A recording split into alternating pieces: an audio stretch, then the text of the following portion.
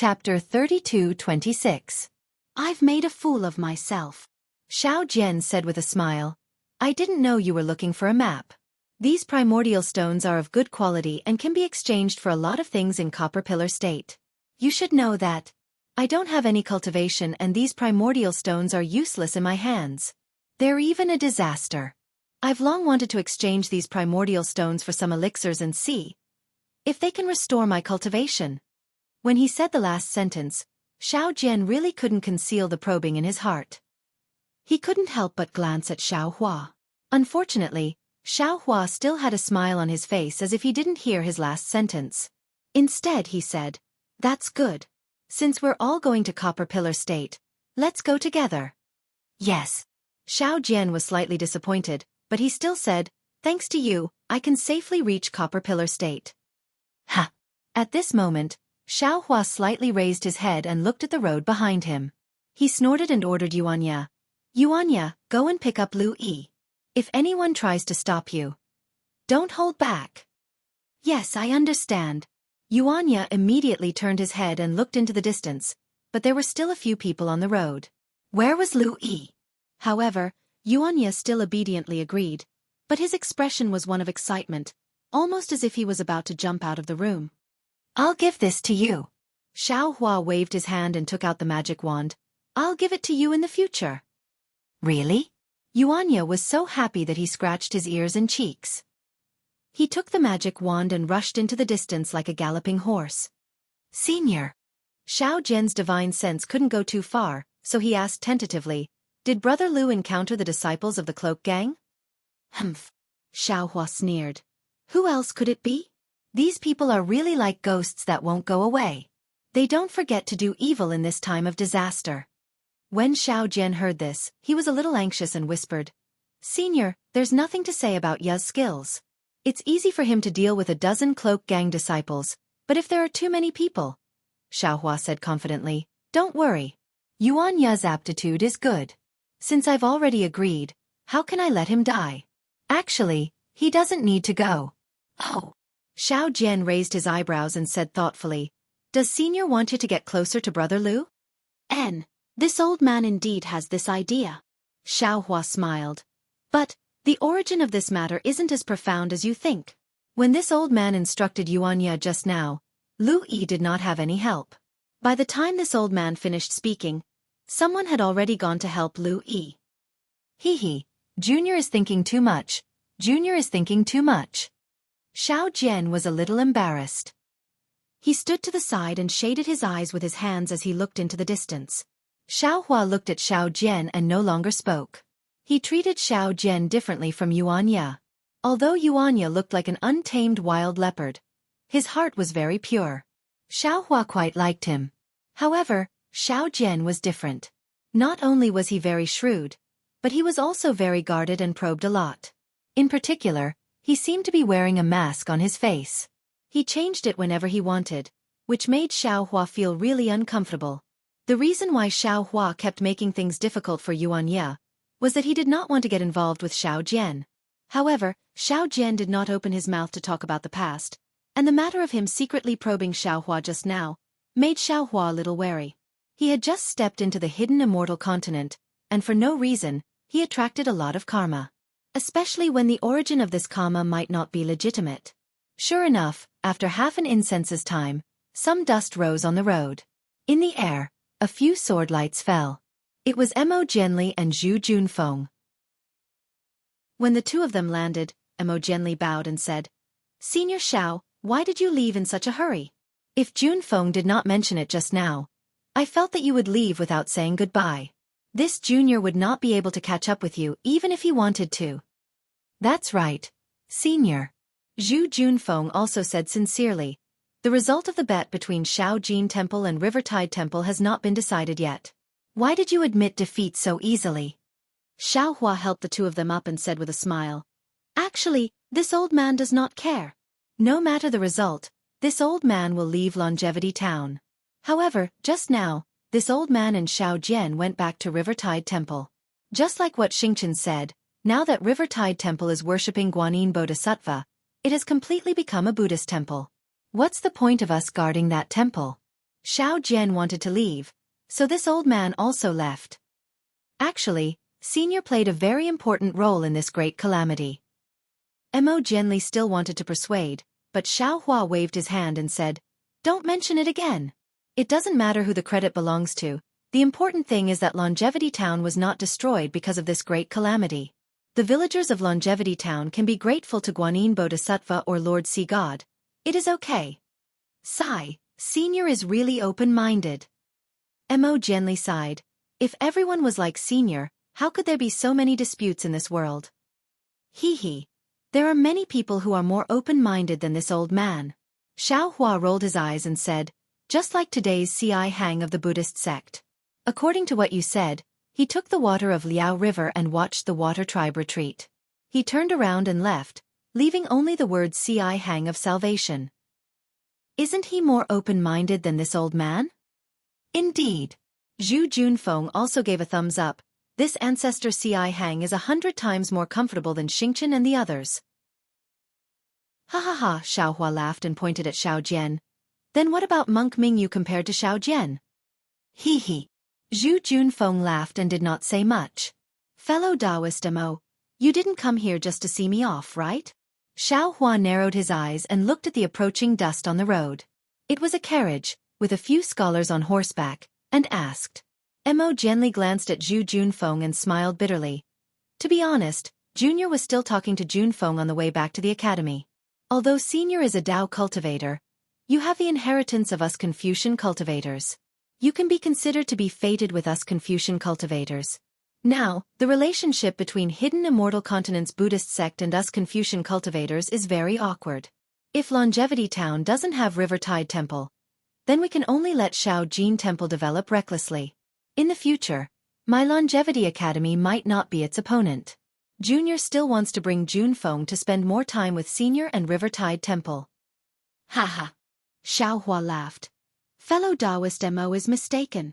I don't have any relationship with Xiao Jian. I just happened to pass by here and stayed at River Tide Temple for a few days. Moreover, River Tide Temple has become a part of Shao Jin Temple. If fellow Taoist Mo wants to fight against Shao Jin Temple, then you should find other help. Yes, Junior understands. Mo gently nodded. Although Shao Jin Temple is like the sun in the sky now, it is still wishful thinking if it wants to stand shoulder to shoulder with my Longevity Academy. After today, Junior will have to rush back to the sect. Presumably, the sect will have orders and measures. Junior is not good at these things, so I won't be too concerned. Junior rushed over because of 3 things. Oh, what 3 things? Xiao Hua was a bit surprised. He couldn't think of what these 3 things were. First, I want to ask Lu Yi about the Water Clan's princess. Mo gently laughed. Previously, Junior took the princess away from the water bucket. This Lu Yi tried his best to stop me. If not him, who should I ask about the Water Clan's princess? You must have already asked about this matter? Xiao Hua asked. Mo gently nodded. Indeed. But it's the same as not asking. Of course, Lu Yi is just an ordinary person. How could he know about the Water Clan's princess? He just saved a little girl out of kindness. Xiao Hua laughed. This little girl is not ordinary. Mo gently said meaningfully. According to Mo Ming, he heard the Water Clan's words. This Water Clan is not an ordinary Water Clan of Liao River. It seems to be some Paradise River. Paradise River? Xiao Hua frowned. He thought of the water-repelling technique in his space. It seemed to be from the West Sea when they destroyed the Water Clan of Paradise River. Paradise River? Xiao Jian, who was at the side, was shocked. Could the Dongtian River that Senior Mo mentioned be the Dongtian River of the 3 rivers? Yes, if Li Mo Ming heard it right, it should be. Mo gently sighed. One of the 3 rivers and 4 seas. This Water Clan's princess. Even if she's from a side branch, her background is still something we can't measure. Indeed. Xiao Jian sighed. Paradise River, Chitty River, and Saint River are known as the origins of the 4 seas.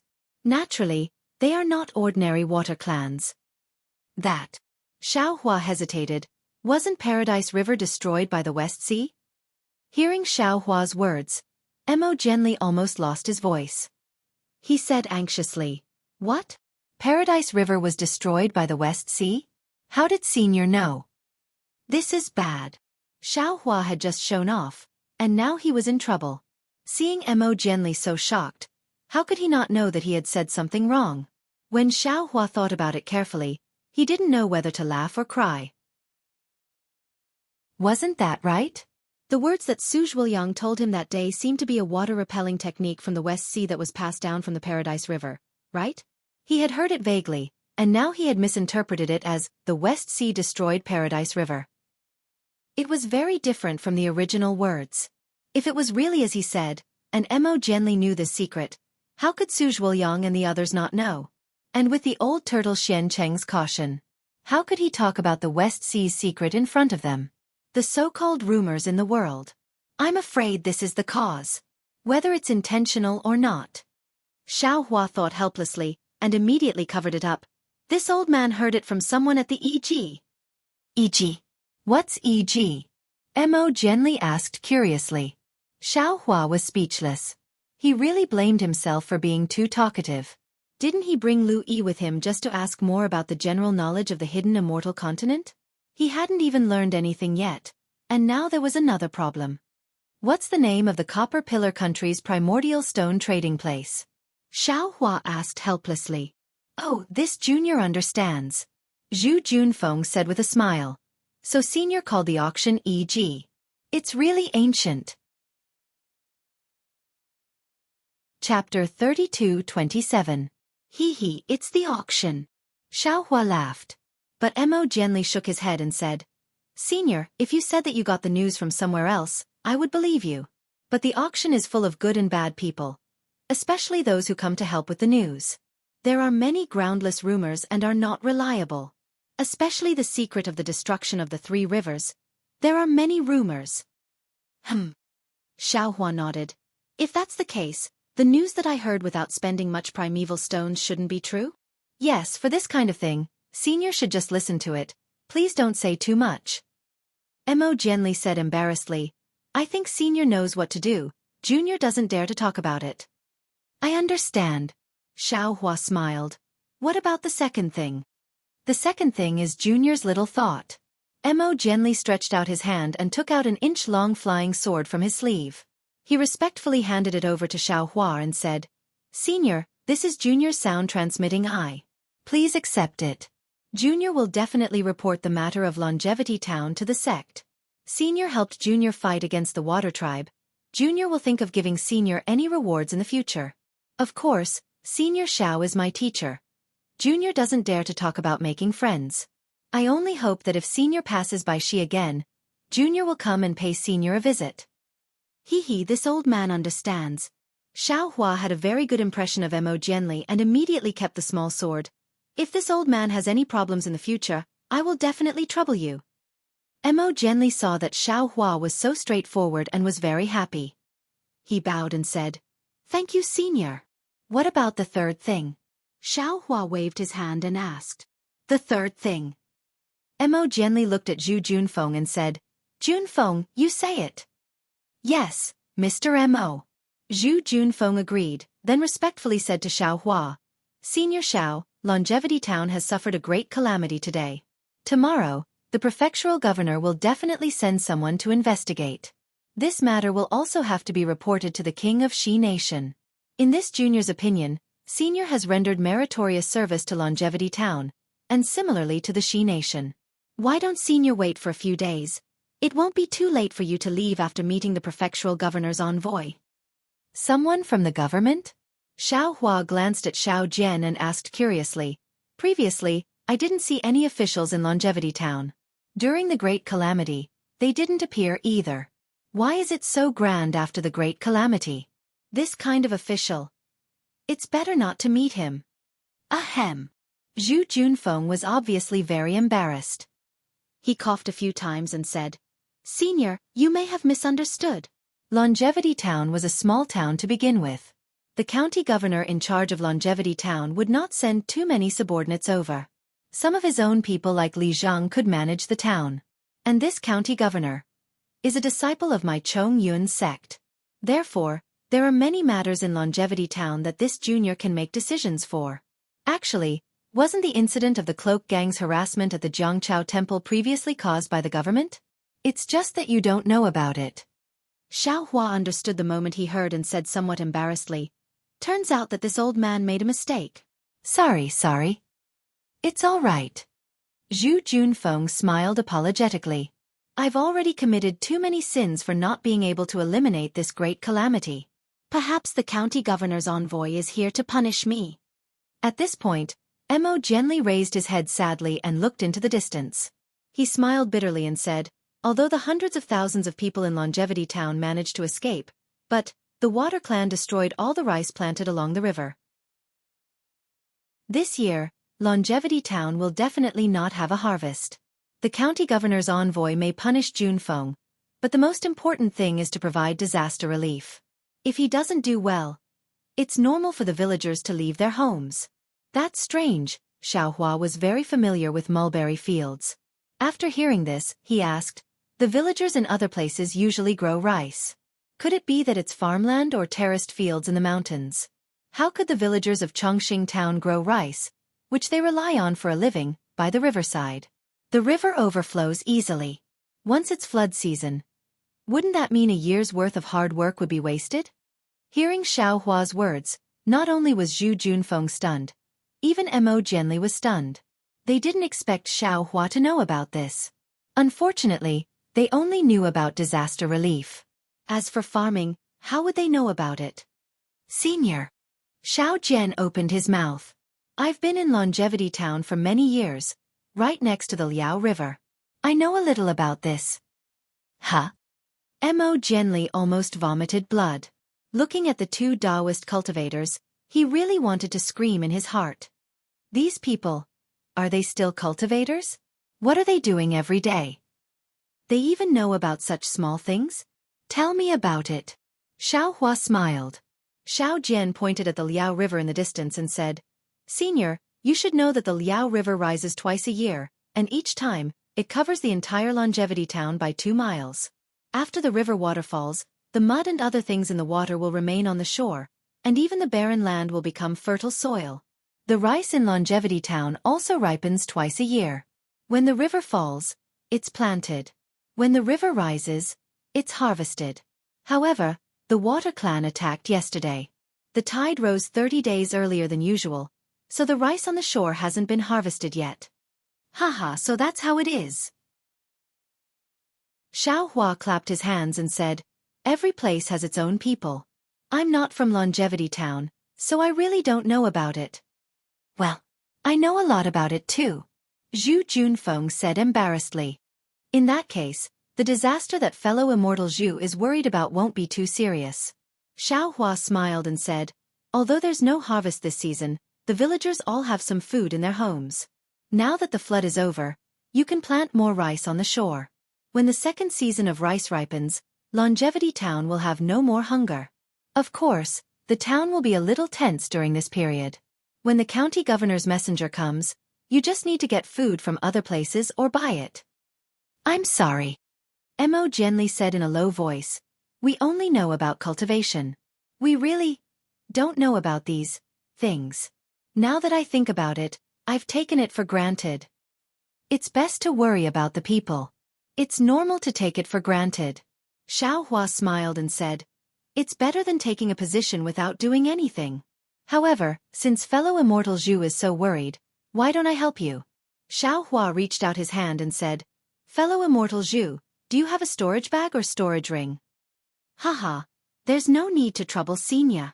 Zhu Junfeng's face was slightly red. Longevity Academy still has some money. When I return, I'll immediately send some students to the neighboring town to buy food. Storage bag? Storage ring? Mo Jianli was confused again. After a while, he reached out his hand and took out a small bag from his sleeve. He asked, Senior, are you talking about a small universal bag? Small universal bag? That's right. That's it. Xiao Hua almost wanted to slap his own face. He had already thought about it and didn't want to talk about things that he didn't know. Now that he blurted out something about a storage bag and a storage ring, it made people feel strange again. Senior, what do you mean? Mo gently handed the small universal bag to Xiao Hua and was even more confused. Haha. Xiao Hua chuckled and didn't dare to ask any more. He released his spiritual will. Luckily, this small universal bag was the same as a storage bag. He could open it with his spiritual will. Then he pretended to take out a storage bag from his chest and waved his hand. He returned the small universal bag to Mo gently and said, "I've been in Longevity Town for a few days. I'm fated with the people of Longevity Town. This little bit of food is my farewell gift to the people of Longevity Town." Very good. Mo gently was overjoyed. He reached out to take it and carefully put it away. He said respectfully, "Senior is indeed worthy of being a Confucian cultivator. You care about the world and the people. Not only did you step forward in times of danger, but you also worked for the people without any fame or benefits. Although this food can't solve the problem in front of us, Senior's breadth of mind is really admirable." Xiao Hua saw that Mo gently didn't check the amount of food in the small universal bag. He knew that Mo gently was worried about his reputation. After all, which cultivator would carry a large amount of food in their storage bag that they didn't need? Therefore, he didn't point it out. He looked at Lu Yi and Xianxia who had already returned. He cupped his hands and said, "Fellow Immortal Mo, fellow Immortal Zhu, I'll see you off for 1,000 miles. In the end we have to part. I'll leave now. You all still have many trivial matters to attend to in Longevity Town. You and I will bid farewell here. If we meet again, we'll meet again." Junior respectfully sees Senior Xiao off. Mo Genli and Zhu Junfeng said as they saw that they couldn't keep Xiao Hua. Mo Genli and Zhu Junfeng didn't come here alone. Behind them, there were several disciples of the academy on horseback. When Lu Yi was chased by the Cloak Gang's disciples, it was these academy disciples who attacked and killed the Cloak Gang's disciples.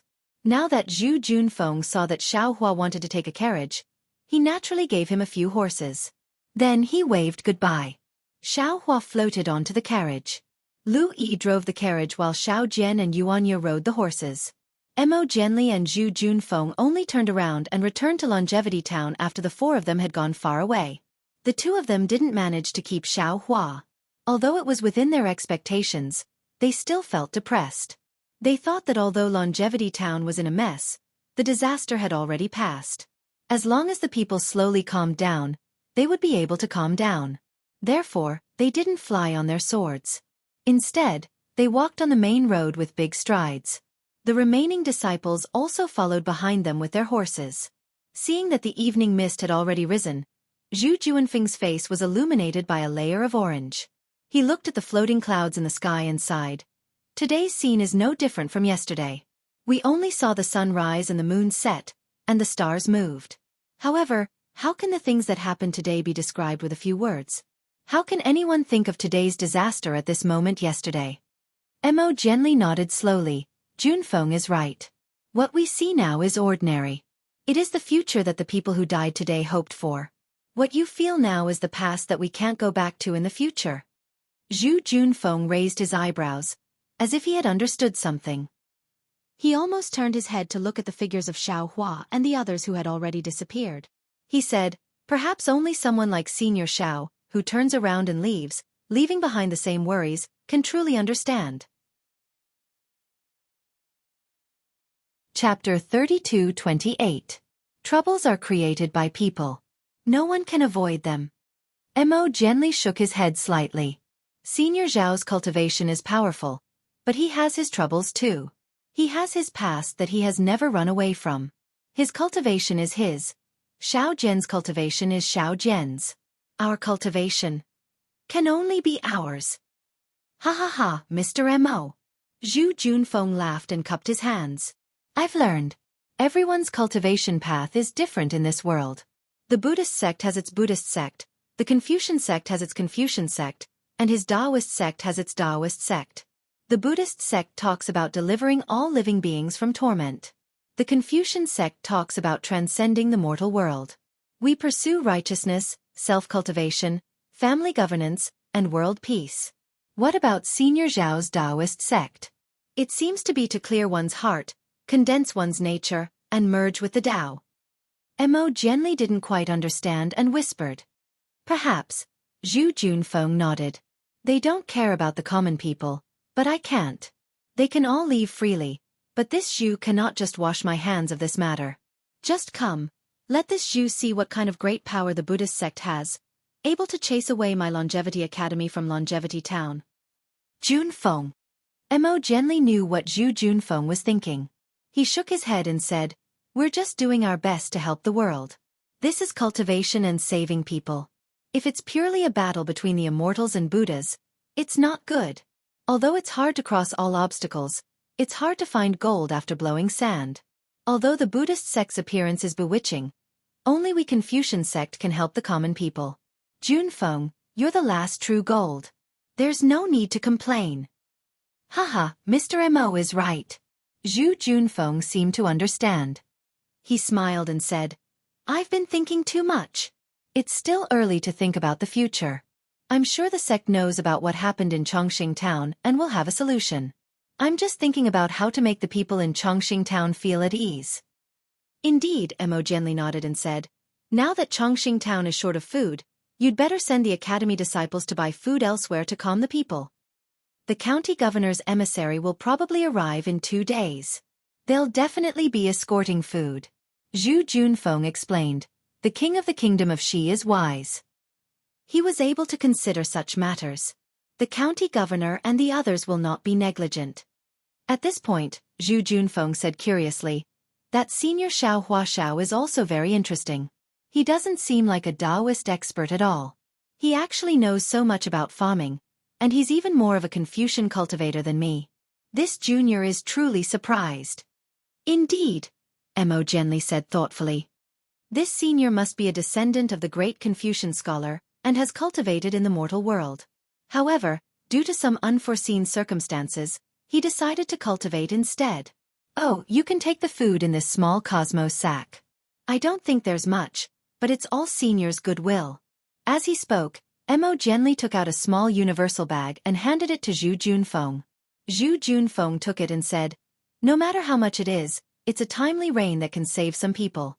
It's 10,000 times better than the flashy Buddhist sect." Ah! Just now, in front of Xiao Huaxiao, the 2 Confucian cultivators were naturally too embarrassed to check the contents of the small universal bag.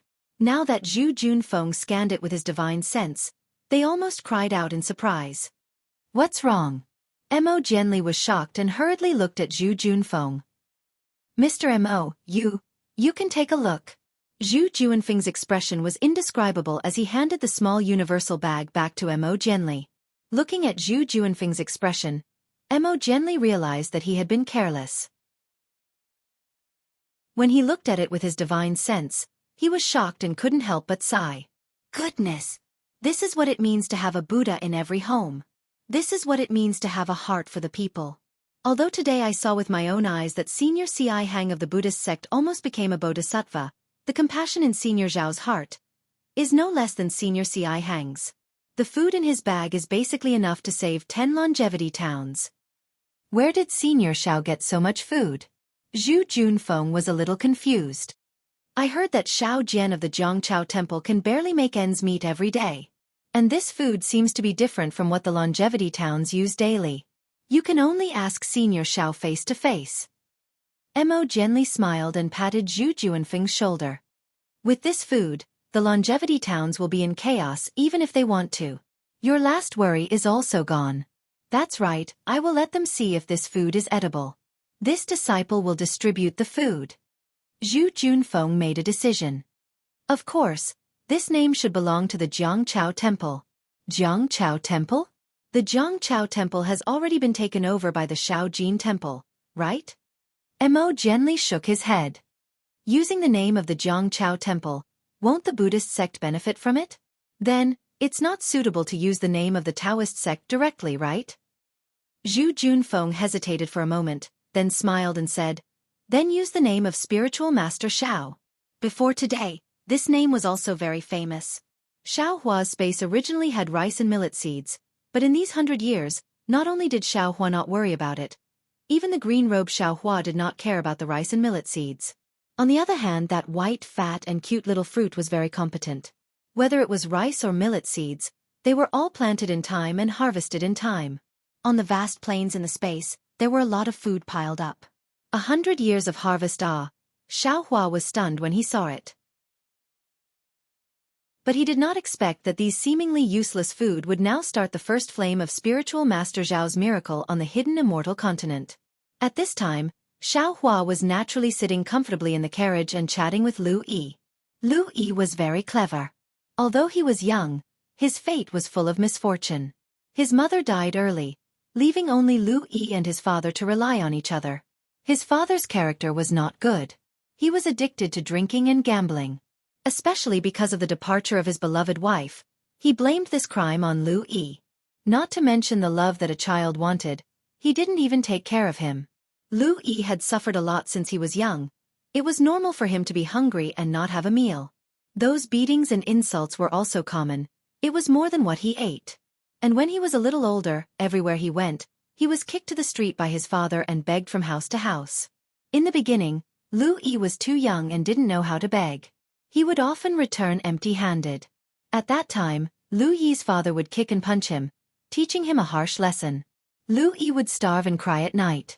After a long time, the smart Lu Yi gradually learned how to beg, so that he would not be hungry. He even used the leftovers to feed his father. Just like that, Lu Yi followed his father through city after city, town after town, and finally arrived at Longevity Town. At this time, Lu Yi's father's body had been hollowed out by the wine. Not only could he no longer punch or kick Lu Yi, he was also paralyzed on the straw on the ground, unable to move. Thus, Lu Yi stayed in the Longevity Town and waited on his father until he passed away. Lu Yi did not have the money to prepare for his father's funeral, but he was also unwilling to let his only relative be wrapped in a straw mat and hurriedly abandoned in the wilderness. After thinking about it, he finally made a decision, which was to enter the Longevity Town's cloak gang. In the entire Longevity Town, this was the only place that could accept Lu Yi and provide him with enough money. Shaojin Temple and Longevity Academy could not accept. Do you know? Immortal Master. It was already late at night, the sky was dotted with stars, there were no people or carriages on the main road, only the sound of a few horses' hooves was particularly loud in the silence. Lu Yi's eyes were even brighter than the stars in the sky. His voice also spread further and further in the night sky. When father beat this little one hated him to death. I always felt that I would be beaten to death by him. I always hoped that he would die sooner.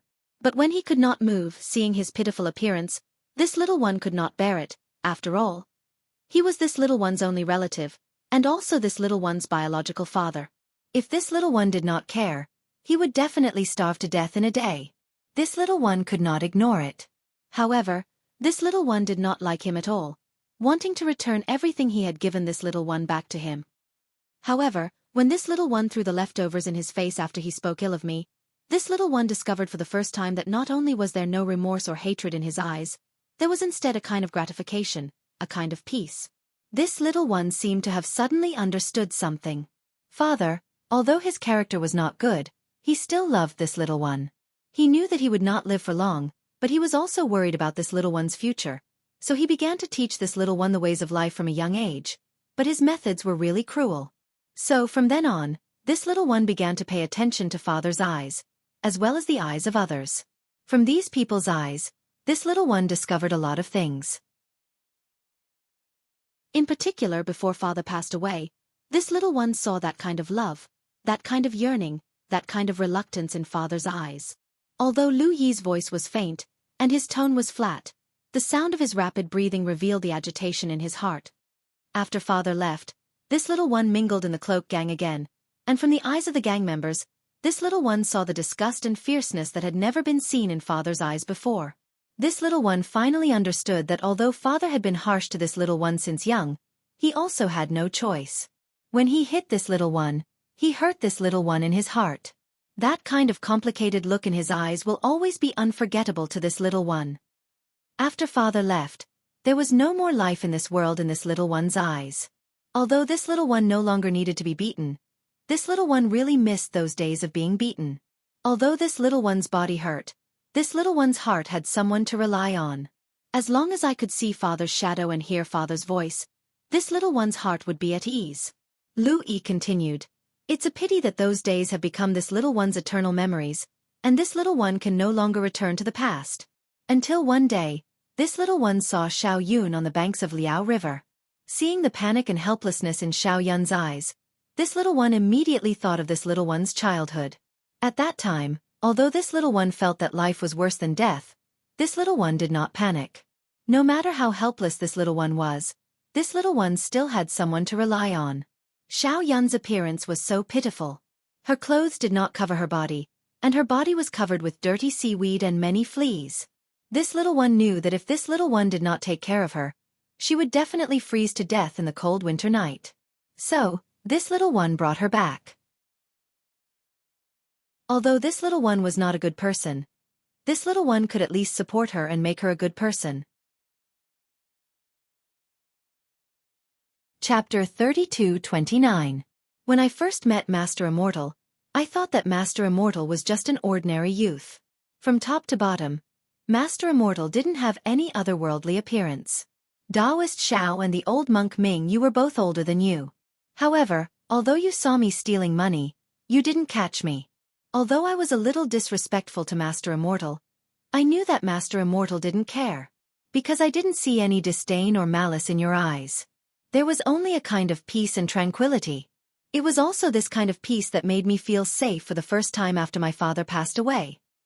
Even when you saved me, I only saw a kind of disdain in Master Immortal's eyes. This kind of disdain made me feel ashamed of my inferiority. I knew that Master Immortal was definitely not an ordinary person. When I heard about the miracle of the River and Tide Temple, I immediately had a feeling that I had to find Master Immortal. Only Master Immortal could save Xiao Yun. Only Master Immortal could get me out of the quagmire of the Cloak Gang. Rumble. At this point, a rumbling sound came from Lu Yi's stomach. It had been several hours since the afternoon. Xiao Hua naturally didn't feel anything, but Lu Yi and the others hadn't eaten or drunk anything. Naturally, they were already hungry. Phew! A small black shadow flew out from Yuanya's horse and landed on the carriage beside Lu Yi. Xiao Hua looked at it. It was Yuanya's usual meat bun. Lu Yi touched it, opened it, and took a big bite. He smiled and said, "Thank you, Brother Ya, for the bun." And Yuanya replied and didn't say anything else. His voice was actually trembling. Sigh. Xiao Hua could see clearly that Yuanya was biting his lips tightly.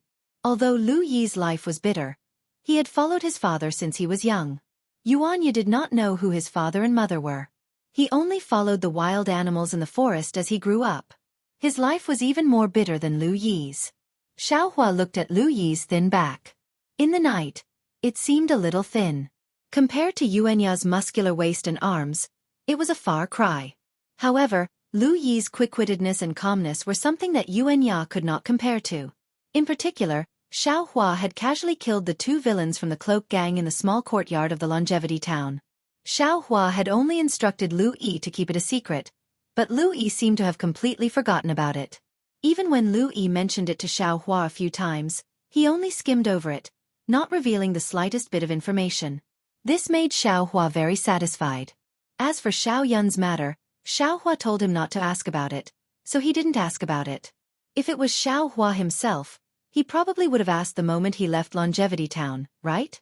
After thinking for a moment, Xiao Hua said, Lu Yi, your experience is a kind of tempering for you. It's the best life gift your father has given you. It's a pity that you met this old man too late. This old man couldn't meet your father who had such foresight. However, since you met this old man now, this is your fate. Everything that you were afraid of in the past. From today onwards, you don't have to be afraid anymore. Actually, in Xiao Hua's opinion, Lu Yi's father might not be as good as Lu Yi said. Even the so-called tempering and the like were all Lu Yi's own ideas. However, was the nature of Su Liuyi's father important right now? Was the original intention of scolding Lu Yi important? Everyone had their own idols. Their father was the first person they worshipped in their life. Whether good or bad, it would have some influence on them. Since Lu Yi didn't become twisted because of his past experience, why couldn't Xiao Hua become the hero in Lu Yi's heart? Hearing Xiao Hua's words, Lu Yi's body trembled. He resisted an indescribable intuition. Before Xiao Hua could speak, he said in a trembling voice, Yes, Immortal Master, this little one understands. This little one serving Immortal Master is a great opportunity. In the future, I don't have to be afraid of anything in the world. Hee hee. Xiaohua laughed. It was easy to talk to a clever child like Lu Yi. However, he immediately said solemnly, "But, Lu Yi, you have to know that before anyone has a great divine ability, they can't be free and unfettered between heaven and earth. To have a divine ability, you have to pay a price far beyond what you think. This price is far more difficult than what you think now. What food and clothing, what bullying, in front of this price, it's nothing but grass. As for the specifics, even if this old man told you now, you wouldn't know." Immortal Master. Without waiting for Xiaohua to finish speaking, Lu Yi turned around and kneeled on the carriage. He kowtowed and said, "This little one earnestly asks Immortal Master to teach me the heaven-piercing technique so that this little one can laugh proudly in the hidden Immortal continent and spread Immortal Master's fame." Ha ha ha. Heaven-piercing technique. Xiaohua's laughter seemed very loud in the night. This old man here doesn't have any heaven-piercing technique. Lu Yi leaned on the carriage and let the carriage slowly move forward. He didn't speak. "You can get up." Xiaohua waved his hand and said, "Since this old man wants to accept you as a servant, I naturally have the intention to borrow your strength. Of course, this old man also won't be stingy. Cultivation techniques. I will also choose some for you. As for how well you cultivate and what your future achievements will be, it will depend on your own ability." "Many thanks, Immortal Master." Lu Yi forcibly restrained his excitement and said in a low voice, "This disciple dares not to cultivate diligently and sully Immortal Master's fame?" "Hee hee, you can get up." Xiaohua waved his hand and said, "It's still too early to accept you as a disciple. Let's talk about it when you have the opportunity in the future." Yes, this little one understands. Lu Yi was already prepared in his heart. Even if he joined the cloak gang, there was still a test. How could it be so easy for an expert like Xiaohua to accept a disciple? He responded and got up to continue driving the carriage. In addition, Xiaohua opened his mouth again. He wanted to tell Lu Yi about Xiao Yun's matter. He knew that Lu Yi was a person with deep feelings and would definitely want to know about Xiao Yun's whereabouts. However, when the words reached his mouth, he stopped. He was a very curious person and wanted to ask about everything he encountered. He wanted to get to the bottom of everything. Now that he met someone who could calm down his temper, why must he reveal everything? Why not wait and see? If he didn't say anything, when would Lu Yi ask? This was also a kind of test, right? Immortal Master. After waiting for a moment, Lu Yi didn't see Xiaohua continue to speak. He asked curiously, "Do you have any instructions?" "Nothing, just call this old man Xiao Daoist in the future." "There's no need to call me Immortal Master," Xiaohua said with a smile. "It won't be too late to call me that when this old man becomes an immortal." See. When Lu Yi heard this, he almost choked. After a moment, he suppressed his heart that was about to jump out of his throat and carefully said, "This little one understands Xiao Daoist." Xiaohua raised his eyes and looked at Xiao Jian, who was standing in front of Xianxia. He understood that Xiao Jian's story might be even more than Xianxia and Lu Yi's combined. Xiaohua's feelings didn't only come from these dozen or so days, from what Xiao Jian vaguely said, as well as the appearance of those two Buddhist sect guards, even more so from when Xiao Jian received the steed from Longevity Academy's disciple, mounted it in an extremely skilled manner, the instant he raised the horsewhip, that surging expression. However, Xiao Jian's shrewdness was really too deep. He knew that Xiaohua's impression of Xianxia was not bad. Xianxia had arrogantly asked to become his disciple several times. Even though Xiaohua ignored him, he still vaguely pointed out that Xianxia had a master and he wouldn't accept Xianxia as his disciple. Xianxia couldn't tell, but how could Xiao Jian not? However, he didn't mention giving Xianxia to Xiaohua at all. Moreover, it was clear that Xiao Jian needed Xiaohua's help, but he also wanted to maximize his own benefits.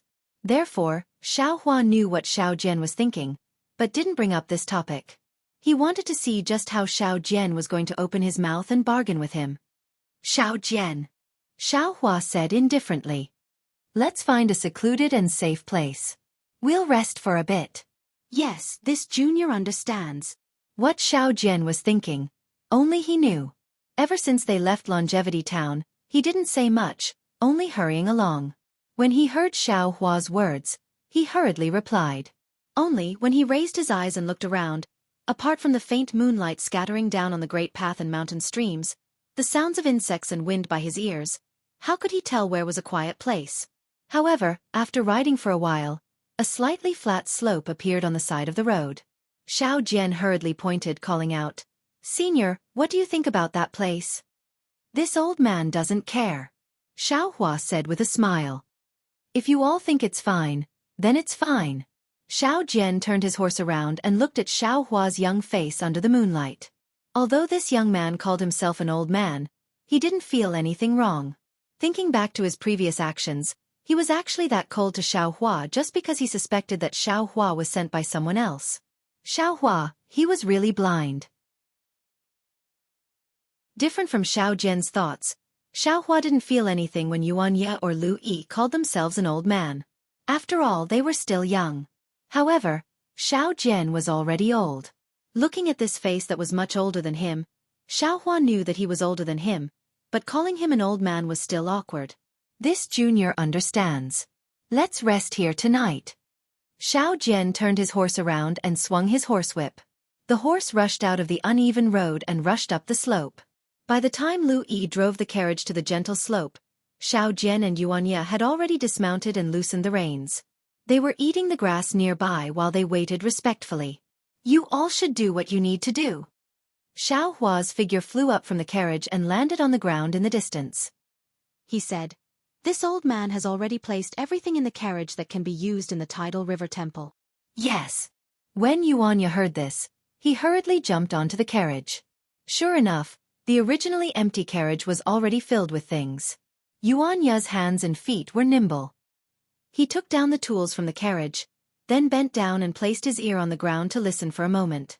He then took the wooden bucket, iron pot and other things and went to another place.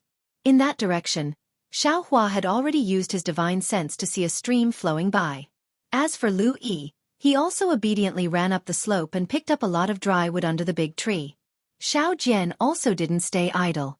He took the horses from the carriage and sent them to the grassland, allowing them to eat grass. He looked at Xiao Hua, who was sitting cross-legged, and hesitated for a moment. In the end, he didn't walk over. Chapter 32:30. Not long after, Lu Yi started a fire on the slope. Yuan Ye also washed the iron pot and brought back some water. After taking the food from the carriage, he started to cook over the fire. "Oh!" It sounded like a wolf's howl from afar.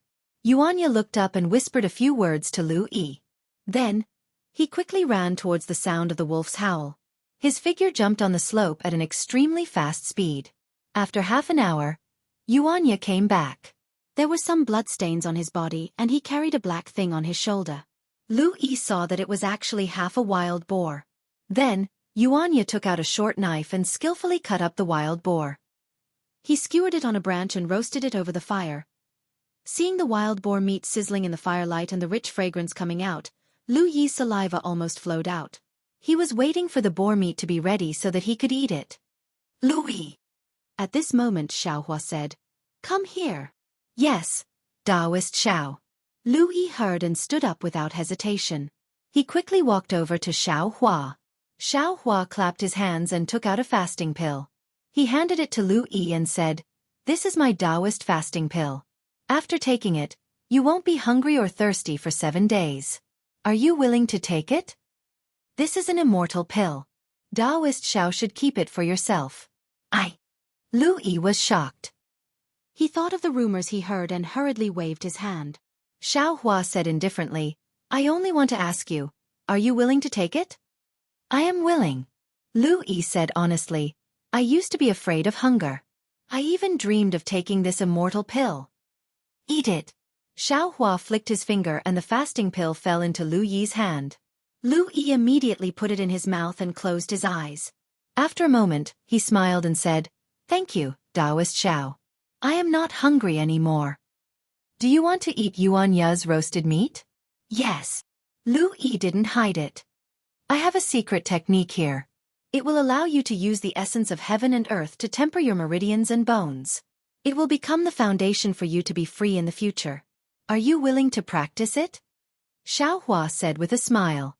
Lu Yi was shocked. He looked at Xiaohua in disbelief. Then, he realized that this happiness came too quickly. He hurriedly bowed down and said, "Disciple? You don't have to call yourself my disciple." Xiaohua hurriedly stopped him. "It's just a simple qi refinement technique. If you succeed in cultivating it, then this old man can accept you as his disciple. Otherwise, you're still you. Even if you can enter the ranks, you can't call this old man master." "Yes, yes." Lu Yi's voice was trembling. He could tell that this cultivation method could allow him to enter the ranks. Even if he entered the ranks, he might not be able to call Xiaohua master. Then, with Xiaohua's cultivation, the importance of this cultivation method was self-evident. After qi refining, the world's grains and meat might not be edible anymore. Xiaohua smelled the fragrance of meat in the distance and said, "Are you willing?" "This disciple is willing."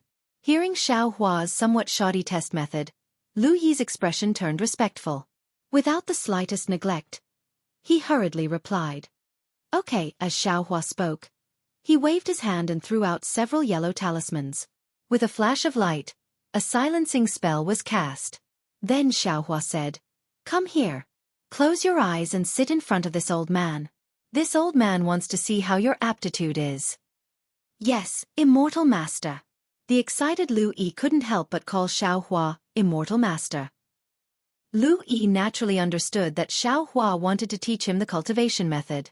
This was something he had never dreamed of. Xiaohua smiled faintly and still waved his hand, saying, "This old man hasn't agreed to accept you as a disciple." "Don't be so excited." "Yes, Taoist priest. This little one understands." Seeing Xiaohua repeatedly deny accepting him as a disciple, Lu Yi also felt a little strange. Could it be that he was really too shoddy? Actually, it was quite funny. Xiaohua had achieved success in his cultivation, and his cultivation was also profound, but all of his mystical powers had been developed by himself. Xiao Hongyue of Shanghua Ming had never given him any pointers, and neither had helplessness of the Imperial Thunder Sect. On the contrary, it was Xianxia who had taught him a lot. When he was on the Dawn Rain continent, Xiaohua also didn't accept any disciples. Whether it was giving cultivation methods to others or setting up the fortune gate, he just threw out the jade slips and other things and didn't care about them anymore. At this moment, he felt really awkward to be teaching an aura refining technique to a secular person who had never practiced Taoist magic. He felt that it was inappropriate for Lu Yi to be his disciple. After all, he was already a late gold core stage cultivator. How could he accept a secular person who had no foundation in cultivation as his disciple? Moreover, it was his first disciple. However, Lu Yi's luck was very good. First, he was clever. Second, he was kind. Third, some of Xiaohua's merit in the longevity town was related to Lu Yi. If Xiaohua didn't give Lu Yi some benefits, there would be some karma. The most important thing was that Xiaohua now had to find a way to refine the earth crystal Yao milk in his body. It wasn't suitable for him to fly around the hidden immortal continent. He had a lot of time to guide Lu Yi's cultivation. Therefore, Xiaohua had the idea of teaching Taoist cultivation methods to Lu Yi. Seeing Lu Yi sit down cross-legged, Xiaohua stretched out a finger and pointed at the back of Lu Yi's head. Then, a strand of true essence entered Lu Yi's body. Just now on the carriage, Xiaohua had already taken a look at the qi-refining jade slip sent by Zhang Qingxiao. Inside them, there were methods and spells to check the attributes of the body. Oh! After a moment, Xiaohua was slightly surprised and his brows wrinkled. Xiaohua actually couldn't check the attributes of Lu Yi's body. Could it be that something went wrong when I used it for the first time? Xiaohua thought for a moment and slightly closed his eyes. He pondered over the method in his mind and once again pointed his finger at the back of Lu Yi's head. This method was very simple. For a cultivator like Xiaohua, it wasn't very difficult. However, after a few breaths of time, the doubt on Xiaohua's face became even stronger. Could it be that Lu Yi's physique is heterogeneous and unsuitable for cultivation? Xiaohua's heart turned cold. He immediately understood the root of the problem. Then, Xiaohua rubbed his hands and several rays of brilliance entered Lu Yi's body. After Xiaohua withdrew his magic power, ripples began to appear on the surface of Lu Yi's body. These ripples surged out layer by layer. Red, orange, yellow, green, and other colors flowed out like fireworks. After half a cup of tea's time, they converged into Lu Yi's body. During this time, not a single color could last for long on the surface of Lu Yi's body. Alas, it's really like this. Xiaohua sighed. Although he didn't have a magic tool that specialized in screening one's physique and could truly determine whether Lu Yi could cultivate, this method and spell were no different from magic tools in the hands of a late nascent soul cultivator like him, whose strength was comparable to a late nascent soul cultivator. Since this spell already showed that Lu Yi's physique was heterogeneous and none of the 5 elements were obvious, then he was a pure secular person and unsuitable to cultivate Taoist spells. Lu Yi naturally didn't know that his fate had been determined. He was still sitting cross-legged. Although his eyes were closed, his face was brimming with excitement. Alas! Xiaohua sighed and said, Lu Yi, get up. Yes, Taoist Elder Xiao. Lu Yi replied and hurriedly got up. He stood there respectfully and looked at Xiaohua with eyes full of expectation. Xiaohua actually couldn't bear it and said, Your physique. This old man has already seen it. It doesn't seem suitable to cultivate my sex cultivation method. Of course, this old man will take another look. Lu Yi's face sank and an indescribable pain flashed through his eyes. However, he quickly put on a smile and said, Taoist Elder Xiao, it's okay. This little one is just a mortal. It's normal that I don't have the fate to become an immortal. If this little one hadn't met Taoist Elder, I wouldn't have known that there was a path of cultivation and wouldn't have thought of cultivating. Xiaohua could naturally feel the disappointment in his heart. As the saying goes, the greater the expectation, the greater the disappointment. Xiaohua could only smile and say, It's all this old man's fault for being reckless. I didn't carefully examine your physique and just casually read it out for you. How about this? Since you can't cultivate the Taoist sect's divine ability, this old man will help you look at the Confucian sect and Buddhist sect. They don't seem to have high requirements for physique. This little one doesn't dare to ask for too much. In just a moment, Lu Yi regained his calm and said respectfully, This little one only asks to be able to serve Taoist Elder. It doesn't matter if I cultivate or not. All right. Xiaohua raised his hand and the restriction around him disappeared.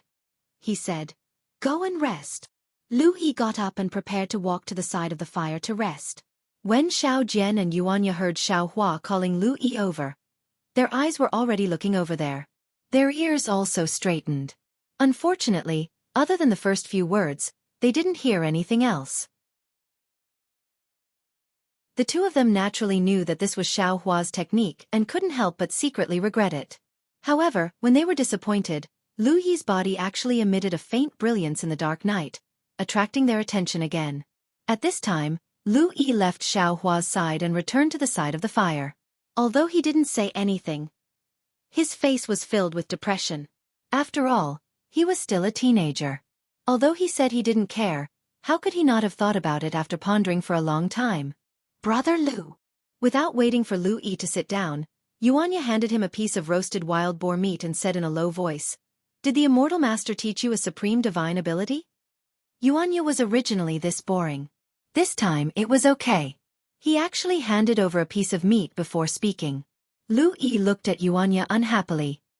He bit his lip, waved his hand and said with a forced smile, Brother Ya, Taoist Elder gave me a medicinal pill. I'm not hungry now. You can eat this wild boar meat yourself. An immortal pill? Yuanya's eyes flashed with fanaticism. He looked at the roasted meat that he was drooling over just a moment ago. Now, he seemed to feel that it didn't have the same fragrance as before. Then he asked again, Brother Lu, your luck is really good. The Immortal Master actually gave you an immortal pill. Also then, what did the Immortal Master teach you? Can you tell me? Hearing Yuanya's repeated questions, Lu Yi almost wanted to cry. It wasn't easy to encounter an immortal opportunity, but he actually couldn't cultivate. That kind of disappointment was really unbearable. Chapter 32-31. Little brother. My aptitude is not good enough, I can't cultivate. Lu Yi said word by word, tears almost rolling in his eyes.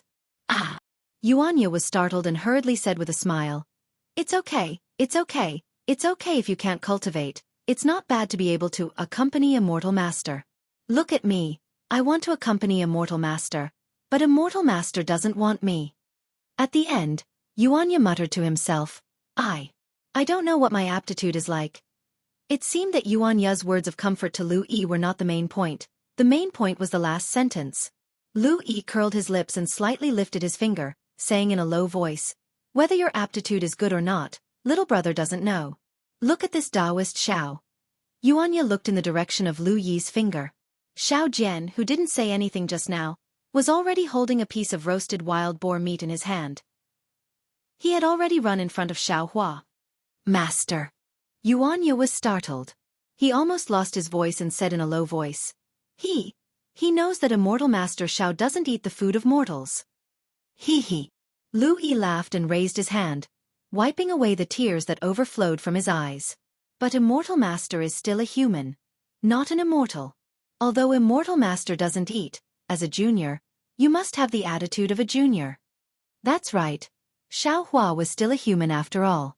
Seeing Xiao Jian holding the fragrant wild boar meat and carefully asking him if he was willing to try this delicacy, he could only smile and wave his hand, saying, "You can eat it later. This old man doesn't eat meat anymore." This junior knows.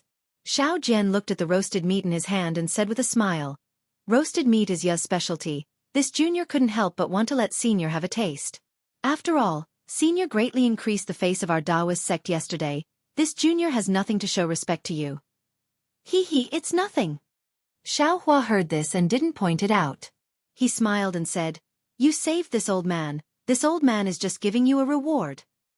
Xiao Jian's face turned slightly red.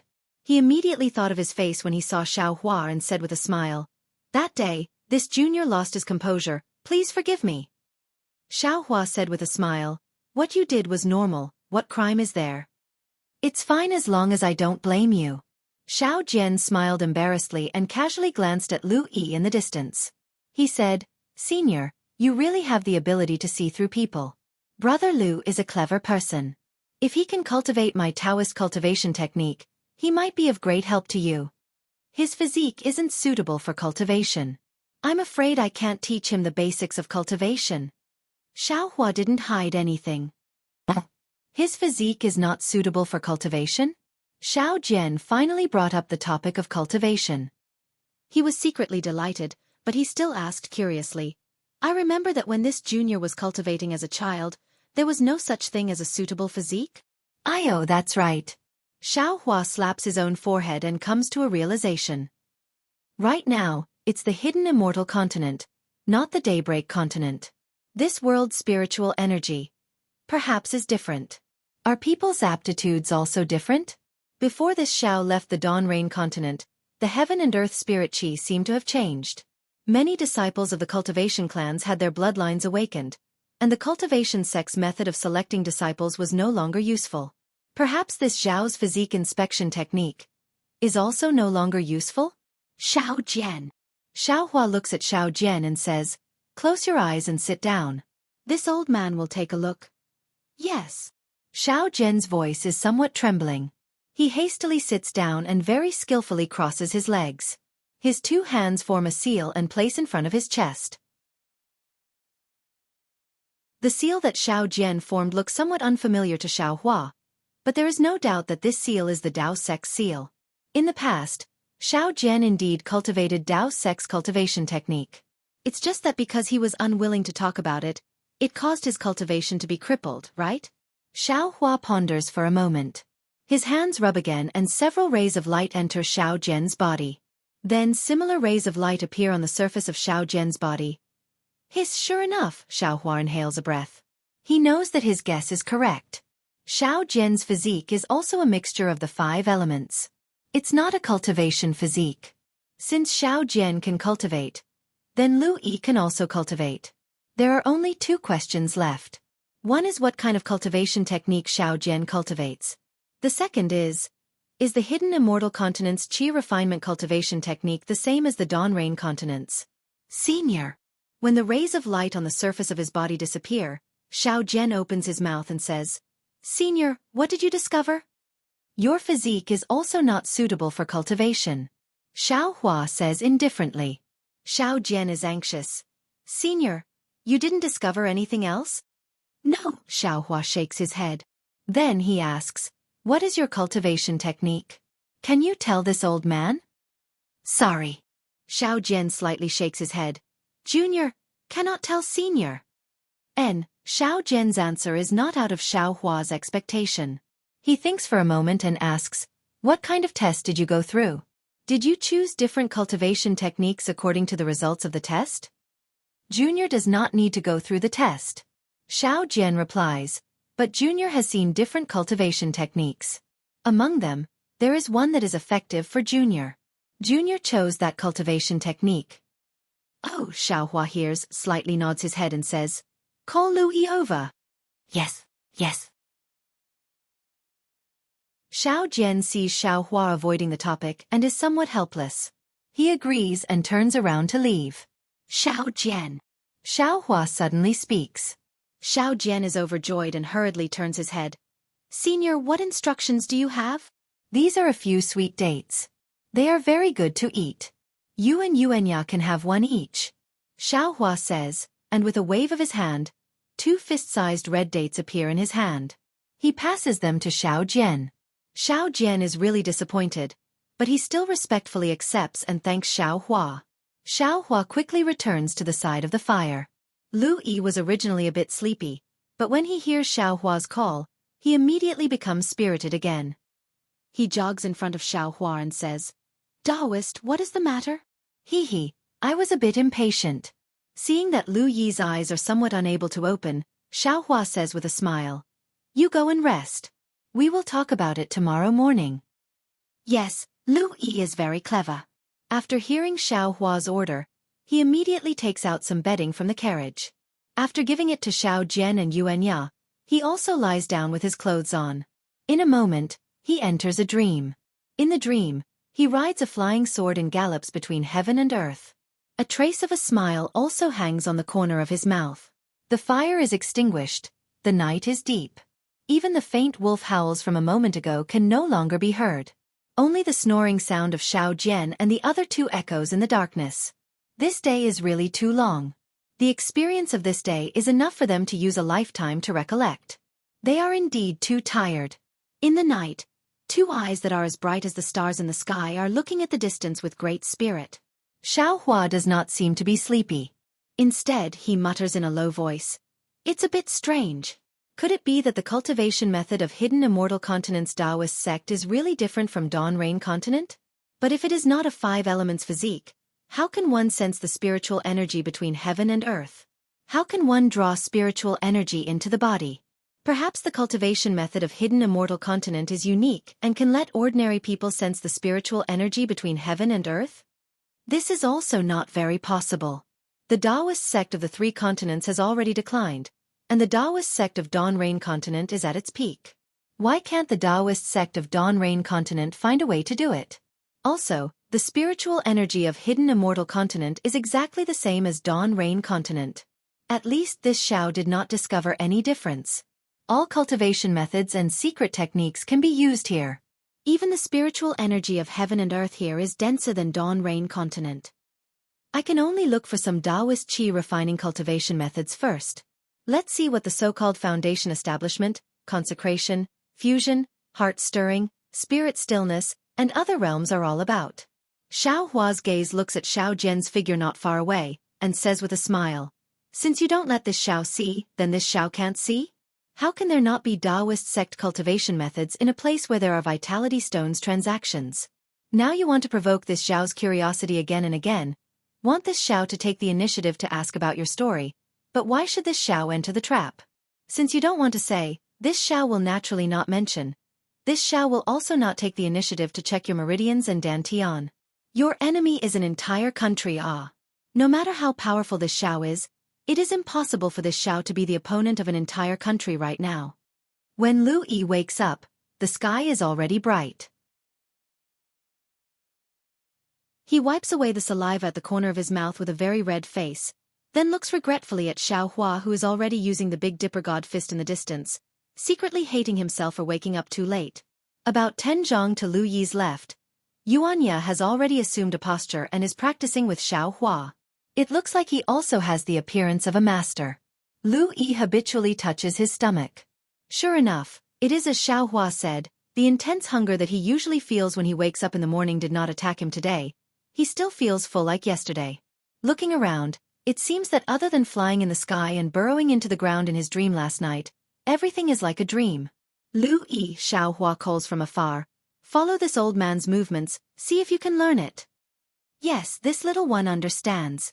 Lu Yi is overjoyed. He hurriedly stares at Xiaohua's movements, his hands and arms dance at the same time.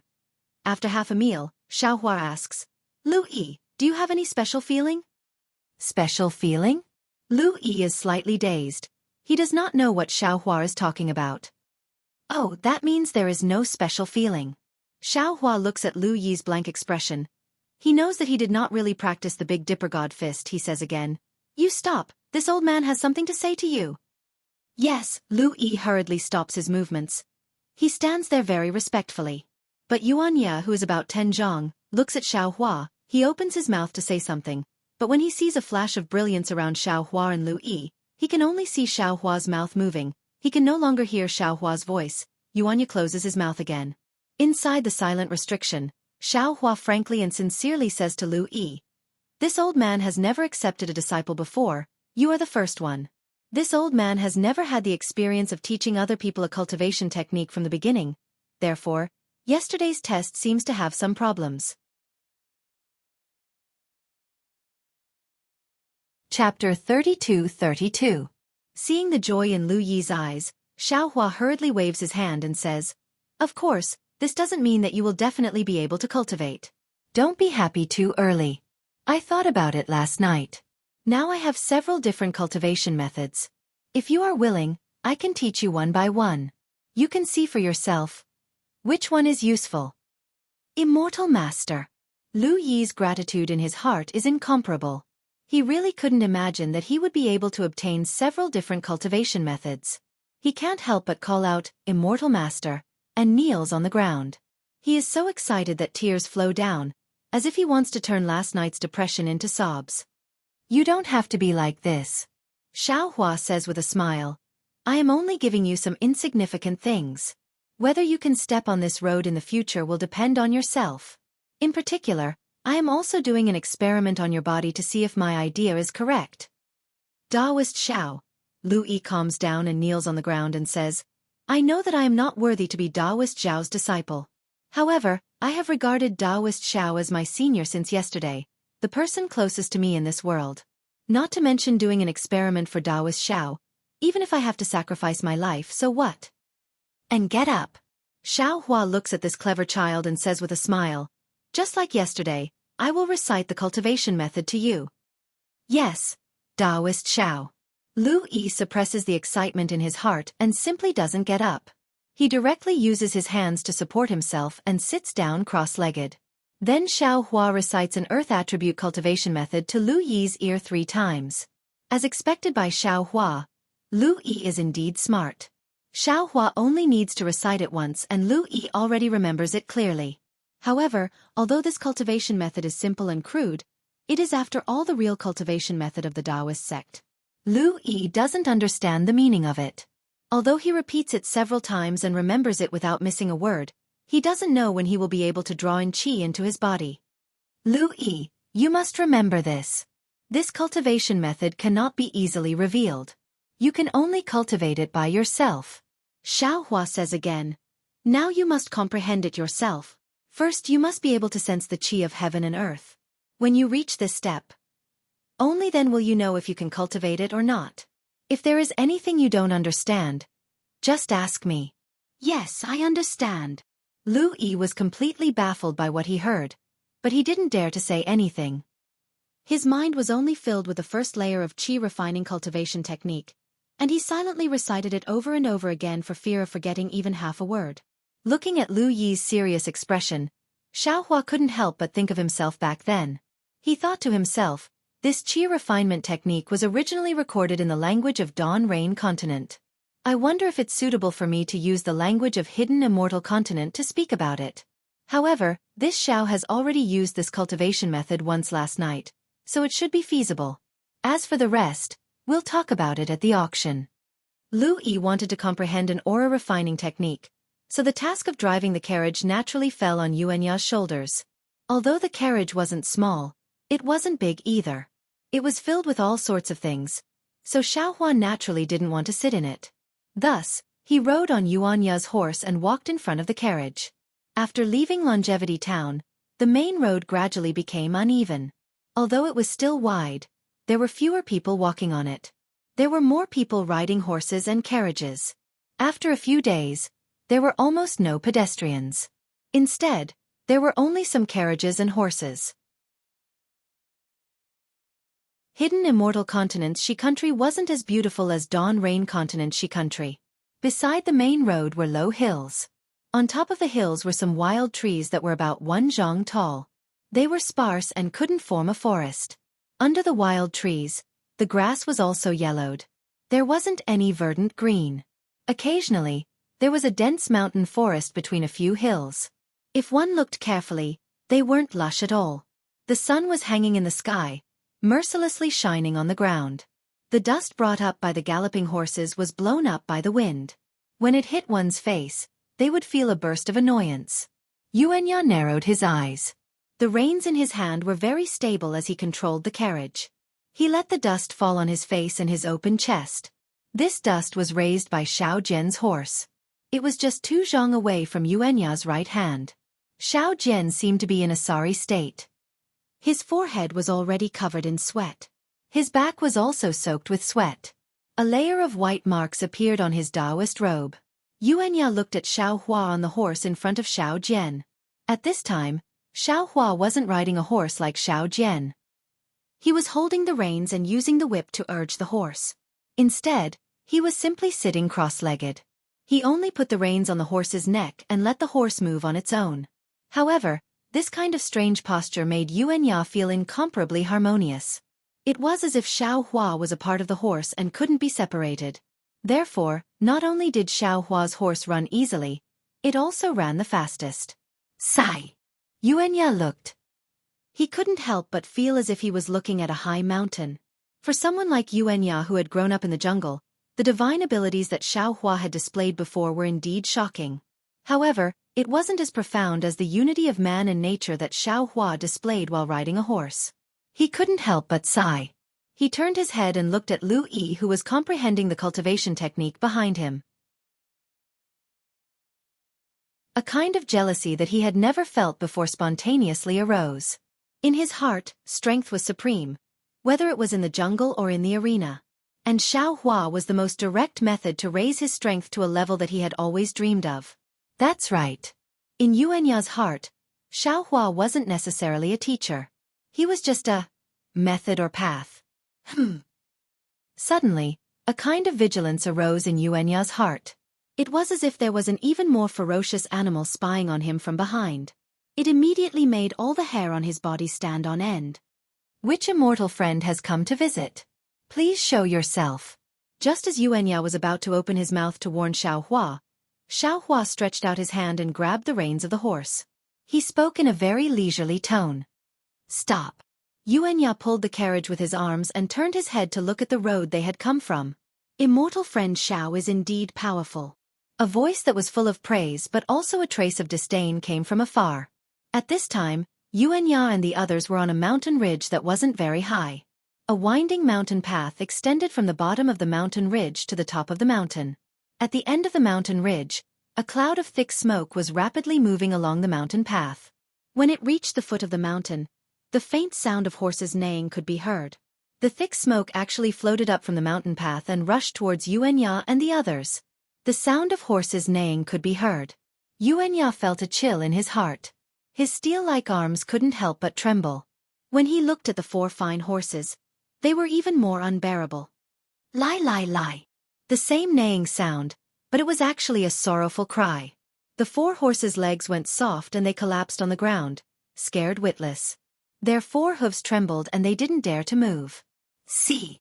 Yuanya jumped up and at the same time, he stretched out his hand and grabbed Lu Yi, who had his eyes closed, by the collar and easily landed on the ground. Xiao Hua and Xiao Jian naturally also easily floated down from the back of their horses. They looked back with some astonishment.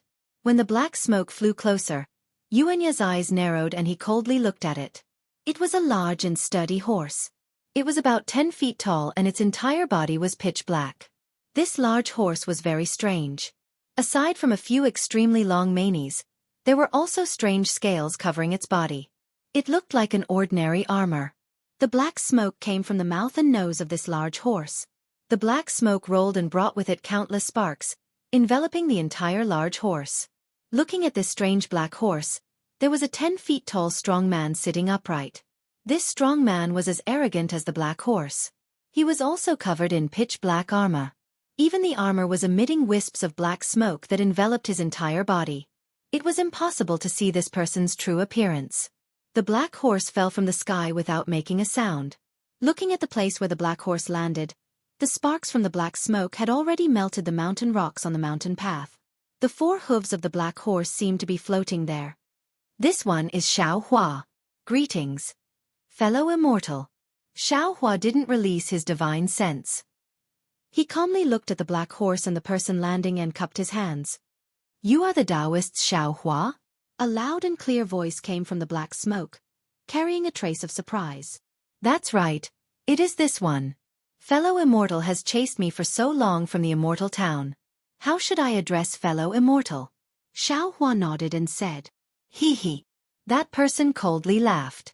The black smoke on his face scattered.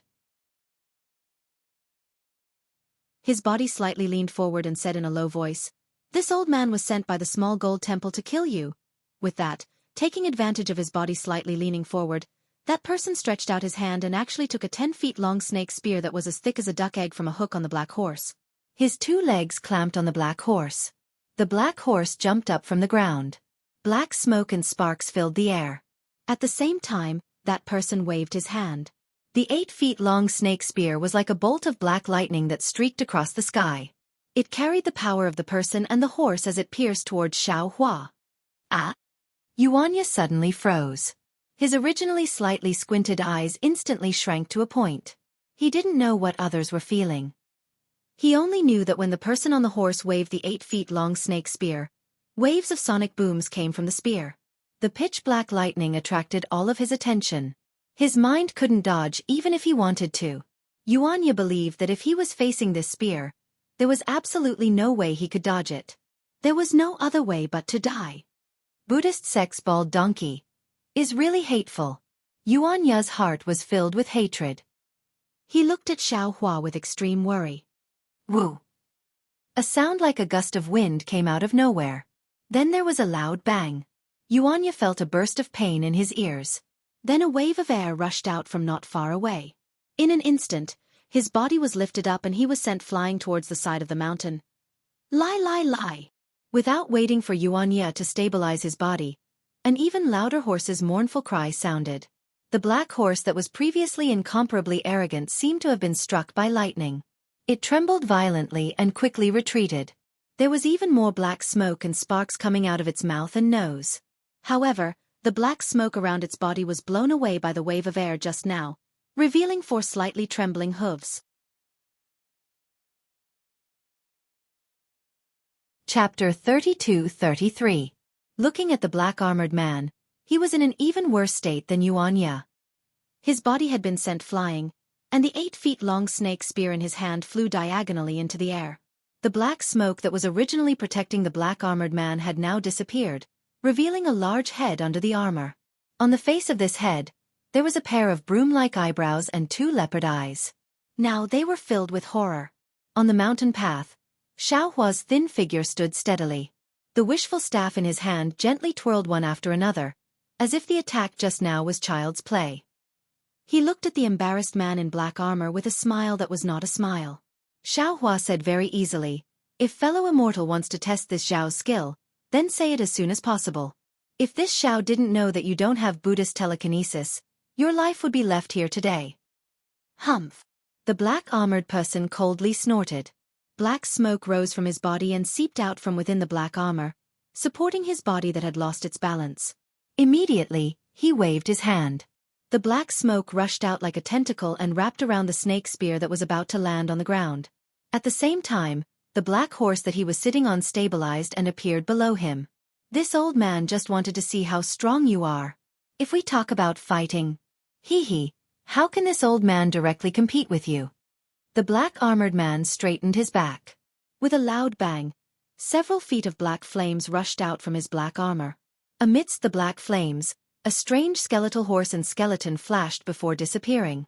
What was special was that the skeleton's eyes flashed with two pitch-black dots, and there was a kind of terrifying brilliance. Looking at the powerful black flames, Xiao Jian and the others couldn't help but tremble, and a kind of fear appeared in their eyes. Fortunately, the black flames on the man's black armor flickered in the air for a few breaths, and then quickly disappeared, slowly revealing the true face of the man in black armor. The man in black looked at Xiao Hua with extreme dissatisfaction. Fellow Immortal and this Xiao are not enemies. There is no reason to fight to the death. A strange look flashed across Xiao Hua's face. He looked at the man's weathered face and said with a smile, "This Xiao doesn't know why fellow Immortal chased me all the way here from the Immortal town.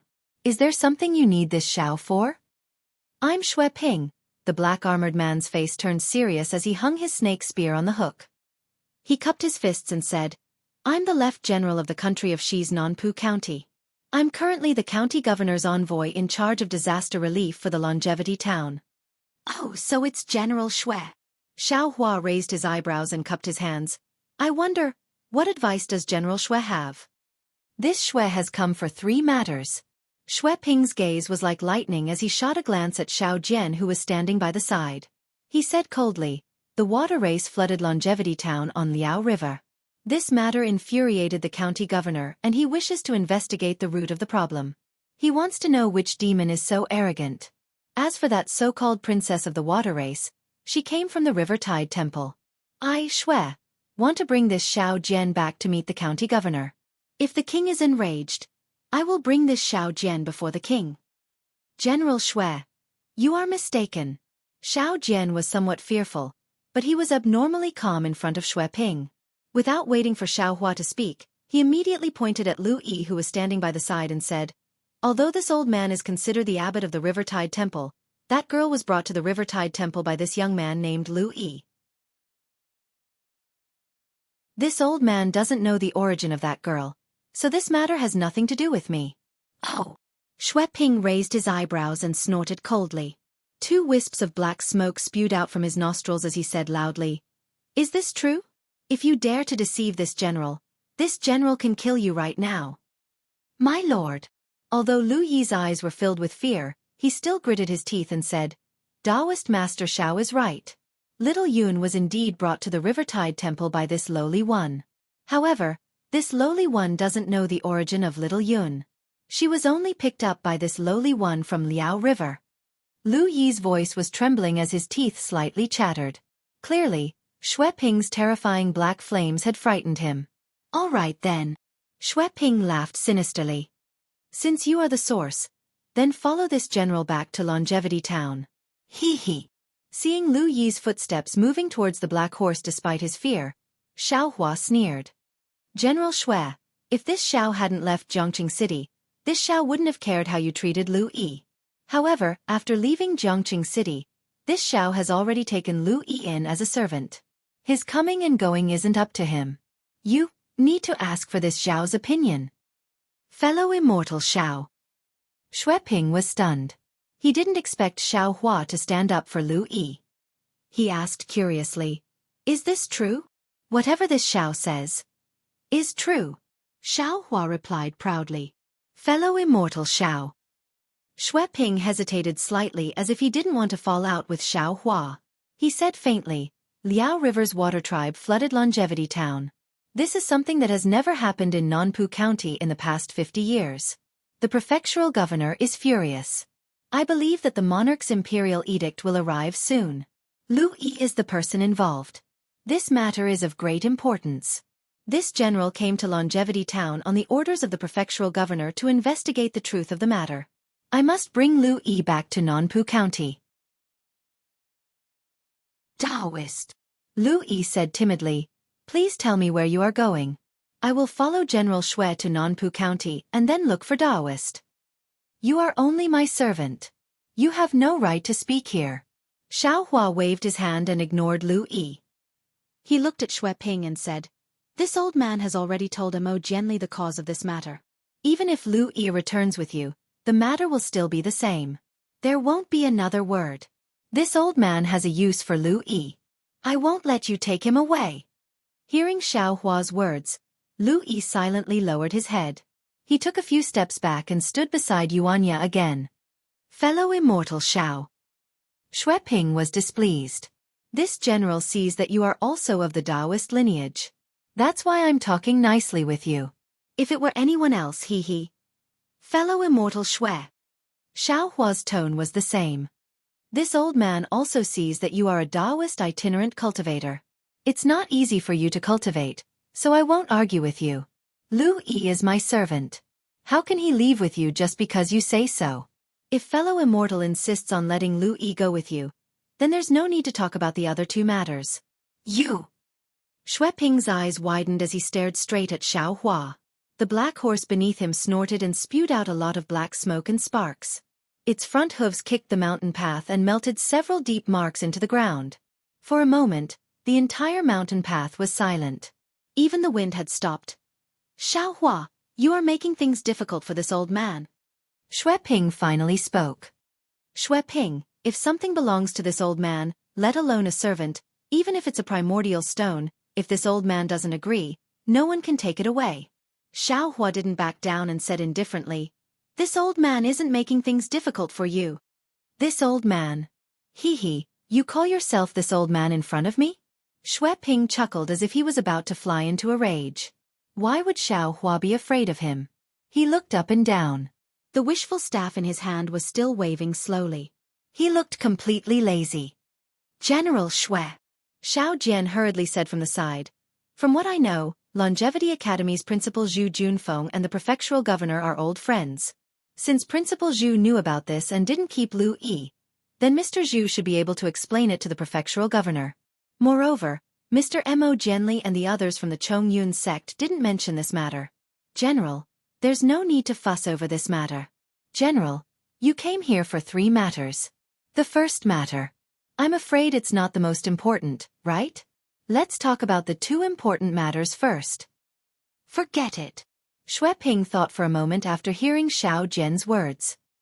He waved his hand and said, Longevity Academy is in charge of Longevity Town. The prefectural governor basically doesn't interfere. It's just that this matter is too terrible and the prefectural governor can't ignore it. Since Mr. Mo knows about this matter, this general can also report this matter to the prefectural governor. Xiao Hua only smiled faintly and didn't even say a word of thanks. Since Xue Ping was given a way out, he said, of course, this general isn't afraid of fellow Immortal Xiao. It's just that this general came to Longevity Town not only to investigate the truth of the matter, but also to take charge of the disaster relief of Longevity Town. When this general arrived, I heard from Principal Zhu that fellow Immortal Xiao had donated 100,000 dan of rations. Not only did this solve the famine in Longevity Town, it also allowed this general to bring the remaining rations back and distribute them to other disaster areas. Therefore, this general chased after you to thank Taoist Xiao. As for the matter of your servant, this general won't pursue it on account of the rations. I'll have to trouble General Xue. Hearing that Xue Ping chased after him to thank him, Xiao Hua cupped his hands. This matter involves the people of Longevity Town. This Xiao is duty-bound, so there's no need to thank me. 100,000 dan of rations. Xiao Jian was so shocked that he couldn't close his mouth. On the other hand, Xianxia and Lu Yi didn't have any concept of 100,000 dan, so they didn't have any reaction. Xue Ping touched his black armor and took out an inch-long vermilion jade pendant. He threw it to Xiao Hua and said, this is a reward personally issued by my Nanpu Prefecture's prefectural governor. Fellow Immortal Xiao has contributed to the people of Longevity Town and donated rations. You can receive this reward. Also, this item has some uses in my country of Xi. All right, Xiao Hua glanced at the ordinary jade pendant and nodded, keeping it in his pocket. What's the third matter, General Xue? Xue Ping glanced at Xiao Jian and the others on his left and transmitted his voice. Fellow Immortal Xiao, this old man came here for official matters, but this last matter is a private matter. Fellow Immortal, please speak. Xiao Hua was slightly stunned and transmitted his voice back. This old man will first ask, does fellow Immortal Xiao hold a position in other countries of hidden Immortal continent? Xue Ping asked somewhat urgently. No. Xiao Hua seemed to understand Xue Ping's thoughts and shook his head slightly. This Xiao is a rogue cultivator. I like to be a free cloud and a wild crane. I don't like any restrictions.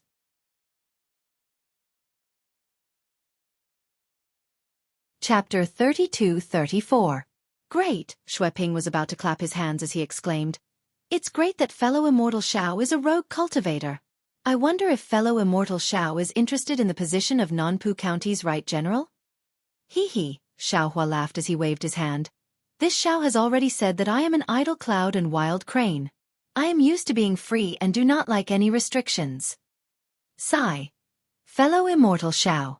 Xue Ping laughed bitterly. 30 years ago, this old man had the same thoughts as you. I wanted to practice Dao techniques and refine my divine ability so that I could be free and unfettered between heaven and earth. However, reality is cruel. Our Taoist sect is already in the middle of the hidden immortal continent. Confucian cultivators and Buddhist sects are not fond of us. The primordial stones, spirit herbs, and elixirs that we need for cultivation are not easy to obtain. Especially Taoist cultivation techniques. Even if Confucian cultivators and Buddhist sects destroy them, they will not fall into our hands. This old man cultivated to the 3rd stage of the 1st grade primordial energy back then, but was unable to advance any further. I thought of many methods but to no avail. Thus, I had no choice but to serve under Nanpu County's county governor. You see, in just 30 years, this old man has advanced from the 3rd stage of the 1st grade primordial energy to the 2nd stage of the 2nd grade primordial energy. This is something that this old man did not even dare to think about in the past. This old man is unable to tell fellow Immortal about the benefits within.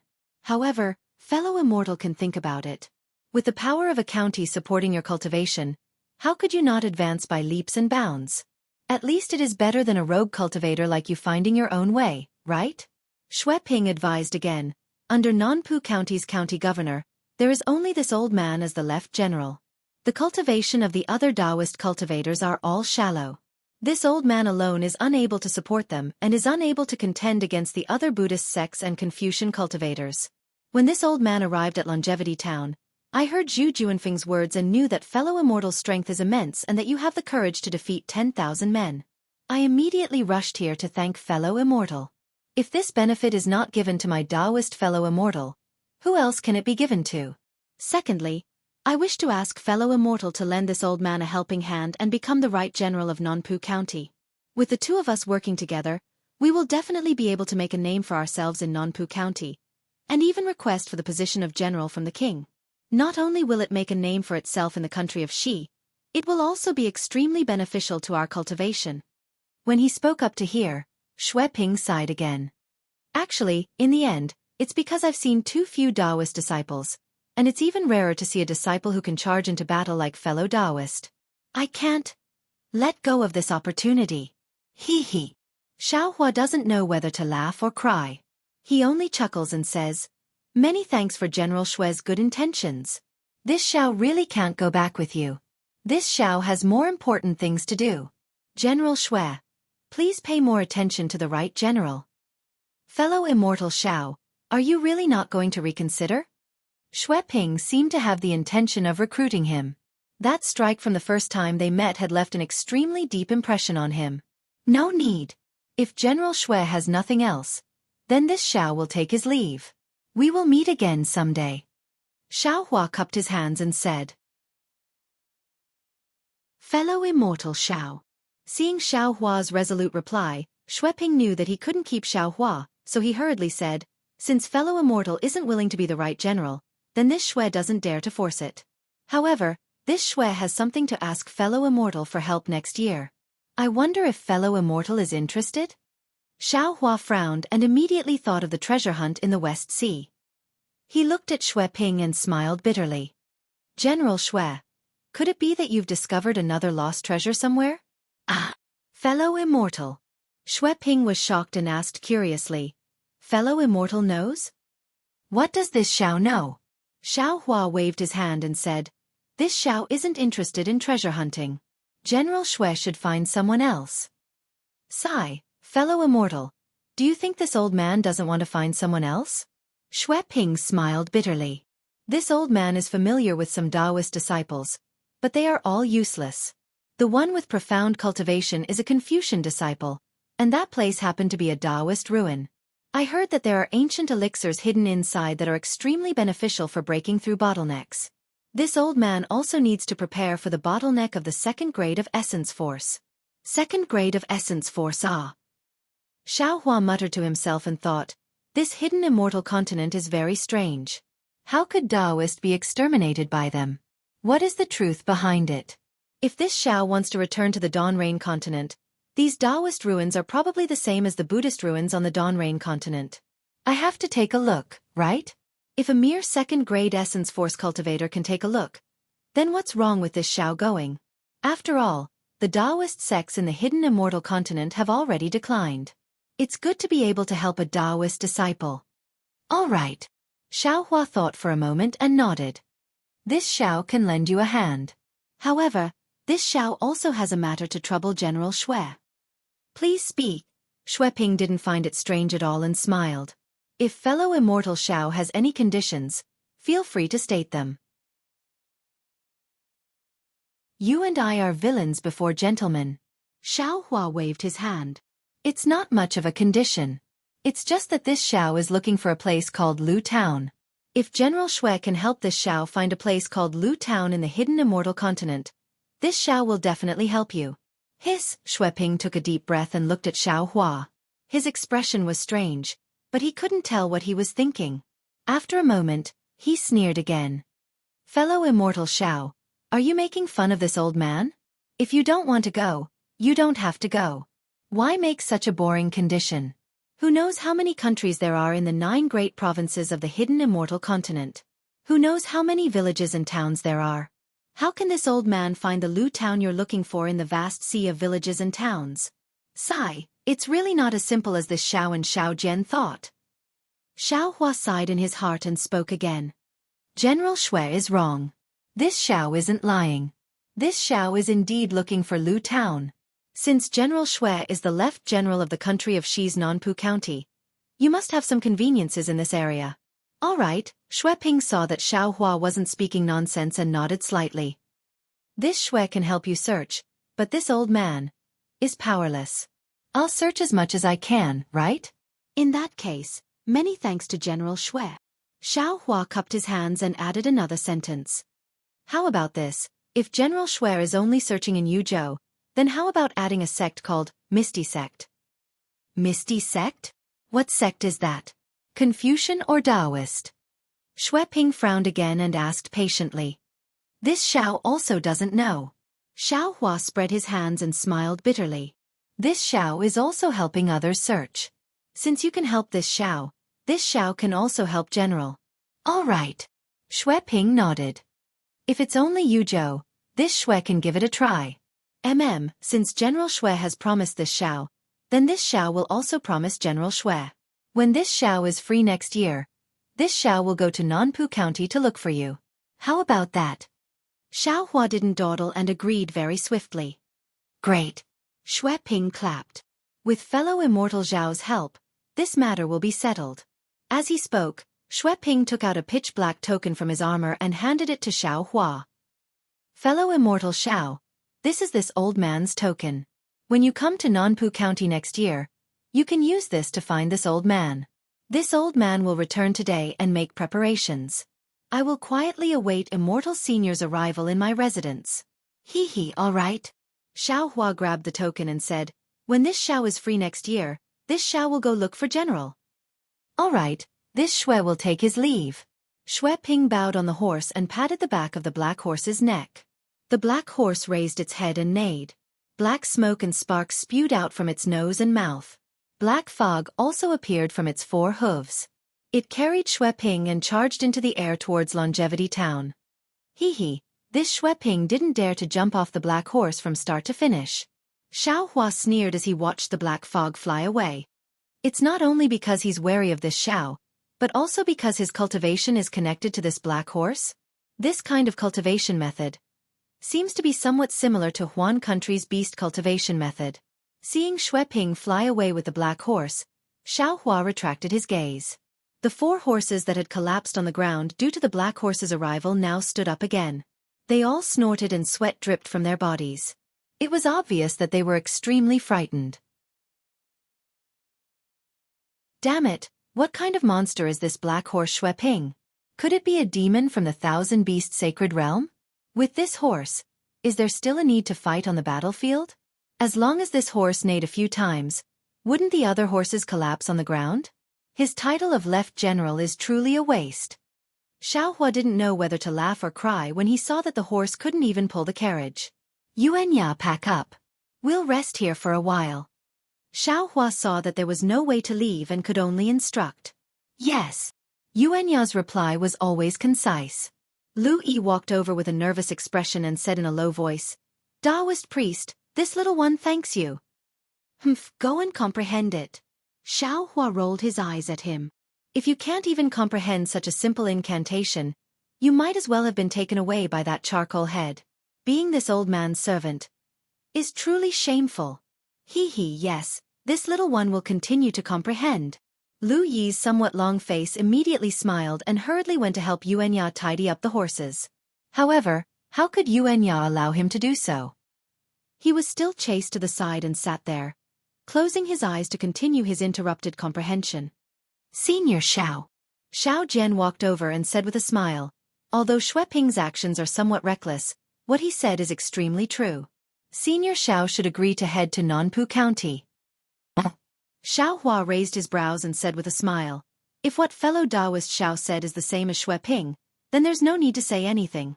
This Xiao has his own plans. This Xiao doesn't care about the few conditions he mentioned. If you have other ideas, feel free to say them. Xiao Jian was somewhat embarrassed. He knew that Xiaohua was very dissatisfied with him for pushing Lu Yi out. However, in reality, Xiao Yun was brought to the Tidal River Temple by Lu Yi. If he didn't hear Xiaohua and the others mention it on the way, he wouldn't have known that Xiao Yun was the princess that the water tribe wanted. Xiaohua was obviously dissatisfied with Xiao Jian, and Xiao Jian himself felt wronged.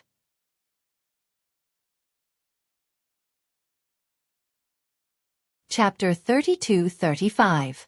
Junior doesn't know about the Thousand Demons Sacred Realm and the Pure Land. Xiao Jian smiled, but on the hidden Immortal continent, if one wants to make a name for himself, whether it's a Confucian cultivator or a Taoist, one must have a strong backing. Otherwise, it's impossible to step into the ranks of cultivation. Especially my Taoist. Right now, you can teach Lu Yi the basic incantation and let him enter the foundation building stage. However, if he doesn't have the support of spiritual herbs and medicinal pills, I'm afraid it will be impossible for him to reach the enlightenment and fusion stages by himself. Senior has already cultivated to the 3rd level of origin energy, and is the target of recruitment for the prefectural governors and monarchs of various countries. Senior can take advantage of this. No need to say more. Xiaohua waved his hand. This Xiao has no interest in this matter. Yes, Junior understands. Xiao Jian hurriedly shut his mouth, but after thinking for a moment, he couldn't help but say, actually, Senior can also hand over the matter of finding Lu Zhan to Shui Ping. The country of Xi is neither big nor small in Yu province and has a good relationship with the nearby countries. It's hard to say about other provinces, but Yu province should be able to find out. This old man has already entrusted it to him. Xiaohua said indifferently. Oh, by the way, it seems like you're very familiar with the situation in Yu province.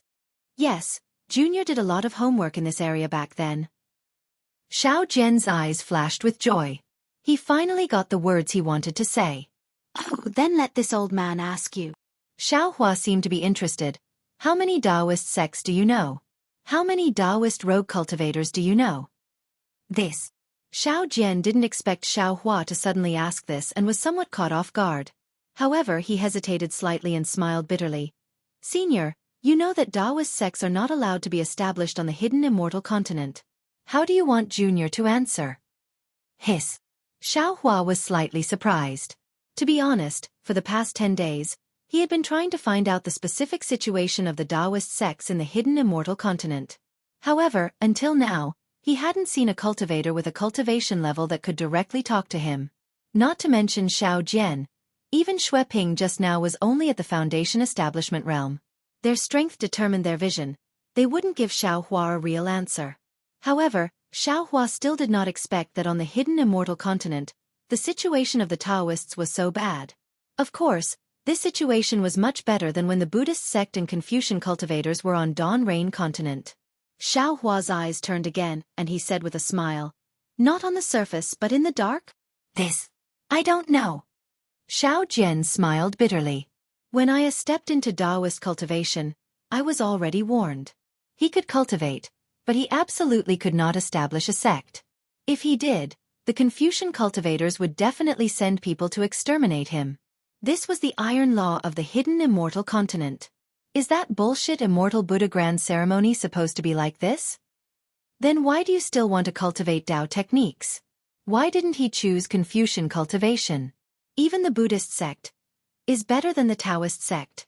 Xiao Hua asked with a smile that was not a smile. I'll let Senior know. Xiao Jian smiled bitterly. This isn't something that Junior can choose. My single Yang kingdom was founded on Taoism, and I was chosen to be the crown prince since young. Of course I have to cultivate Qi and cultivate Taoism. Ah? Xiao Hua stared blankly and asked curiously, "What? Taoism is not allowed to establish a sect, but if you establish a country with Taoism, you can? That means there are many countries supported by Taoism in the hidden immortal continent?" Indeed.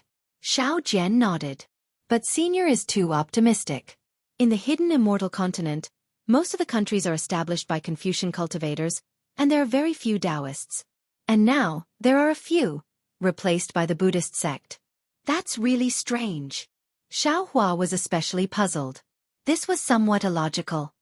Could it be that it's okay for this old man to support a country?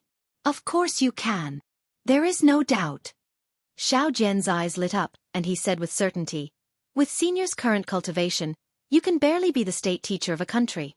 If your cultivation is a bit higher, you can naturally control a country with your own will." Hee. Xiao Hua smiled. "I'm afraid it's not that simple, right? Is the king willing?" Xiao Jian showed some awkwardness and said with a smile, "Of course it has to be mutually willing. Moreover, being the state teacher is different from being the left general. You have to contend with the nearby countries, and you have to help the king expand his territory." Forget it. It's not tiring enough. Xiao Hua waved his hand, seeming very dull. "But if you stop the state teacher and control a country, you can easily get all the things you need for cultivation." Xiao Jian was a bit anxious and quickly explained. "My cultivation is still shallow, so I don't dare to think too much." Xiao Hua raised his head and said, "Xianxia has already prepared the carriage, let's hurry." Yes. Xiao Jian was a little dejected. It was not easy for him to say some of his thoughts in the conversation just now, but he was mercilessly interrupted by Xiao Hua again. He really did not know why Xiao Hua, who looked very approachable, was so good to the ruffian Lu Yi and was equally good to the uneducated Xianxia. Why didn't he want to listen to his thoughts? In the following few days, the number of carriages decreased, as if they had entered a remote village. Xiao Hua thought that next, the main road would be replaced by a small road, and the small road would be replaced by a wasteland. He was afraid that he could only ride a horse and walk. However, in less than 2 days, the number of carriages increased again. The main road did not show any signs of narrowing, but instead became more spacious and flat. While Xiao Hua was feeling a bit strange, before he could ask Xiao Jian, he saw that several li away in front of him was a large and magnificent river. Above the river, there was a stone bridge that spanned across both sides. Soldiers that had never been seen in the past 10 days were now standing on both sides of the bridge, wearing neat armor and holding bright weapons in their hands. They were valiant and high-spirited. Xiao Jian, where is this? What kind of bridge is this? Why is it so important? Xiao Hua was a bit puzzled.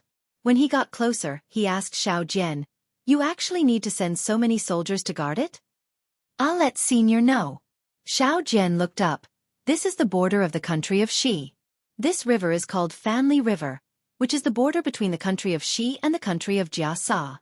The people of Xi call this bridge Fanji Bridge, while the country of Jiasa calls it Li Bei Bridge. This bridge connects the country of Xi and the country of Jiasa, so the two countries naturally have to send a large number of soldiers to guard it. As long as we cross this bridge, we will reach the border of the country of Jiasa." "Ah?" Xiao Hua almost cried out. This is the border of the country of Xi?" Xiao Jian, Tell this old man, this country of Xi. How big is it? At this moment, Xiaohua finally realized that he was a country bumpkin. He always thought that the country of Xi was as big as the country of Xi in the cultivation world. Who would have thought that after walking for a few days, he actually walked? Yes, walked, not flew, and reached the border of the country of Xi. Thinking back to a few days ago when he casually brushed off Xue Ping didn't suspect him at all. It turns out that Xue Ping knew that he could rush back to the country of Xi next year, even if he had to walk. Xiao Jian clearly didn't understand Xiaohua's astonishment and replied curiously. Previously, this junior has already told senior that the country of Xi is considered a medium-sized country in the Yu province. It should have a radius of 1,000 li. Nanpu County is also the county closest to the country of Jianghu. Although Longevity Town is also the closest town to the country of Jianghu, it is still about the same. As for the country of Jianghu, according to what this junior knows, its radius is only about 800 li, smaller than the country of Xi. And on the other side of the country of Jianghu is the country of Bronze Pillar. The country of Bronze Pillar is rich in bronze and its territory is twice the size of the country of Xi. It should be about 2,000 li. It is said that the country of Bronze Pillar is currently fighting with its neighbor country of Jianghu. If there are no accidents, the country of Bronze Pillar should be able to win. Then, after the country of Bronze Pillar annexes the country of Jianghu, it will expand to about 3,000 li. Damn it, this Xiao understands. Xiaohua almost roared from the bottom of his heart. No wonder this hidden immortal continent has provinces as the boundary. It is within these provinces that the countries are divided. It turns out that these countries are all extremely small and can't be compared to the countries of Xi, Meng and Lian on the Xiaoyu continent. If this is the case, not to mention one country, even if this Xiao supports 5 or 10 countries, so what? It's just a territory of 10,000 li. Looking at Xiaohua's green and red face, Xiao Jian didn't know what Xiaohua was thinking. Xiaohua didn't say anything and he didn't dare to ask. However, when he saw the side of the bridge, the line of carriages waiting for the soldiers to inspect and pay, he immediately understood. He hurriedly explained, Senior, although we need to pay taxes to cross the border between the two countries, we are Taoist disciples. Yuan Ya and Lu Yi are considered our servants. There is no need to pay for them. Senior, you don't need to worry. Am I that stingy? Xiao Hua unhappily glared at Xiao Jian, but he was still very surprised. It was just a short period of 10 days. How could Xiao Jian know that he was stingy? Yes. Xiao Jian hurriedly replied. Oh, that's right. This Jianghu country is only 800 li. It's a small country. Then why is the Copper Pillar country giving up so much? Xiaohua asked, puzzled. Xiao Jian understood something and said with a smile, Didn't this junior already say it before? Every country has an imperial advisor and the others, and even has the support of various Confucian sections. Although this Jianghu country is small, it should have the support of the Chongyun sect and other Confucian sects, so the Copper Pillar country does not dare to invade. As for the country of Jianghu, if nothing unexpected happens, it should be supported by a Taoist senior. At this point, Xiao Jian's eyes flashed with a hint of sternness, and he added, Of course, in the past few decades, the Buddhist sect has infiltrated the hidden immortal continent too quickly. Perhaps the situation in the country of Xi has long exceeded this junior's knowledge, and there is a high possibility that there is an expert from the Buddhist sect secretly presiding over the country of Jianghu. No matter where you go, power, benefits, and strength cannot be separated. Xiao Hua sighed and did not ask any more questions.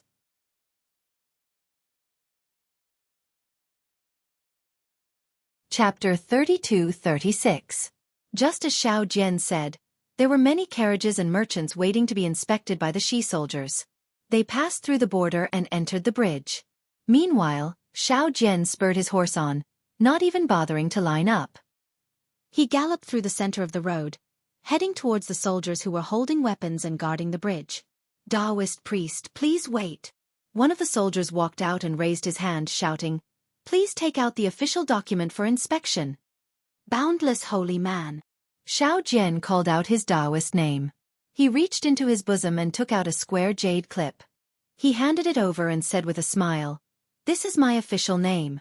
Please check it, General. Taoist priest, please wait a moment. The soldier took the jade clip without looking at it and hurried towards the side of the bridge where several tents were located.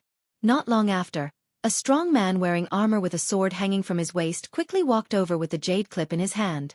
He bowed and said, "This General Li Xianyu greets Taoist priest Xiao.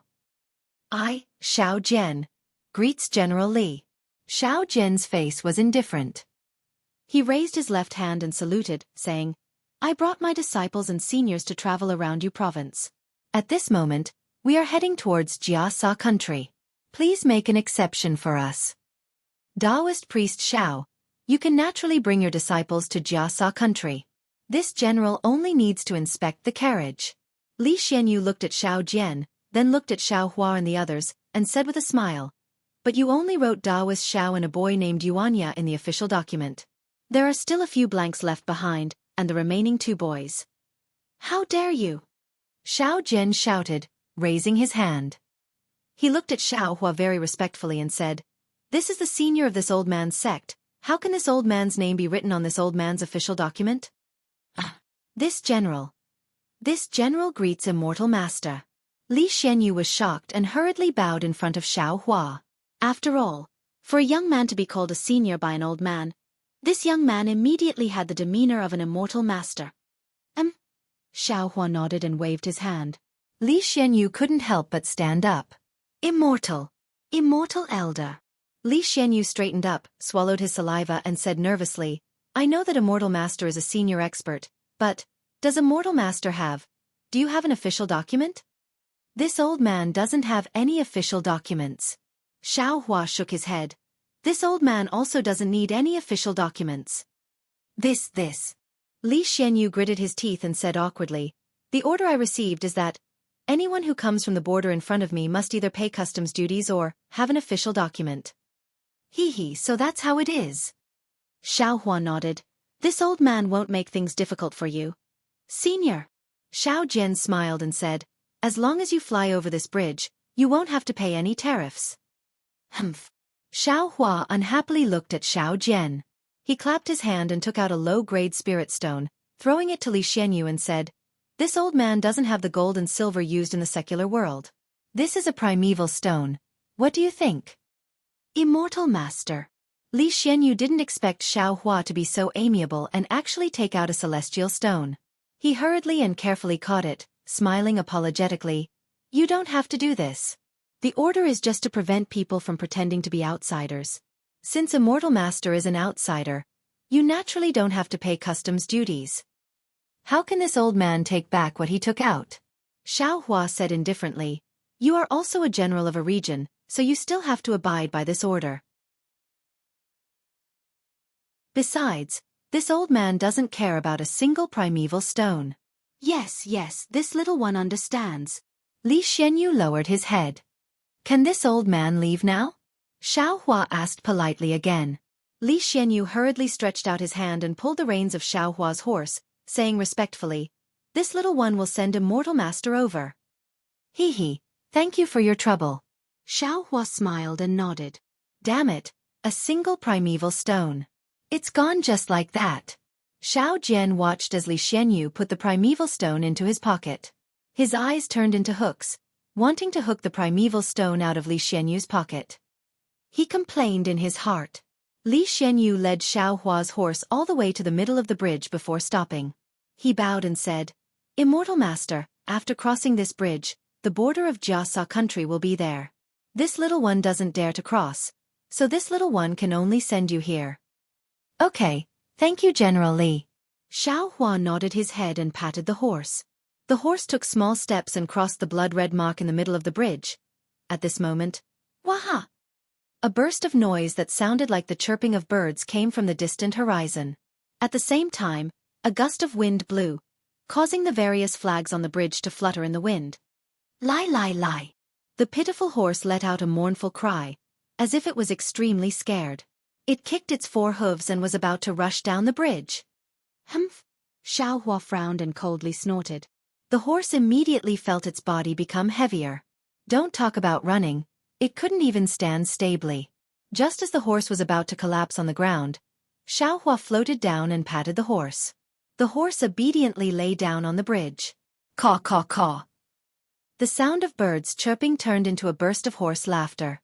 It came from the right side of the bridge. A black cloud flew over from there and quickly passed by everyone's eyes. Xiao Hua's gaze swept over and saw an extremely ugly demon within the black cloud. Its body was covered in black fur, but it was holding an almost naked woman in its embrace. The woman was as beautiful as a flower. Her skin was whiter than snow. Her lotus-like arms were wrapped around the demon's neck. The black and white contrast between the two people was extremely clear within the black cloud. These two people didn't seem to care about the secular people on the ground at all. They seemed to be teasing them as they rushed forward and disappeared. See? Isn't that a demon? Xiao Hua was a little shocked. Looking at the trembling Li Xianyu not far away, he asked curiously, how can it come and go so freely in Jianghu country and Shi country? Good, Senior Immortal knows. Li Xianyu lowered his voice and said, this demon is not from my Shi country. In the middle of Jianghu country, Bronze Pillar country and Jianghu country, there is a black cloud ridge. It is a place that the three countries are unable to take care of. If I'm not wrong, this demon should be from the Black Cloud Ridge. Oh, Senior Immortal, if you go to Bronze Pillar country, you naturally won't be able to, but if you still want to go from Bronze Pillar country to Jianghu country, then you will have to pass by the Black Cloud Ridge. Senior Immortal must be careful. I heard that many people have been buried there. Yes, this old man knows. Xiao Hua nodded. He floated onto the horse and was about to enter Jianghu country. Senior Immortal, Senior Immortal. Another voice came from behind Xiao Hua and the rest. Xiao Hua turned his head to look, only to see an old man with white hair and a beard catching up to them while panting. Xiao Hua looked at the old man and frowned. It was obvious that this was an old man from the secular world. He looked to be around 60 years old. To be honest, compared to Xiao Hua's age, he was really like a child. However, Xiao Hua looked to be in his 20s. When facing this kind of white-haired old man, he felt a kind of pressure in his heart. He would naturally call him an old man, and would also naturally call him a brat. Could this be the legendary judging a book by its cover? Xiao Hua rubbed his nose and laughed bitterly to himself. What's the matter, old man? Fortunately, before Xiao Hua could speak, Xiao Jian had already stood in front of Xiao Hua. Greetings, Taoist. The old man bowed respectfully. This old man is Qi Jin from the Sunhai Trading Company. I came to look for Taoist.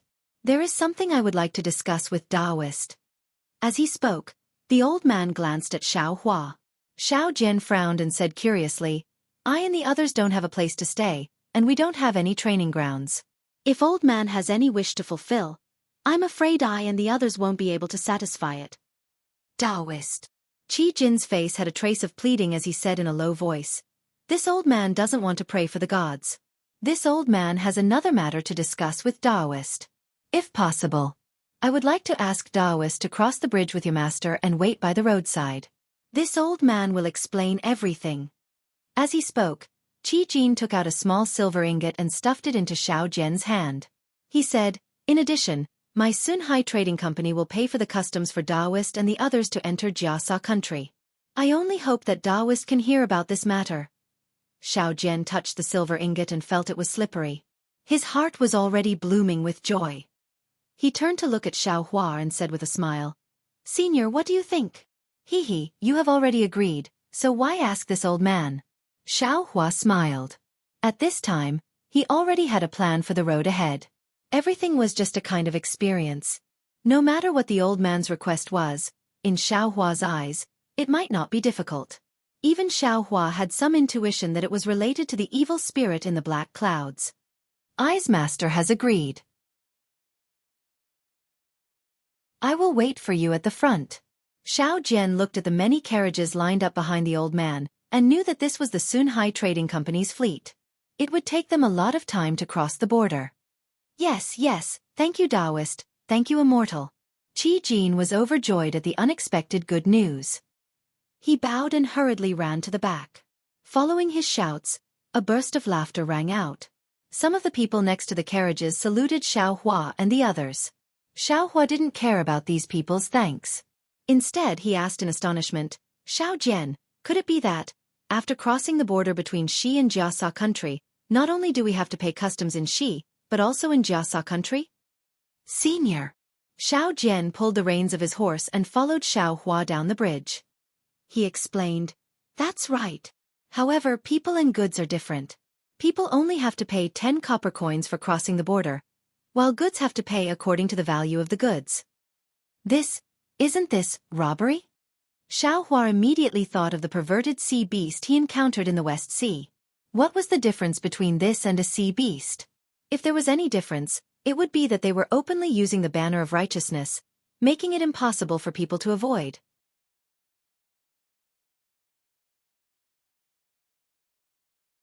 Chapter 32-37. Ha ha ha, senior, this is different. If the goods of Sunhai Trading Company are bought in Xi, there must be an official document to pay the tax. Here, there is no need to pay. If the Sunhai Trading Company is passing through Xi, they have already paid the tax when entering Xi. When leaving Xi, there is no need to pay again. Xiao Jian explained with a smile. However, looking at Qi Jin's appearance, it seems that they have traded in Xi. Moreover, there is no official document to pay the tax. At the border, they must pay a certain percentage of the tax. Then when they enter Jianghu country, they must pay the tax. Xiaohua asked. That is natural. This tax is from Xi, the other side is from Jianghu country. Xiao Jian nodded. Xiaohua sighed with emotion. Alas, this business is not easy. The tax is an important part of a country's income and expenditure. It is impossible to exempt it. Xiao Jian said with familiarity. Of course, it is not only for business, but also for anything in this world. Even if it is to be the ruler of a country. While speaking, several people went down the bridge. Sure enough, under the bridge, there were some people similar to the soldiers of Xi. However, their armor and flags were completely different. Everyone entered the border of Jianghu country. Half a mile away from the bridge, there was a tea shed. Xiaohua looked at the scorching sun above his head and ordered them to rest near the tea shed. After waiting for a full meal's time, they saw nearly 20 carriages led by Qi Jin coming out of the soldiers' blockade. When Qi Jin saw the carriages parked in front of the tea shed, the disappointment on his face immediately disappeared. He urged the horse under him and hurriedly brought a man dressed in martial arts clothes to the tea shed. There were not many people in the tea shed. Xiaohua and the other three were sitting at a shabby table. Except for Xianxia, who was drinking cup after cup of tea, the other three closed their eyes and did not speak. Taoist. Qi Jin rushed into the tea shed. He originally wanted to talk to Xiaohua, but after thinking for a moment, he walked to Xiao Jian and cupped his fist. Our humble trading company has too many goods. It is a bit troublesome to pass the customs. Sorry for the long wait. No matter. Xiao Jian opened his eyes and smiled. We are just traveling. Whether we walk or lie down, it is all cultivation. This wait is nothing. Taoist is really a master. What you said is really profound. Qi Jin looked at Xiao Jian with an extremely admiring gaze. This old man and the others have worked so hard for Adu's item. I don't know when we'll be free. When it's time to be free, you'll definitely be free. When you can't be free, just say it. Xiao Jian was much more familiar with these words than Xiaohua. Yes, this old man understands. Qi Jin put his palms together sincerely.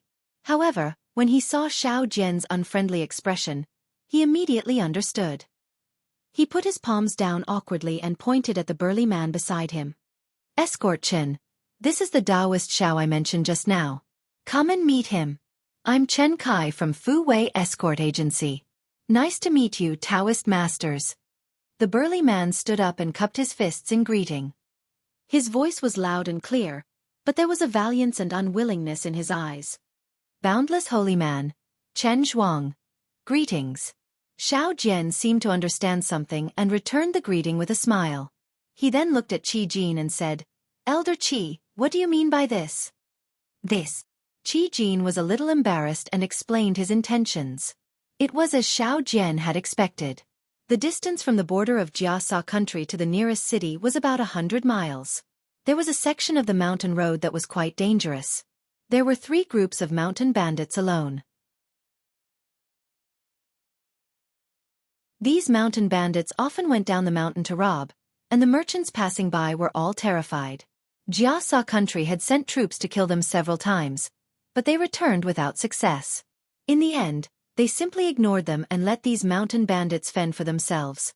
Since the mountain bandits were born, how could they be destroyed? Although the leader and number of the mountain bandits were constantly changing, these mountain bandits had become a malignant tumor at the border of Jianghu country. Unfortunately, there was only one main road from the kingdom of Xi to the kingdom of Jianghu. On the left side of the mountain road, there was an impassable forest. Therefore, even if a merchant like the Sunhai Trading Company knew that there were bandits here, they could only brace themselves and pass through.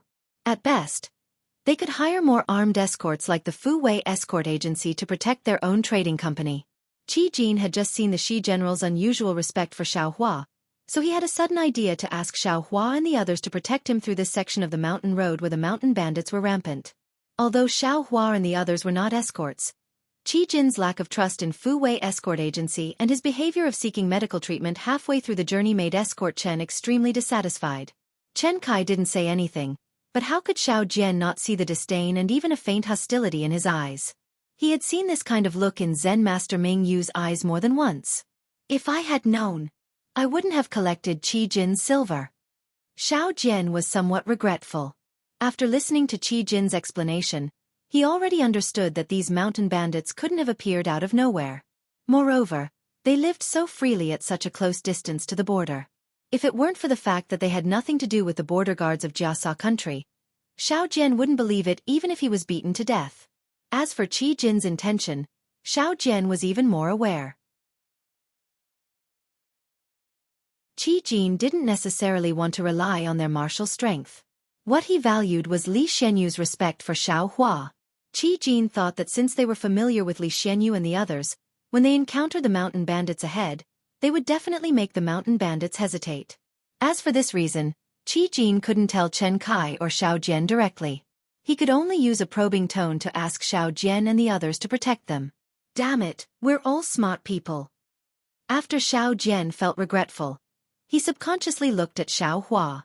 It was obvious that they couldn't have any relationship with the border guards.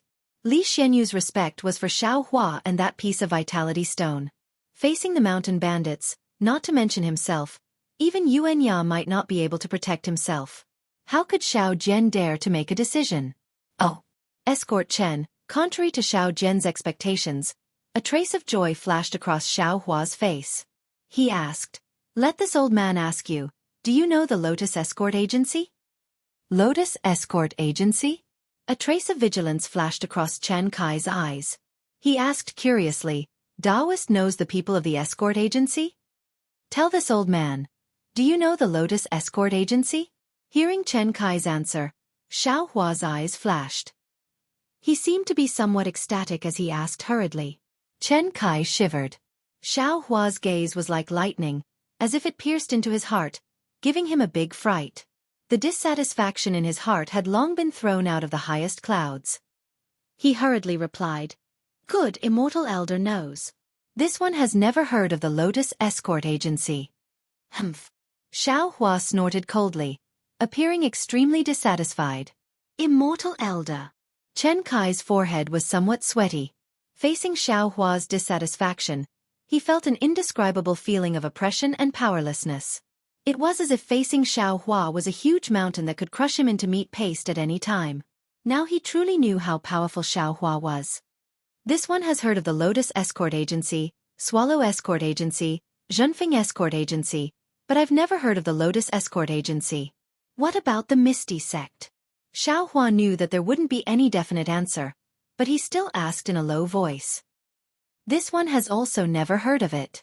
Sweat dripped down Chen Kai's face. His knees almost went soft. He really couldn't face Xiaohua's incredulous gaze. This lowly one is just an ordinary escort. What Immortal Elder is talking about? This lowly one doesn't know. Who? Xiaohua let out a long sigh. He sighed again in his heart. AI Escort. Isn't this one's second brother an escort? Lotus Escort Agency. Misty Sect. Why should this one make things difficult for an ordinary escort? Xiaohua let out a breath. Chen Kai immediately felt that the danger that could easily crush him to death had suddenly disappeared. Only then did he involuntarily stretch out his hand and wipe the sweat off his forehead. His heart also relaxed as if a huge rock had been removed. Immortal Elder. Qi Jin naturally saw Chen Kai's sorry state and was even more overjoyed in his heart. Seeing that Xiaohua's expression was good, He hurriedly said in a low voice. This old one is so bold as to ask Immortal Elder to come with us. We will properly serve Immortal Elder along the way. AI. Xiao Hua ignored Qi Jin and raised his head to look at the road outside the tea shed. His gaze was somewhat blurred, as if he saw the end of the road and also the end of time. It was when Qi Jin mentioned the escort agency and the escorts that those distant memories began to appear like fragments. Lotus Flower Escort Agency, Armed Escort Agency, escorts, and other unfamiliar terms appeared like a fountain. He couldn't help but have the urge to ask. He really wanted to get what he wanted from this escort called Chen Kai. Unfortunately, Xiao Hua was still disappointed. Perhaps they're not far away? Xiao Hua's heart was somewhat moved. The arena, the village, the escort agency, these are all things that Xiaoyu continent doesn't have. They're all from this one's memory. Senior. Xiao Zhen's voice was indistinct again, as if it came from the horizon and woke Xiao Hua up from his homesickness. We have to go either way. Why don't we go together? Up to you. Xiao Hua's face was as calm as water, and it was impossible to tell if he was happy or angry. However, Xiao Zhen already knew that Xiao Hua was somewhat unhappy, so he hurriedly said, If Senior likes peace and quiet, we won't follow the caravan. There's no need. Xiao Hua waved his hand. If we want to follow, then let's follow. It's good to be able to give them a helping hand. Yes, Junior understands. Xiao Zhen's mouth revealed a smile. He turned to Qi Jin and said, Why aren't you thanking Taoist Xiao? Yes, thank you Taoist Xiao, thank you Taoist Xiao. Qi Jin was overjoyed and hurriedly bowed. He then pulled Xiao Zhen's sleeve and hurriedly left, as if he had something to say. Chen Kai couldn't stand Xiao Hua's imposing manner, and also took the opportunity to slip away. Seeing that everyone had left, Xiao Hua looked at Xianxia and said, Xianxia, why haven't you spoken these days? Have you had enough of this tea? Taoist, Junior doesn't know how to speak. I might as well not speak. Xianxia drank another cup of tea and placed the somewhat tattered teacup on the table. Junior will go get a carriage.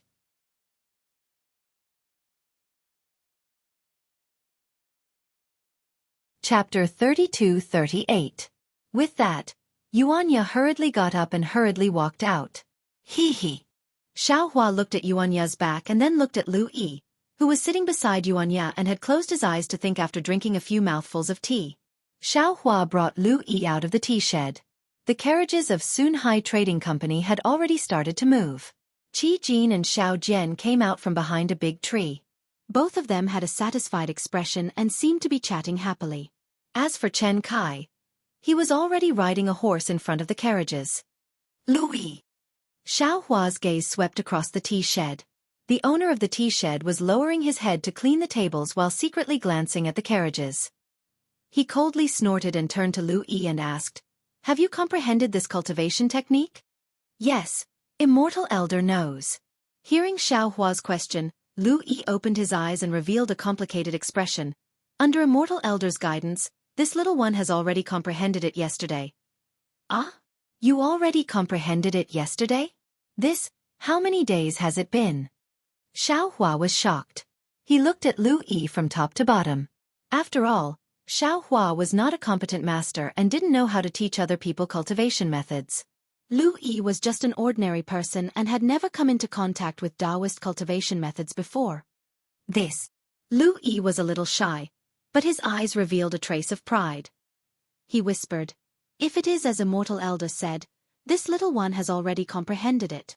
Then, can you sense the spiritual energy of heaven and earth? Xiao Hua asked impatiently. Lu Yi shook his head regretfully. This little one cannot sense the spiritual energy of heaven and earth that Immortal Elder spoke of. I don't know if this little one's comprehension is wrong or this little one does not have this kind of aptitude. Xiao Hua nodded. Get on the carriage, this old man wants to hear your comprehension. Xianxia watched Xiao Hua bring Lu Yi onto the carriage and then the carriage became silent. Although he could see their mouths moving, he could not hear anything and knew that this was Xiao Hua's technique. He sighed slightly and drove the carriage to the back of the Sunhai Trading Company. However, when he sighed, the corner of his mouth revealed a trace of a smile. This smile was somewhat mysterious. After about half a meal's worth of time, Xiaohua, who was inside the carriage, sighed like Xianxia. He looked at Lu Yi and smiled bitterly. Lu Yi, it's not that this old man is praising you, but your aptitude is incomparable. You have indeed thoroughly comprehended this cultivation technique, and there is no mistake about it. But even so, I'm afraid it's because your physique isn't good enough that you're unable to sense the spiritual energy of heaven and earth. Yes, Taoist priest, I understand. At this time, when Lu Yi heard Xiaohua's praise, his eyes lit up. He smiled and said, Taoist priest has already said this at the beginning. This little one has a plan in mind. This lowly one is already fortunate enough to have a glimpse of the immortal cultivation technique. As for whether or not I have the fate to cultivate, this lowly one doesn't care anymore. Yes, it's great that you have such intentions. I'm just afraid that you're too ambitious. Xiaohua nodded and said, Since that's the case, this old man will teach you another cultivation technique. You can try it again. Yes, I'll listen to Taoist priest's instructions. Lu Yi nodded vigorously. After Xiaohua passed on a simple water-type cultivation method to Lu Yi, he once again irresponsibly gave him a few small dates, allowing Lu Yi to comprehend it himself. Xiaohua himself once again exited the carriage, riding on the back of a horse, leisurely and contentedly admiring the scenery outside the main road. Brother Ya. After Xiaohua left, Lu Yi closed his eyes for a long time. After carefully memorizing the cultivation technique, he walked to the front of the carriage and sat down cross-legged. He whispered, You've worked hard these past few days. Hee, it's not hard at all. When Xianxia heard this, he didn't turn his head. He shook the reins and stabilized the horse pulling the carriage.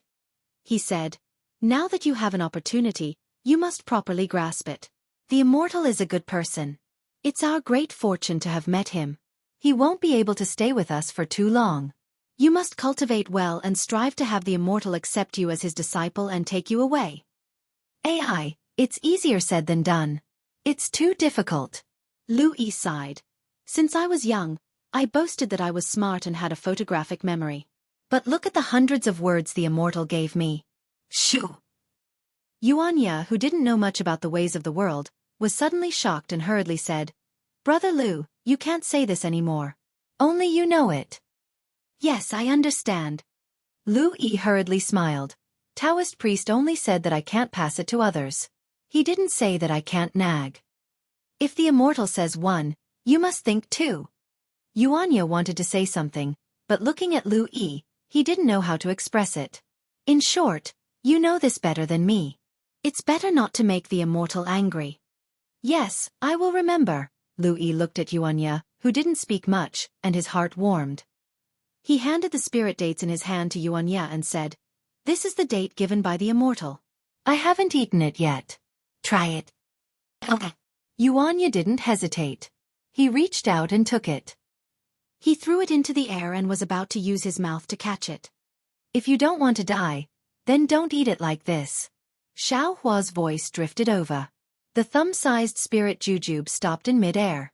Xianxia raised his head and waited foolishly. At this moment, the carriage suddenly sped up. Xianxia's body involuntarily fell down on the carriage. With a pada sound, the spirit jujube fell down and hit Xianxia's nose. Gage! A burst of laughter suddenly sounded, like a string of silver bells swaying to the left of Xianxia. A red pony happily ran past Xianxia. Not only was the pony's mane fine and smooth, but there were also strands of light coming from the saddle and other things on the pony's back. There were also traces of red mist coming from where the pony's hooves touched the ground. It was as if the pony didn't touch the ground at all, and it didn't make the slightest sound. Looking at the little red horse, there was a woman dressed in red. Her face was covered with a layer of red veil. Although her figure was graceful, her face couldn't be seen clearly. The laughter came from the woman's veil. As the woman laughed, the little red horse galloped past Xianxia's carriage, and a faint fragrance wafted through the wind. Dia-wu! Xianxia was originally lying on his back, but when he heard the laughter, it was as if he had seen a ghost. His face suddenly turned pale, and he used all his strength to push his arms back. His entire body flew out of the carriage as he screamed in disbelief. Gidge! Gidge! The silver bells continued to ring, but they were getting further and further away.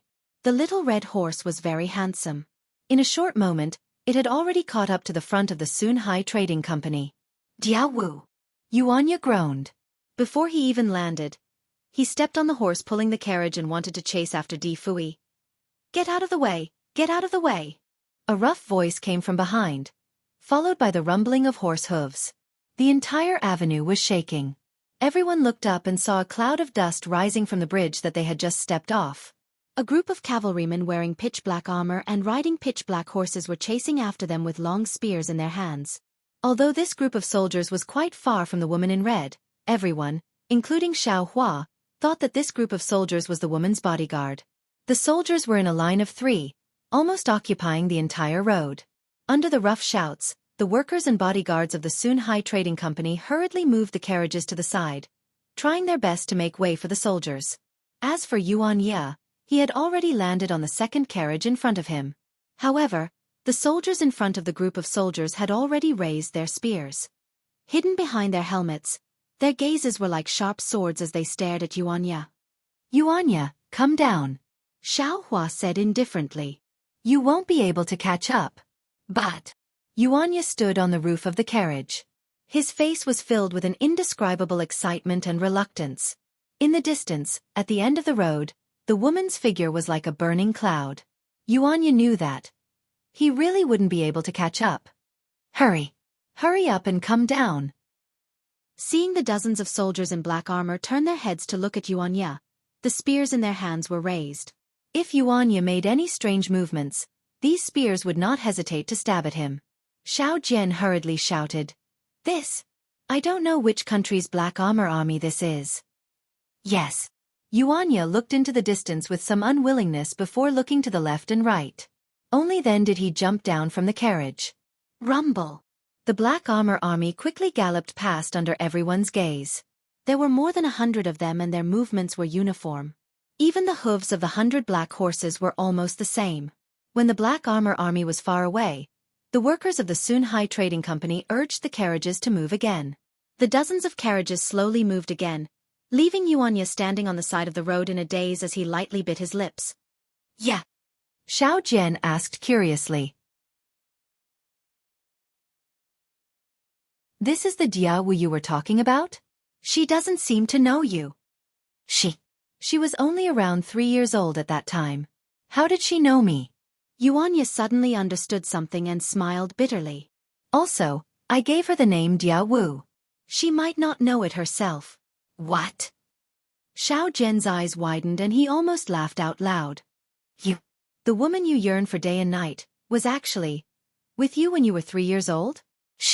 How could she possibly know you? You aren't joking with your master, right? No. Yuanya's emotions surged and he lost his usual calmness. Have you only seen her once? Also, you couldn't have seen her real appearance just now.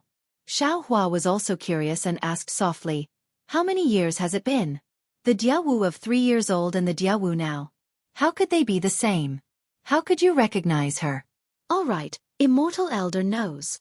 Yuanya's face finally revealed a trace of blood as he proudly said, when I heard her laughter, I knew it was her. Also, whether Immortal Elder believes it or not, I can smell Jianghu's scent.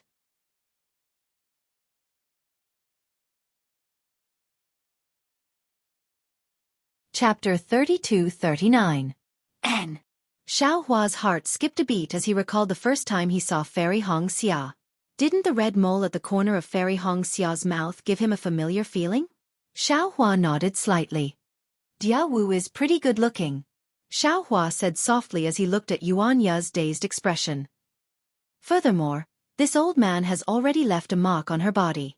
As long as it's within 100 li, this old man will definitely be able to detect it. Really? Yuanya's eyes were filled with ecstasy as he clenched his fists tightly. His arms were trembling. Hee. Xiaohua laughed but did not reply. Ha ha. Yuanya jumped up and somersaulted a few times in the air before landing on the ground. He was clearly extremely happy. Looking at Yuanya's appearance, Xiaohua rubbed his nose and smiled bitterly. Damn it, it's good to be young. No, this old man can't take advantage of his seniority in the future. There's no reason for me to be so lifeless. It's really boring. Yes, wasn't Xiaohua the same as he was in the past? However, after coming out of seclusion for 100 years, he felt that he was old for no reason. He kept calling himself this old man. It really felt like he was past his prime. This Xiao is just over 200 years old. If I reach nascent soul, my lifespan can reach 2,000 years. Compared to an ordinary person, I'm only around 10 years old. Damn it, this Xiao is still underage. Ha! Xiaohua couldn't help but laugh. Senior? Xiao Jian looked at Xiaohua strangely. This senior had beaten Xiaohua from the peak to the bottom of the valley in an instant. It's nothing. Xiaohua's face immediately became as cold as ice. Then, he raised his eyebrows and unhappily looked towards the horizon 100 zhang away. There were a few pigeon-like birds that were quickly flying past. Humph. Xiaohua snorted coldly. Those birds suddenly fell down and fainted when they landed on the mountain rocks. As the saying goes, snakes and rats are in the same nest. It's really like that. Xiaohua's gaze turned and looked at the tea shed in the distance. Brother Ya. Seeing Yuanya happily land on the carriage, Lu Yi was also happy for him.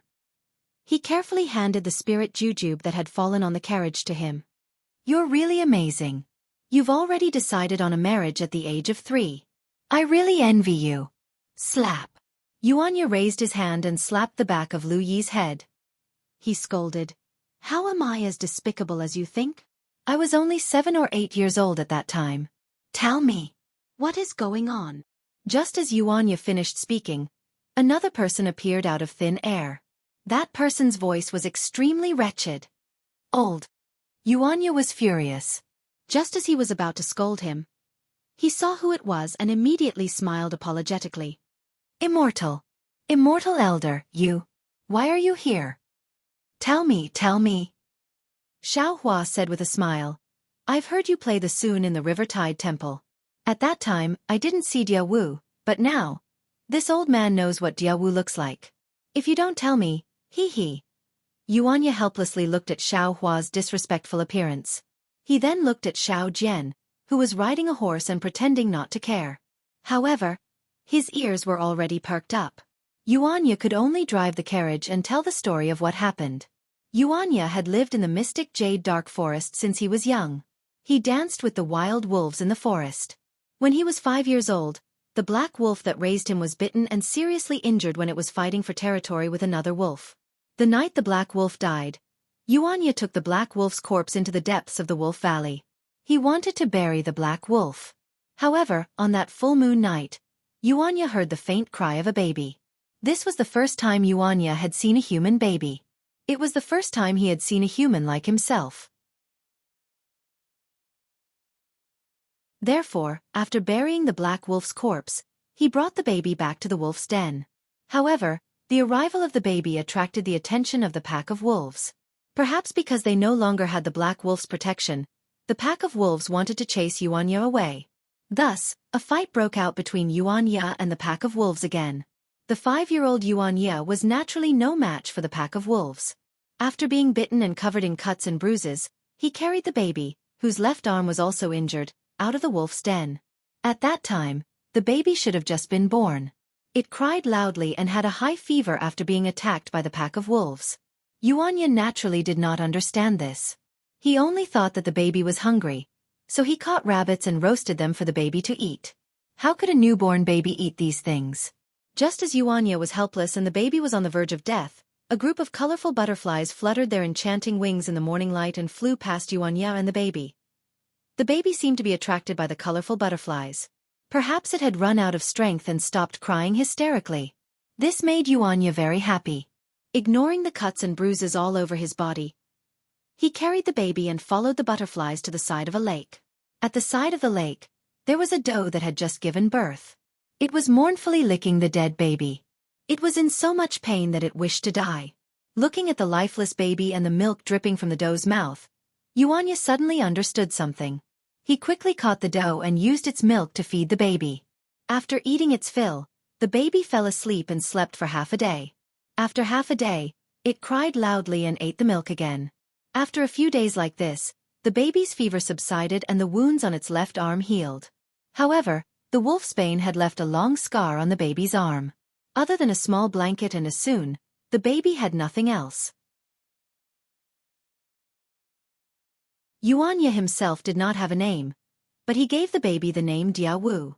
Just like this, Xianxia, Jianghu, and the doe that had lost its baby lived by the side of the butterfly pond. Jianghu gradually grew up, from swaddling clothes to learning to walk, and then to babbling. They lived there for 3 years. During these 3 years, Xianxia would go hunting during the day and Jianghu would stay with the doe. At night, Xianxia would accompany Jianghu and play the sun for her. Every time he played the sun, Jianghu would obediently lie in Xianxia's arms and look at him with sparkling eyes that were like the stars in the sky. These happy days lasted until one day. Xianxia remembered it very clearly. It was a stormy day. Xianxia woke up early to hunt as usual, but before he could catch any prey, he suddenly felt uneasy. It was as if they had a telepathic connection. Xianxia hurriedly ran back to Butterfly Lake. As expected, the side of Butterfly Lake was covered in blood. The doe had been killed on the ground and there were light footprints beside it.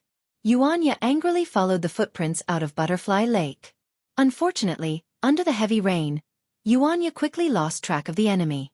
Helpless, Xianxia left Butterfly Lake and searched the entire Mystic Jade Dark Forest to find Jianghu. Unfortunately, Xianxia had underestimated the Mystic Jade Dark Forest. He had spent 5 years and had not even explored half of the forest. The remaining areas were filled with fierce beasts that Xianxia could not deal with. Xianxia had gathered his courage and tried to deal with a fierce beast that he thought he could handle. However, he was heavily injured by the fierce beast and was captured by a hunter who had entered the Mystic Jade Dark Forest. After that, Xianxia was taken out of the Mystic Jade Dark Forest and sold to the arena. Speaking of the arena, Xianxia seemed to be touched by something sad. His face revealed a sorrowful expression as he raised his hand and placed the spirit jujube in his mouth. Just as he was about to fiercely chew on it to relieve the dryness in his mouth, Xiaohua's interested voice sounded out again. "Tessa, what an unforgettable love between childhood sweethearts. This old man advises you to eat it bit by bit. Otherwise, you will never see your Jianghu again." Xiaohua's words were naturally not as fast as Xianxia's actions. However, before Xianxia heard Xiaohua's words, he seemed to have lost all his strength. No matter how hard he tried, he could not bite down. Only after Xiaohua finished speaking did he regain consciousness. Hee hee. Xianxia laughed embarrassedly and lightly bit down on a piece of spirit jujube. In an instant, his mouth was filled with a sweet fragrance. This sweet fragrance was something that Xianxia, who had lived in the forest since young, had never tasted before. When he greedily chewed up the spirit jujube and swallowed it into his stomach, an indescribable warmth rushed into his 5 viscera and 6 bowels. A comfortable feeling spread through his limbs and bones. Ah! Xianxia could not help but moan. He licked his lips, wanting to take another bite. However, he was extremely reluctant. Seeing that Xianxia was about to hide the spirit jujube in his bosom like a meat bun, Xiaohua laughed. "No need to be so stingy. This old man has a lot of these things. If you want to eat some, you can ask this old man any time." As he spoke, he took out 2 more spirit jujubes and threw them to Xianxia. Xianxia stretched out his hands and very nimbly caught them, immediately keeping them in his bosom. "Ai, how pitiful!" Xiaohua stood up and stood on the carriage. He sighed. "Xianxia, you and Jianghu. Perhaps it was the enmity from your previous life. If you don't owe her, then she owes you. However, the heavens threw the 2 of you together at such a young age. Tsk now. You know her, but how could she know you? Moreover, she is now a descendant of some royal family. What about you? Such unrealistic thoughts should be put aside for now." At this point, Xiaohua suddenly froze. He looked at Lu Yi, who was eating a spirit jujube with his eyes closed. Although Xianxia and Jianghu's story sounded a little absurd, wasn't it similar to Lu Yi and Xiaoyun's experience? One was a wild boy who grew up in the forest, the other was a descendant of a royal family. One was a shrew in the marketplace, the other was a princess of the water tribe. Immortal elder. Xianxia's face was slightly red. He smiled and said, "You're thinking too much. Jianghu is a family member to this junior. Moreover, she is his first family member. This junior is very concerned about her life and death. Since she is living well, this junior can rest assured. Whether she knows this junior or not, whether she sees this junior or not, it doesn't matter. AI, what an ill-fated relationship. Not far away, Xiao Jian's ears drooped. He sighed and did not say anything else, as if he was warning Xianxia, Taoist elder. Just as Xiao Hua was about to say something, Louis suddenly opened his eyes in surprise and shouted, This junior knows what spiritual energy is.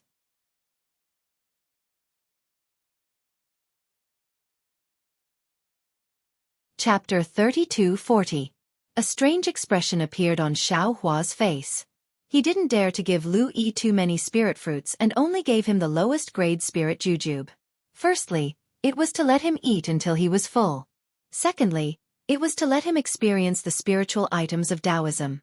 Xiao Hua didn't place too much hope on the spirit jujube. However, Xiao Hua still underestimated the spirit jujube in his space, and also underestimated Lu Yi's aptitude. Just this one spirit jujube was enough for Lu Yi to grasp the spirit jujube as a small foot. You should first experience it and don't do anything else. Xiao Hua thought for a moment and instructed, My Taoism's divine abilities all rely on the spirit jujube of heaven and earth. If you can't experience the spirit jujube of heaven and earth, just relying on these spirit fruits, it's impossible for you to step onto the path of Tao. Yes, this little one understands. Lu Yi was very happy. He took another bite of the spirit jujube and closed his eyes to experience it. Looking at Lu Yi's excited appearance, Xiao Hua inwardly sighed. Lu Yi's aptitude was indeed not bad. Not only was he able to comprehend a qi refining cultivation method that he had never cultivated before, he was also able to keenly sense the faint spiritual energy within the spirit jujube. This was absolutely impossible for the previous Xiao Hua. Unfortunately, Xiao Hua was even more clear that if Lu Yi couldn't sense the spirit jujube of heaven and earth, it would be impossible for him to step onto the threshold of cultivation. Without the spirit jujube of heaven and earth, all of Taoism's cultivation was just a castle in the air. After entering Jianghu country, other than encountering the black armored army led by Jianghu at the bridge, there were no other unforeseen events. The caravan of Sunhai Trading Company moved forward in an extremely orderly manner. When night came, someone led them to a spacious mountain ridge to rest. The caravan was prepared. Not long after, Qi Jin led 2 people and brought some food to Xiao Hua and the others. What made Xiao Jian depressed was that other than his own stomach being hungry, Lu Yi and Xianxia didn't feel hungry or thirsty at all. They didn't even drink a mouthful of water. Compared to Xiao Jian's depression, Qi Jin was so happy that he couldn't close his mouth. Otherworldly What does this mean? This means that the immortal in front of me is really an immortal As for the Taoist priest who took his silver coins, he was just like him, a layman. After Qi Jin left, Xiao Jian gnawed on a stewed pig trotter. Although the pig trotter was very fragrant, Xiao Jian's eyes were filled with hidden bitterness as he looked at Xiao Hua, who was cultivating with his eyes closed. His mouth was tasteless. Xiao Hua ignored him and seemed to have fallen asleep. After the meal, a bonfire was lit in the middle of the group of carriages. The escorts and some of the workers from the trading companies took out food and wine, and even gambling equipment. They started to make a ruckus. Seeing this lively scene, the eyes of Xiao Jian, who had been silent all this time and felt somewhat out of place with Xiao Hua, suddenly lit up.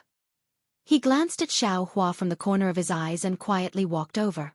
However, he had only taken a few steps when Xianxia hurriedly got up and followed him out. When they reached the shadow of a carriage, Xianxia hurriedly caught up with Xiao Jian and said in a low voice, "Master, for you." What? Xiao Jian was stunned. When he saw Xianxia carefully take out a spirit jujube wrapped in an oil bag from his bosom, his face turned cold. "Pah!" He slapped the oil bag away and said, "This old man doesn't need the pity of others. This old man has eaten a lot of these spirit fruits in the past." After he finished speaking, he ignored Xianxia and quickly walked away. The embers of the bonfire gradually extinguished in the night wind.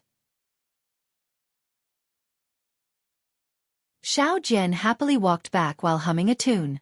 He lay down near the carriage and quickly fell asleep. In the night, Xiao Hua opened his eyes and indifferently swept a glance at everything that was somewhat messy. The corner of his mouth revealed a trace of ridicule. The Taoist's divine sense was actually used by Xiao Jian in gambling. I'm afraid that if the Tao sovereign above the ninth heaven knew, he would fly down in anger to punish Xiao Jian, right?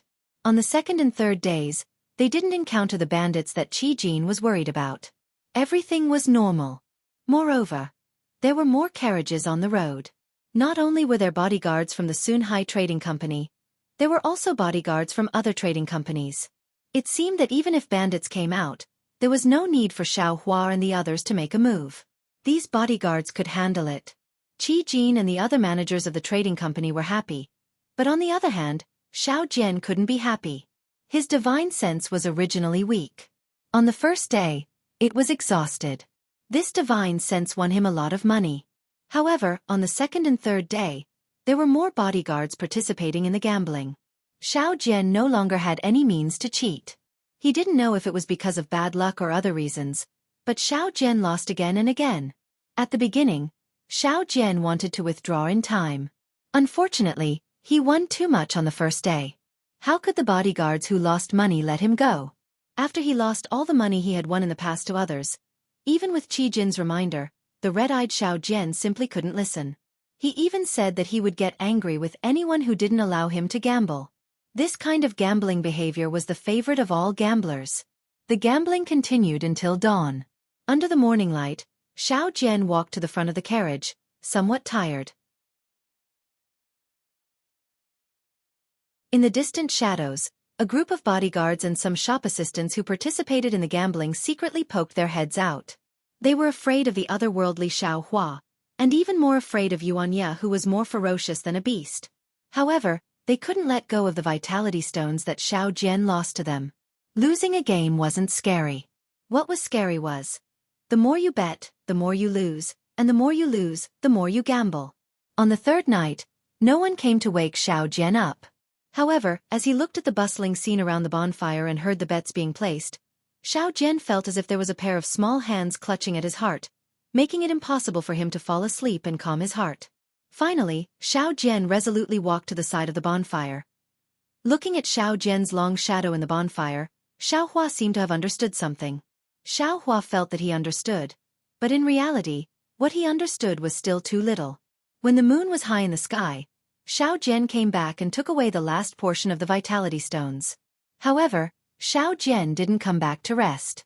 He followed his own vitality stones to the bonfire. This time, Xiao Jian didn't stay for long.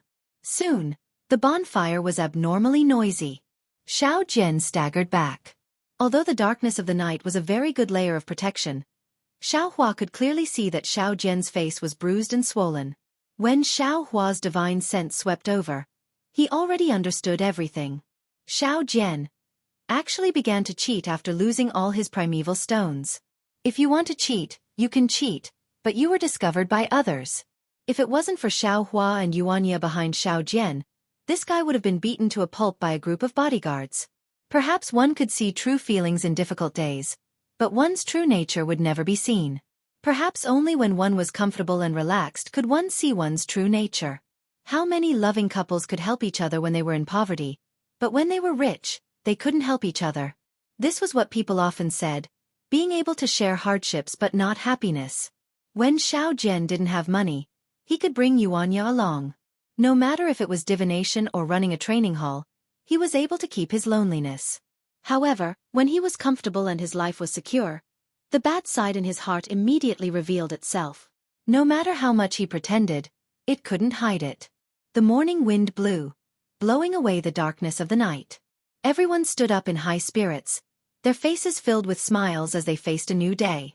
That's right, how could a few boxes full of vitality stones be compared to ordinary gold and silver? But it was Xiao Jian who lost it all. Everyone who received vitality stones was abnormally happy. This was something that they couldn't even dream of. Even if they went home now, in this lifetime, no, several lifetimes, they wouldn't be short of money. This world was like this, there was only so much happiness. If you were happy, others wouldn't be happy. If you weren't happy, others would take away your happiness. Xiao Jian was like this. Others completely robbed him of his happiness, leaving him with only bitterness. Other than frowning, he was listless. Yesterday at dusk, he still had wealth comparable to a rich man. Today at dawn, He had become a pauper, with nothing left. However, contrary to the expectations of Xiaohua, who was coldly watching from the side, after the carriages had left for half an hour, the dejection on Xiao Jian's face had already disappeared. It was as if he didn't go to the bonfire gambling house, and even more so, as if he didn't receive any vitality stones at all. Hee hee. How interesting. Xiaohua looked at Xiao Jian, who was in a good mood. He really didn't understand. He was very clear about the value of those spirit stones. If he lost those spirit stones, Xiaohua would definitely not forgive himself, and would definitely be heartbroken. Oh, there are interesting things every year, but it seems like there are a lot of them this year. Xiaohua's gaze had just moved away from Xiao Jian, and immediately looked at a few tall mountains in the distance. Those tall mountains surrounded the main road, and it was unknown when the main road under their feet started to narrow. The weeds on the side of the road were also lush. It was as if it was a barren place.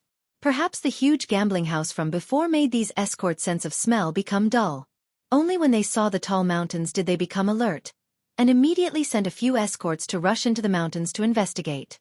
Including the carriages that joined the carriages later, there were already dozens of carriages in the Sunhai Trading Company. There were also close to 40 escorts from different escort companies. They waited for a moment, but still didn't see any signal, and couldn't help but feel anxious.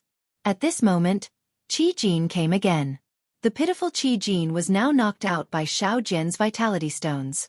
Those were immortal stones. Qi Jin, who had traveled extensively, had long heard of it. His own home also had a lot of immortal stones, but seeing Xiao Jian lose more immortal stones than he had collected in his lifetime, he really didn't dare to put Xiao Jian, who had taken his money, together with the current Xiao Jian. He had already regarded Xiao Jian as an otherworldly expert. Even though this expert had been beaten up by many escorts, he only regarded this otherworldly expert as someone who was playing in the mortal world. Seeing Xiao Jian impatiently waving his hand, and then looking at Xiaohua, who was sitting cross-legged on a horse with his eyes closed, Qi Jin confidently returned to the carriages.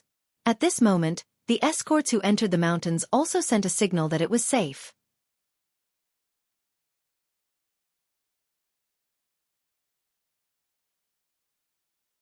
Chapter 32:41. Dozens of carriages started moving again. Although the escorts were nervous, they still urged their horses forward. This was the only way to enter the capital of the Jiasa kingdom. Beyond these mountains was a sprawling forest filled with wild beasts. There was no way to go. The only thing they prayed for was that the mountain bandits would not come down the mountain to rob them. They were either drunk, had robbed enough, or had seen that there were enough escorts in their carriages. Unfortunately, these escorts' luck had already been used up a few days ago when they gambled with Xiao Jian. They had only been on the mountain path for about 2 hours when their extreme joy turned to sorrow. After a series of loud gongs, hundreds of bandits dressed in different outfits swarmed out from the side of the mountain ridge where the carriages were located, surrounding the carriages like dumplings. Even if the group of escorts wanted to escape, there was no way for them to do so. Ha ha! While everyone's expression changed, Xiao Jian was covering his mouth and laughing. That's right, he had nothing on him now. His primordial stones had long been used up. He was the only one who wasn't afraid of the mountain bandits. Nay!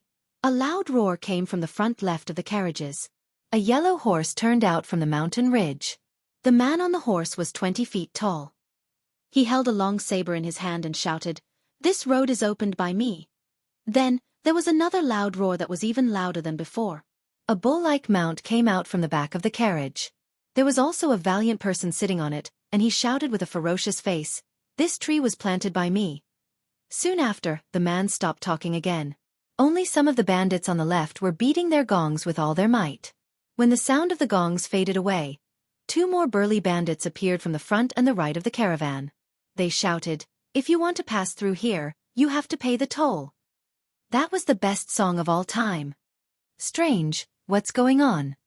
Xiaohua was puzzled. He looked around and asked in a low voice, "Taoist." The quick-witted Lu Yi had already opened his eyes. He wasn't nervous at all. He smiled and said, "These 4 mountain bandits belong to 4 different strongholds." They said 4 sentences at the same time, which means that the 4 of them will attack together today. I think.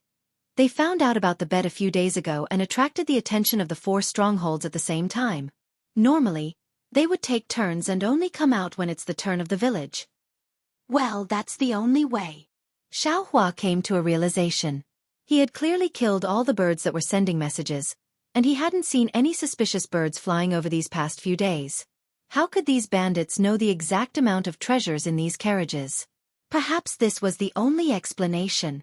However, what Xiaohua didn't know was that although he was cautious, he still made a mistake. Among the information that the birds brought, in addition to the information about the trading company, there was also information about Xiaohua and the others' Taoist identities, and also a warning to the bandits not to make a move. However, since Xiaohua had killed these birds, the mountain bandits naturally wouldn't be able to find out about the warning. Naturally, they would come out to intercept him. Especially with the existence of Xiao Jian, the Taoist master. Even if these bandits knew about this, would they let go of this great opportunity to make a fortune? Since Lu Yi knew about it, the other escorts would also know about it. Some of the escorts had already urged their horses forward to collude with the bandits. Xiaohua put away his doubts and released his divine sense. He watched with interest as the righteous and evil sides discussed over there. This familiar scene made him believe even more firmly that his original home was in the hidden Immortal continent. He was being chased by two nascent soul experts, but unexpectedly, he profited from a disaster and returned to his homeland. The collusion only lasted for a short moment before both sides broke down. It wasn't that the bandits wanted too much, it was that the escorts and the trading company wanted to give too little. Immediately, the sounds of fighting rang out. Under the escort of the escorts, the workers of the carriages risked their lives to break out of the encirclement. The bandits from all directions also raised their weapons and charged forward. When both sides came into contact, casualties immediately appeared. Although there were many bandits, the majority of them weren't skilled in martial arts. Although there were few escorts, they were all experts. Most of the miserable screams came from the mouths of the bandits. The escorts were rarely injured. Just like this, the carriages once again charged forward for a distance of several dozen zhang. Xiaohua and the others were also very depressed. At first, Xianxia followed behind the carriages. Later, the bandits chased from behind. When Xianxia prepared to meet the enemy, those bandits actually let go of the worn-out carriages in the carriages. They didn't even look at Xiaohua and the others. They directly passed by and challenged the escorts guarding the carriages. Xiaohua looked at these ant-like bandits and didn't know how to deal with them. He was a nascent soul cultivator. Although he could casually attack and these several hundred bandits wouldn't be able to leave their lives behind, could he do it? Could he make the lightning from the 9 heavens fall on the heads of these bandits who didn't have any magic power? Even if these bandits' steel blades were once stained with blood. Immortal Elder! Immortal Elder! In the distance, a faint shout sounded. When it entered Xiaohua's ears, it was Qi Jin's cry for help. Xiaohua glanced at Xiao Jian, who seemed to be rejoicing in other people's misfortune, and didn't seem to have any reaction to this cry for help. Xiaohua instructed, Xianxia, go, help Elder Qi. Yes, Xianxia had long wanted to move. Now that he heard Xiaohua, he immediately jumped up from the carriage. Take the weapon. Xiaohua waved his hand and threw the magic wand to Xianxia. With the magic wand in his hand, Xianxia was like a tiger with wings. He leaped into the air among the bandits. Every shadow of the wand would break the bones of the bandits. He was like a tiger in a flock of sheep. He was invincible and was about to reach Qi Jin. You brat!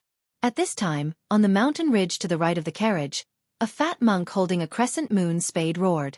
He urged his donkey-like mount to rush down the mountain ridge. The monk's chest was bare. His 2-inch-long black hair danced in the mountain wind. When he waved the crescent moon spade, it made a woo-woo sound like a ghost's cry. The donkey was even more strange. When it wagged its tail, it was actually twice as fast as a horse. It rushed down the mountain ridge as if it was flat ground.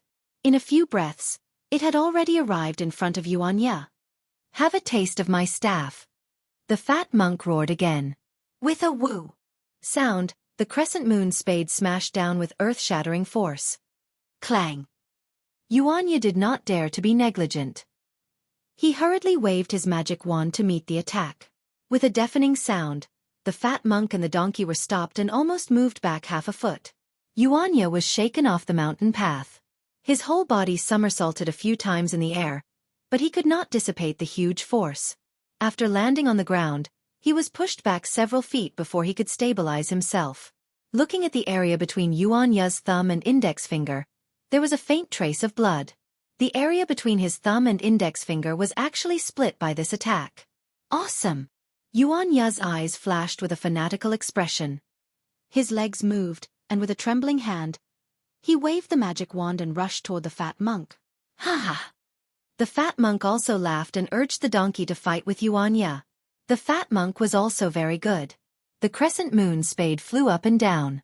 It was a match for Xianxia. In the time it took to drink a cup of tea, there was no clear winner.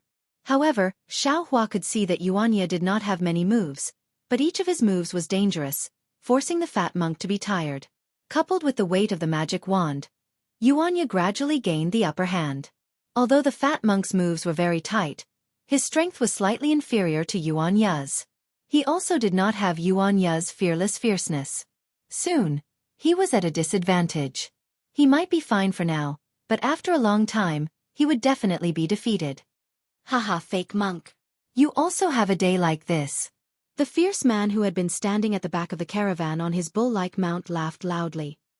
He raised the steel spear in his hand and shouted, "Second brother Ji, if you don't help me, that cheap sister of yours will be a widow." The fat monk was finally able to catch his breath under the shadow of Xianxia's staff and shouted loudly. Just as the fat monk finished speaking, "Woo!" The sound of a staff whistling interrupted the fat monk's shout. "This old man is coming." The fierce man called Second Brother Ji urged the old bull under him. The bull's hooves actually emitted a faint smoke, and it rushed toward Xianxia. Humph! Xiaohua sneered. Just as he was about to make a move, he heard the sound of hurried horse hooves in the distance. A clear and slightly childish voice sounded. "Bold mountain bandit, you actually dare to do such a wicked thing in broad daylight. Eat my sword." Not only was Xiaohua shocked, even Second Brother Ji, who was about to attack Xianxia, turned around to look. Dozens of feet away, there was a large green horse. On the horse, there was a scholar who looked to be about 14 or 15 years old. This scholar was wearing a green scholar's robe. His thin lips were tightly shut, and he held a 3-foot-long green sword in his hand. Under his sword-like eyebrows, his bright eyes flashed with hatred. Although the green horse's back was as bumpy as waves, the scholar stood steadily on the horse's back. When he got a little closer, the scholar's figure jumped from the horse's back. Using the horse's momentum, he rushed into the air and pierced toward Second Brother Ji like a wild goose. "Still wet behind the ears, little brat. You don't even dare to tell me your name, and you actually dare to be so serious with your grandfather." Second Brother Ji saw that the sword light was like a star, sweeping through the air and piercing toward him. He couldn't help but sneer. Pointing his spear in the air, he roared and turned around to meet the scholar flying toward him. Clang, clang, clang. The scholar's robe fluttered in the air. The sword light was like a floating frost, and the steel spear was like a horned plum blossom in the flying frost. The moment the scholar and the bandit met face to face, they immediately exchanged several moves. The scholar's figure was forced to dodge in the air by the bandit. After borrowing the force of the attack several times, he finally had no choice but to land on the side of the mountain ridge. Where did this scholar come from? Second Brother Ji seemed to be somewhat afraid of this scholar. He shook the steel spear in his hand and coldly said, "Which academy are you from? You have no business here, so you should leave early. You are not my opponent." Ha ha! In broad daylight, when is there a place in the hidden immortal continent where a thief can teach a scholar a lesson? The scholar waved his green sword, and a green light flashed. He coldly looked at Second Brother Ji and loudly said, "I am not willing to tell you my name because you thieves don't deserve to hear my name. If you hear my name, it will be an insult to me for no reason."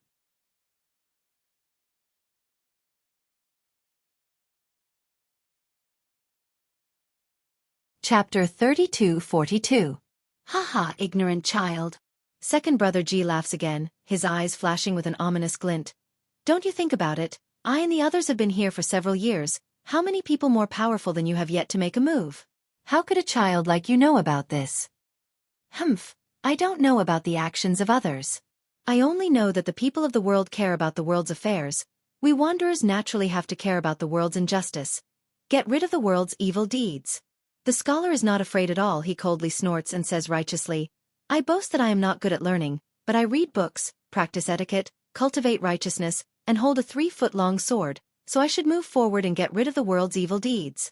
Although I can't do what the ancient proverb says, but if a bandit soldier commits an evil deed, I will kill him. If a bandit general commits an evil deed, I will also kill him. If we can't get rid of evil, what joy do we have in life? Laughing proudly in the world, getting rid of the universe, what fear do we have in death? Good. Xiaohua suddenly stood up from the carriage. This scholar's few words had instantly enlightened Xiaohua. His previous hesitation had all disappeared.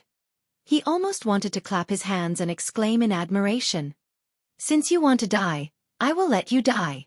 Killing a nameless scholar like you who doesn't know the immensity of heaven and earth, I don't believe that the academy can find my mountain stronghold.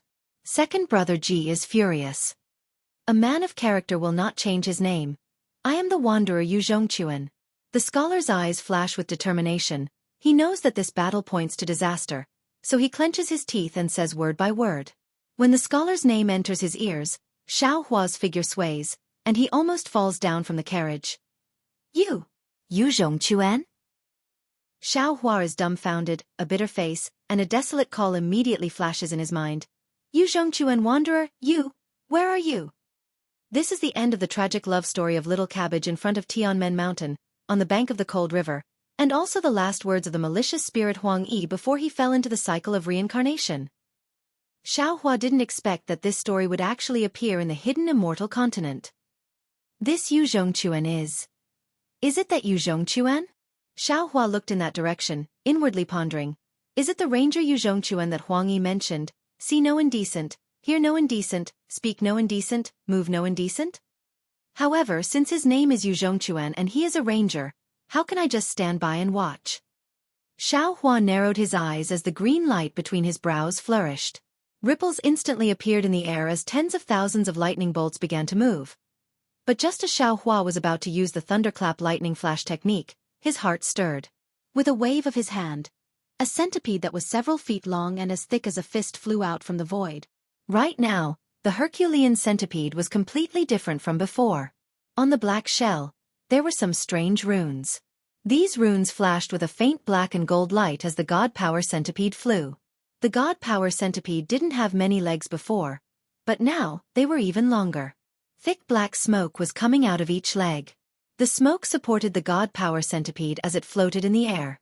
Looking at the two most eye-catching sword-like antennae on its head, the cold light had long disappeared.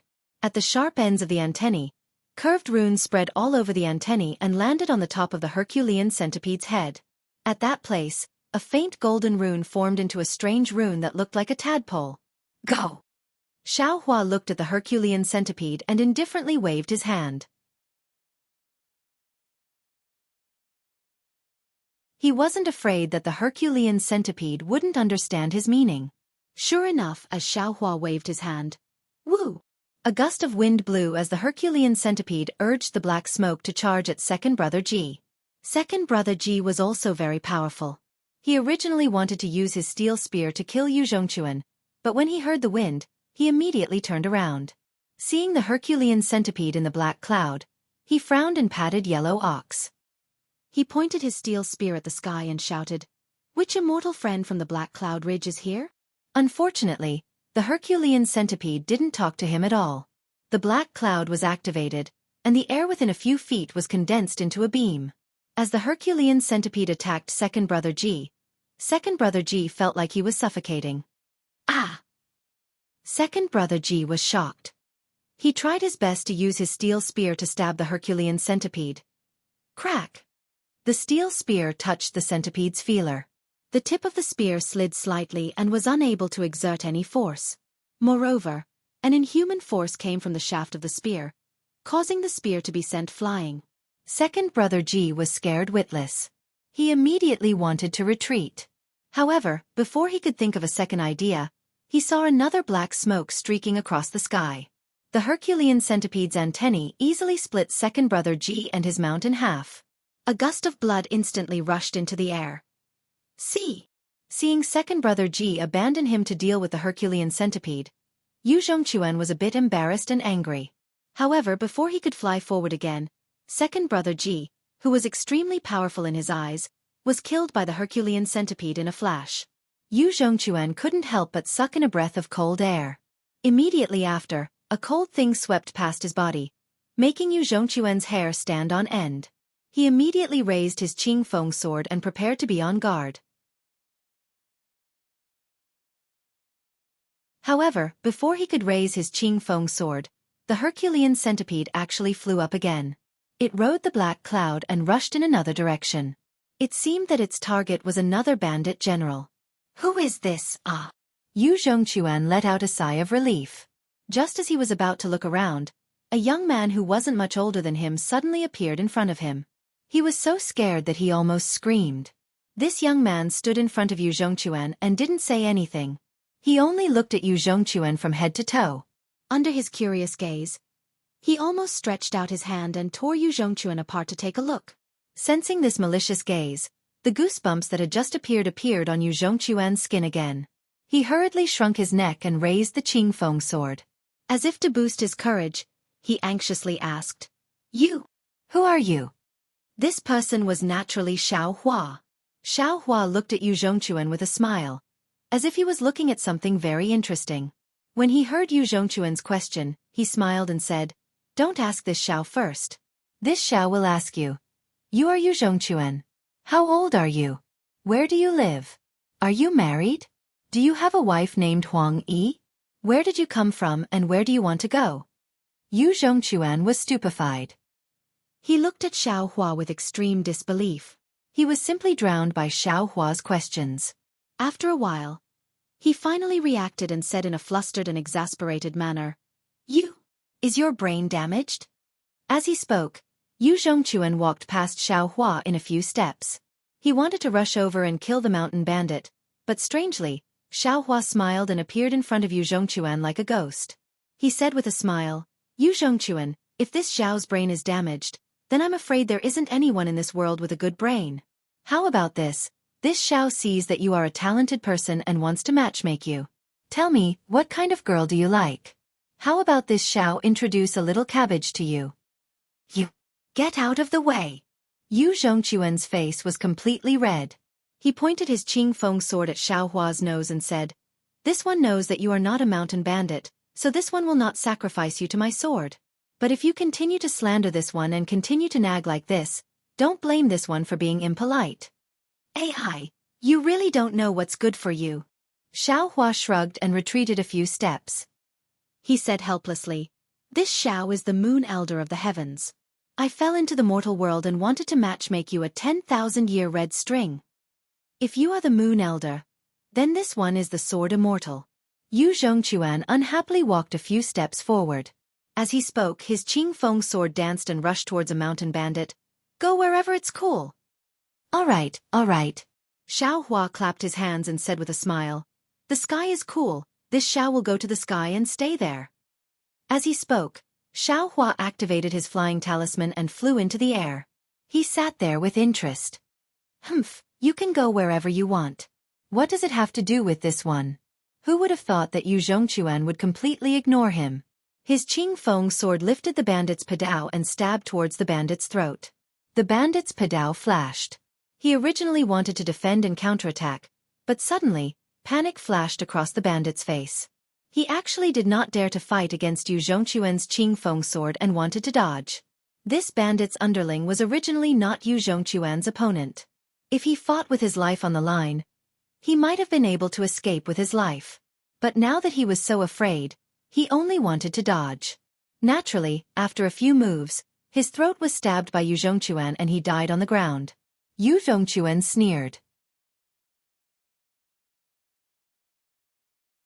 He ignored the blood on the tip of his sword and the bandit's eyes that were still open on the ground. He jumped up again and chased after another bandit.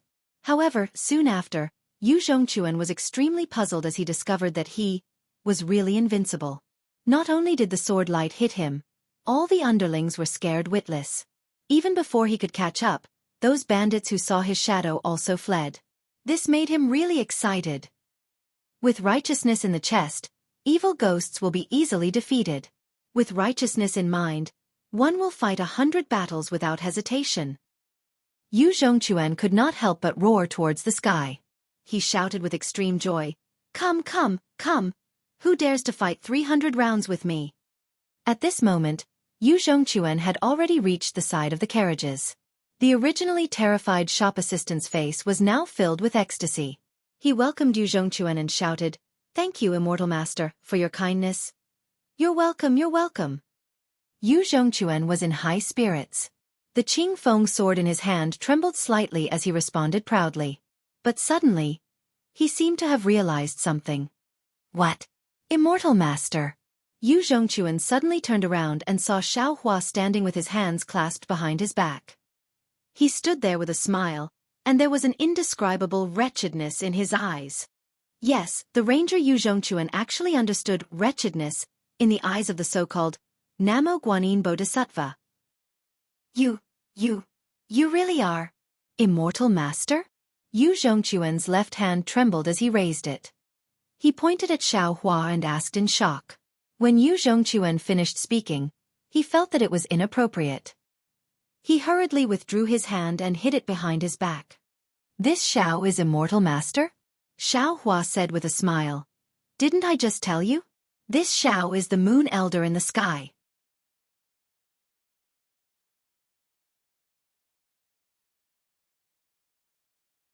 Chapter 32-43.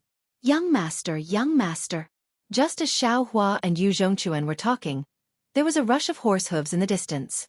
An old man with white hair and beard was also riding a big cyan horse. He rushed over without a care for his life. Although the old man's face was full of fear, the concern in his eyes was obvious. Seeing that the old man was about to catch up, Yu Zhongquan's face showed a trace of unnaturalness. He hurriedly shouted, "Seventh uncle, I'm fine." Hearing Yu Zhongquan's impatient answer, the old man's eyes showed a trace of comfort. Then he shouted behind him, "You too. Hurry up and save the young master. If anything happens to the young master, this old man will peel your skin and pull out your tendons." Behind the old man, there were also 2 large green horses. Riding on the horses were 2 men dressed in tight clothes. These 2 men held the same green sword as Yu Zhongquan. Although these 2 men urged their horses with all their might, their horses were clearly not as spirited as the old man's horse. Although the 2 men said yes, they were still unable to surpass the old man. "You two don't want to live anymore?" Seventh uncle was furious. He was respectful to Yu Zhongquan, but he was not polite to these 2 family guards. "Seventh uncle." The guard on the left smiled bitterly. "You are chasing the young master without a care for your life.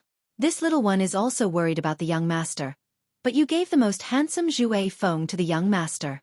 This little one can't catch up." "That's right. Seventh uncle." The guard on the right whispered, "Didn't you see that there is an immortal next to the young master? With that old man, wouldn't he be 100 times more useful than us?" "Fart, fart." Seventh uncle shouted, "Taoists are all deceiving things.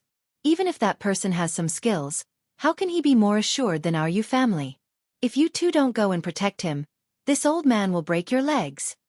The 2 family guards smiled bitterly and hurriedly urged their cyan horses. Unfortunately, no matter how hard they tried, the horses were not enough. In the end, they only arrived with Seventh uncle. At this moment, Yu Zhongquan was no longer in high spirits like before. He was somewhat listless as he drooped his head and stood beside Xiaohua. Xiaohua had already landed, but he could clearly see that it wasn't because of him, but because of the old man who hadn't arrived yet. Sure enough, when the old man arrived before them, he didn't even bother to greet them. Instead, he immediately leaped to Yu Zhongquan's side and ran his hands all over Yu Zhongquan's body to make sure that he wasn't missing an arm or a leg. Only then did he let out a long sigh of relief and said earnestly, "Little young master, you are the precious treasure of our Yu clan, a piece of meat in our old ancestor's heart. Once you go out..." "Seventh uncle." Yu Zhongquan's face turned red. He stole a glance at Xiaohua, who was still standing in the air, and complained, "There's a senior expert here. You should speak less." "Sigh, young master. It's not that this old servant wants to criticize you.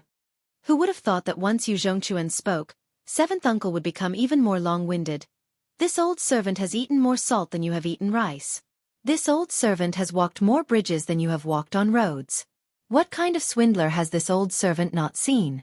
In the past, there were many Taoist priests who came to our Yu clan to eat and drink. Which one of them didn't bow to this old servant when they saw him?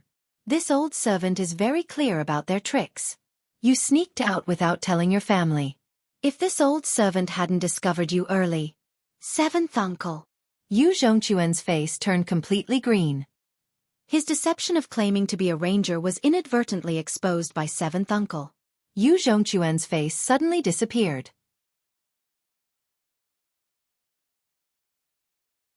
He didn't even have the courage to look at Xiaohua.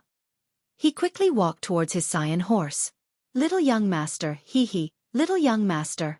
The two family guards hurriedly stood in front of Yu Zhongquan and pleaded, "If you return home, we will serve you on your horse. If you don't return to see your wife, we won't dare." Scram! Hearing his wife, Yu Zhongquan's face turned completely black. He angrily said, "This Zhuai Feng is this young master's mount. You dare not let this young master get on his horse?" Seventh uncle. Seventh uncle. A fat family guard anxiously said, "If little young master gets on Zhuai Feng, we won't be able to catch up." Cough cough. Seventh uncle coughed twice. He glanced at Xiaohua beside him and lightly said, "This Taoist priest, this is my Yu clan's private matter. It seems you can't stay here and watch, right? Although you're not a Confucian cultivator and don't know about seeing and hearing indecent things, there's no need for you to stay here and watch the show, right?" "Ha ha ha, indeed, indeed." Xiaohua looked at Yu Zhongquan with interest. It seemed the difference between what he thought and Yu Zhongquan was too far. He laughed several times and flew away. "Humph, swindler." Seventh uncle glanced at Xiaohua and then turned to Yu Zhongquan and said, "Little young master, if you want to hide for a few days, we can just treat it as playing." Xiaohua, who had been reprimanded as a swindler, was flying in the air. Everywhere he looked, there were bandits fleeing in a sorry state. Behind these bandits, there were dozens of bodyguards shouting and chasing after them. They seemed to be extremely happy. Above these bandits, the god power centipede was riding a black cloud. From time to time, it would swoop down. If it wasn't a flash of black light cutting the bandits into pieces, it would be like a black arrow piercing through the bandits' bodies. Wherever the black cloud went, it was truly invincible. No one dared to fight it. Hee hee. Xiaohua proudly looked at the god power centipede's devastation. He secretly said, "With this Zhao's identity, I naturally can't lower myself to the same level as these bandits." But this fake ranger who ran away from home said it well. "If the bandits commit evil deeds, I will kill them. If the bandits commit evil deeds, I will also kill them.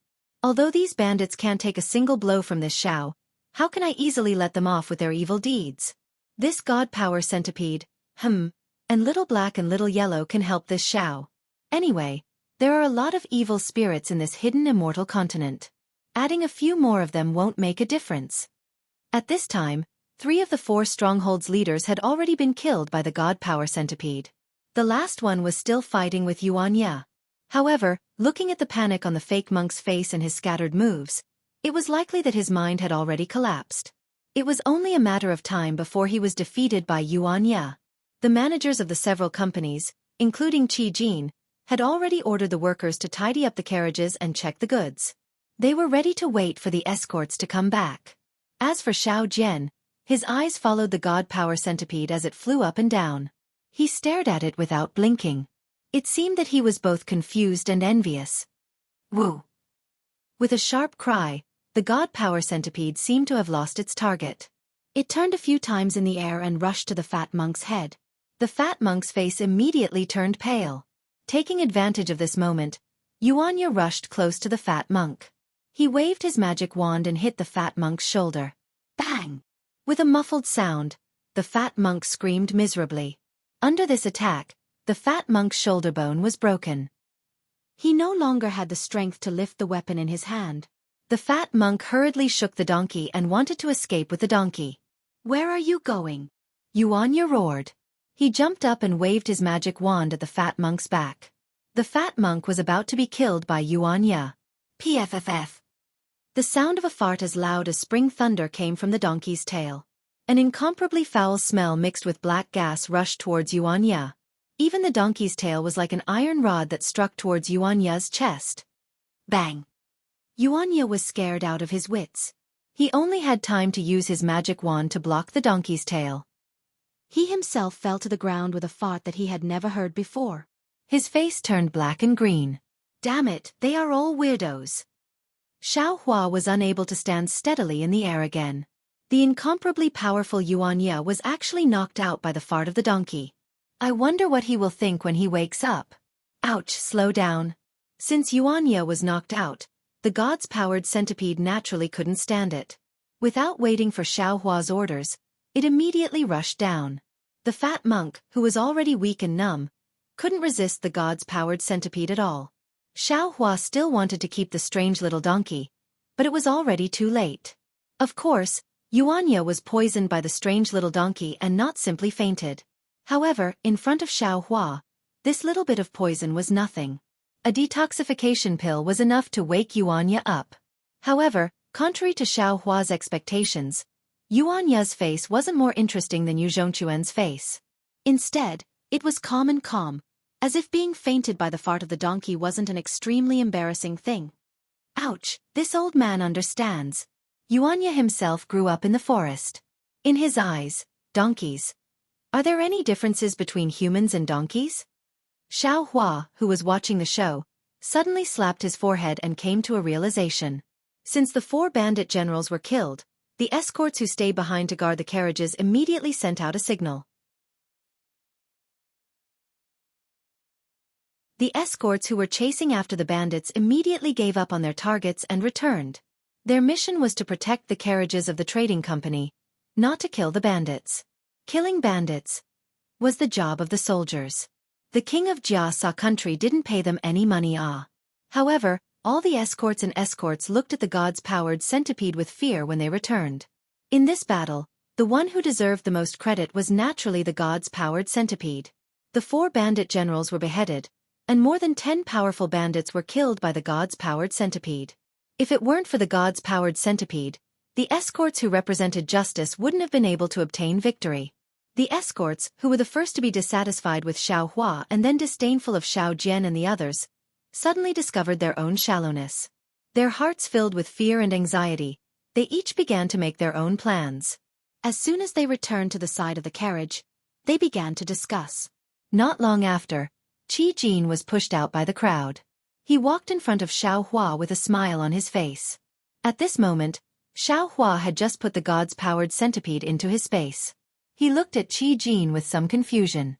Senior Immortal, Qi Jin said cautiously. Although Senior Immortal disdained to make a move, Senior Immortal's spirit pet was very brave. It saved our trading company from the bandits.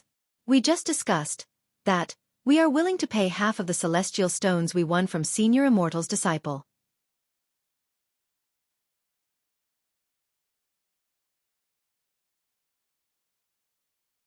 Chapter 32-44. No need. Xiaohua smiled faintly. This old man has no disciple. The evil in this world must be dealt with by the righteous people. This old man killed these bandits because of this old man's actions. There's no reason for me to ask you for a reward. Yes. Seeing that Xiaohua didn't accept it, Qi Jin was a bit embarrassed. He knew that Xiaohua didn't want to interfere with their matters with Xiao Jian, so he answered while walking to Xiao Jian's side. As for how Xiao Jian would respond, Xiaohua didn't care. Because at this time, the so-called ranger Yu Zhongquan seemed to have reached some agreement with the Yu family's 7th uncle. Under the 7th uncle's lead, he came to Xiaohua. 7th uncle cupped his hands and said, "This old man is Yifeng country's Yu family's servant Yu Qi. Greetings to Taoist Xiao. From what my family's young master said, it was you who saved him. This old man was a bit slow in treating you. May I know where your Taoist temple is? This old man will report this matter to my family's head, and ask him to send people to your Taoist temple to rebuild the Taoist temple and reconstruct the Taoist's golden body." Seeing 7th uncle flaunting his seniority and hearing 7th uncle call himself old man, Xiaohua smiled and returned the greeting. Old man is too polite. This Xiao doesn't deserve such a great reward. Moreover, this Xiao is also a wild crane with no place to stay. This Xiao appreciates old man's kindness. How can that be? Seventh uncle didn't give up. He shook his head and said, My Yu family is a great scholarly family. My ancestors have passed down poems and books. Everyone in Yifeng country knows that my Yu family rules with etiquette. If you don't repay such a great favor, how can my Yu family face the world? Damn it! Xiaohua saw that every word of seventh uncle's was a great scholarly family. Even if he didn't ask for repayment, he would tarnish the Yu family's reputation. He couldn't help but mutter in his heart. However, he waved his hand and said, Old man's words are wrong. Seventh uncle was surprised and asked curiously, What advice does Taoist have? Although this Xiao isn't a scholarly cultivator, I admire the righteous spirit of scholarly cultivators. Just a few moments ago, the young master of the noble clan was facing hundreds of bandits and the leader of the bandits whom he could not resist at all. The young master said, Read books, practice etiquette, cultivate righteousness, and hold a 3-foot sword. Then, we should move forward courageously and sweep away all evil in the world. Such words are like divine thunder from the 9 heavens that awakened this Xiao. He is only a scholar in his teens, but he can rely on the righteous spirit to reach the realm of, even if there are tens of thousands of people, I will still go forward. Isn't that the ranger in this Xiao's heart? Wasn't he one of the rare and magnificent men in the world? This Xiao is only fighting the enemy together with him. So what help is there? Old Sir is worried about the face of the scholarly cultivator clans, but I still have to worry about the face of my Dao sect. In the future, Old Sir must not mention this matter again. Xiao Hua's words made seventh uncle's face glow. He naturally didn't know about Yu Zhongquan's performance. Although he looked down on the declining Dao sect and looked down on Xiao Hua did save Yu Zhongquan after all. At this time, he even praised Yu Zhongquan in such a lofty manner. His heart was already blooming with joy. He couldn't even close his mouth as he said with a smile, Daoist Xiao is really exaggerating. Little Gongzi is still young and hasn't learned the true meaning of our Confucian cultivation. This is merely what I heard eldest Gongzi and my master often talk about.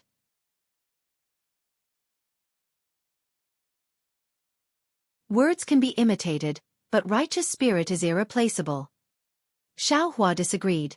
Facing the leader of the bandits who could easily kill him, your noble young master stepped forward bravely.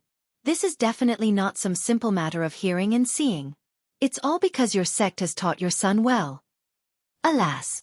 Seventh uncle didn't expect Xiao Hua to actually hold Confucian cultivators and his Yu family in such high esteem. It seemed that Xiao Hua didn't have any barrier between Dao sect and Confucian cultivators. He was very happy in his heart and looked at Xiao Hua a lot more pleasing to the eye. When he heard Xiao Hua's last words, he couldn't help but sigh. Daoist Xiao may not know, but this old man has watched little Gongzi grow up. Think of the little baby who peed on this old man's neck when he was young. Seventh uncle. Yu Zhongquan's face was as red as a red cloth. He threatened, If you keep talking, I'll leave. Okay, I won't say. Seventh uncle was full of smiles, as if he had forgotten his previous vigilance. He asked Xiao Hua, Where is Daoist Xiao going? If you have time, how about we go together? Hee. Xiao Hua laughed and replied, This Xiao wants to go to Bronze Pillar State, but I don't know if I'm going the same way as you. Before seventh uncle could speak, Yuanya walked back and handed over the cleaned magic wand to Xiao Hua. He said respectfully, Thank you for the weapon, Daoist Xiao. Xiao Hua took it and put it into his space. He looked at Yu Zhongquan and smiled. Yuanya, this is Yu Zhongquan, the descendant of Yifeng State's great Confucian. You didn't see him when you were fighting just now. He actually dared to fight a bandit leader by himself. His courage is definitely out of the ordinary. I'm Yu Zhongquan. Greetings, fellow Daoists. Yu Zhongquan had already seen Yuanya who fought the fat monk. Yuanya's bravery made him admire him. Now that he had the chance, how could he not know how to befriend him? He hurriedly bowed and said, I'm Yu Zhongquan. Although Yuanya wasn't good with words, hearing Yu Zhongquan's courage, he also looked at him in a new light and hurriedly returned the greeting. However, after the two greeted each other, they didn't know what to say after a few words. The scene was quite awkward. Xiao Hua waved his hand again. Lu Yi, Yuanya isn't good with words. Come over here. You're both young people. You should get to know each other. Yes, Taoist priest. Lu Yi didn't dare to move around in the carriage for fear of causing trouble. Now that he heard the call, he hurriedly slipped down from the carriage. Mighty! In front of the carriages, there were already shouts from the escort agency. Obviously, they were about to set off again. Xiao Hua smiled and said, Old sir, please. Young people have their own topics. We have our own matters. How about we chat as we go? Xiao Hua was very concerned about the matter between Yu Zhongquan and Huang Yi. Naturally, he also looked at the people of the Yu clan in a new light. He really wanted to get to know Yu Zhongquan better. Of the 2 Yu clan guards who didn't announce their names, one accompanied Yu Zhongquan, while the other led Zhuai Feng, which Yu Zhongquan was riding before, over and asked 7th uncle to get on the horse. 7th uncle lifted his leg and got on the saddle horse. He said to Xiao Hua with a smile, Hee, this old man is already old. I'm 82 years old. Taoist priest Xiao has the ability to retain one's youthful appearance. This old man can't see how old Taoist priest is compared to this old man. Xiao Hua was a bit hesitant. After thinking for a bit, he smiled and said, Old sir's age is really not young. However, old sir's skills are vigorous and not inferior to ordinary people. Even if you say you're 60 years old, this Xiao would still believe it. Ha ha ha, 7th uncle laughed heartily. This old man only received the clan head's generous gift to practice the clan's secret arts. Although I can't achieve great success and can't sweep away the demons in the region like the little Gongzi and the others, but when it comes to condensing qi and blood, there's no harm in moving nimbly. Otherwise, how could the heavy responsibility of following the little Gongzi fall on this old man's shoulders? Besides, this old man is nothing. My clan's previous clan head was over 100 years old, but he was still able to wield a 3-foot-long sword and kill the Xuanyang water bandits leader. That's what you call amazing. At this point, 7th uncle came to a realization and said with a smile, That's right. At this point, this old man still hasn't asked for Taoist priest Zhao's name. Taoist priest Xiao also doesn't seem to have mentioned my age. Xiao Hua sighed. Looking at 7th uncle's somewhat arrogant smile, he didn't know how to answer. It seemed that the so-called desire to win or lose wasn't only commonly seen in battles and gambling, it was also commonly seen in ordinary speech. It wouldn't wear out because of a person's age. Or perhaps 7th uncle felt that he didn't have Xiao Hua's divine abilities and wanted to find a balance in these minor details. Xiao Hua just couldn't answer this question. Even he himself didn't know his true age. If he counted from the Dawn Rain continent's Shang Hua Ming, perhaps he was close to 200 years old, right? However, even if Xiao Hua said the most reliable and also the shortest age at this time, would 7th uncle believe him? My surname is Xiao and my given name is Hua. This year. At this point, Xiao Hua faintly smiled. I already don't know how old I am this year. I only know that the last time I went into seclusion was 100 years ago. At this point, Xiao Hua suddenly remembered that he didn't know how long it had been since he entered the Eye of the Sea and woke up in front of the river and tide temple several dozen days ago. 7th uncle stared blankly, then immediately smiled and cupped his hands, saying, Taoist priest Xiao is truly a deity. This old man admires you. Ha ha ha. Xiao Hua also laughed heartily and casually cupped his hands. He knew in his heart that 7th uncle's deity didn't mean that he was a deity in cultivation, but rather a deity who bragged. He didn't mind. Wasn't his true situation what Xiao Jian, this so-called Taoist priest, often bragged about? He also didn't need to explain anything to 7th uncle. The carriages continued to move forward. Lu Yi, Yuanya, and Yu Zhongquan were chatting at the front. From time to time, some laughter could be heard. 7th uncle looked at Yu Zhongquan's beaming face and felt happy in his heart.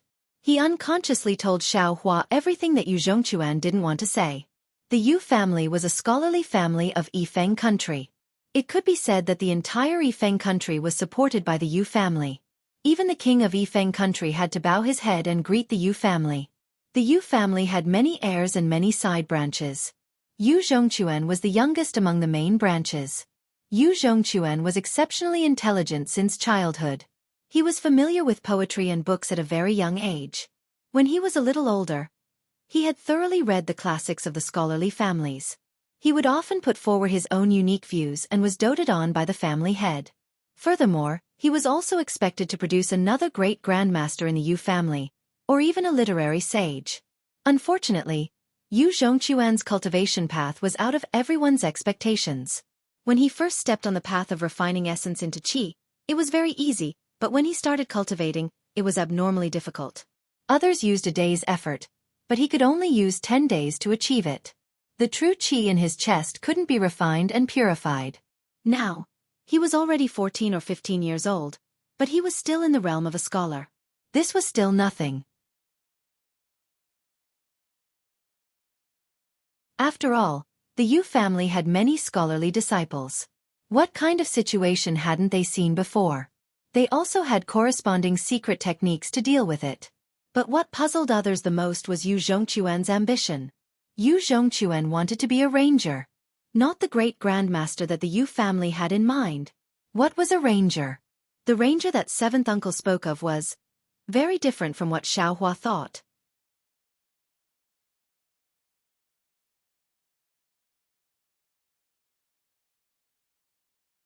Chapter 32:45. What was a ranger? A ranger sounded very awe-inspiring. In the eyes of many people, it was a swordsman who traveled all over the world, upholding justice and helping the weak. Many of the chivalrous stories passed down by word of mouth in the secular world were also related to rangers. Rangers were almost synonymous with justice in people's minds. However, in fact, in the eyes of Confucian cultivators, especially in the eyes of those great Confucian families, rangers were synonymous with debauches. They were people who couldn't cultivate Confucian cultivation techniques and couldn't practice sword qi.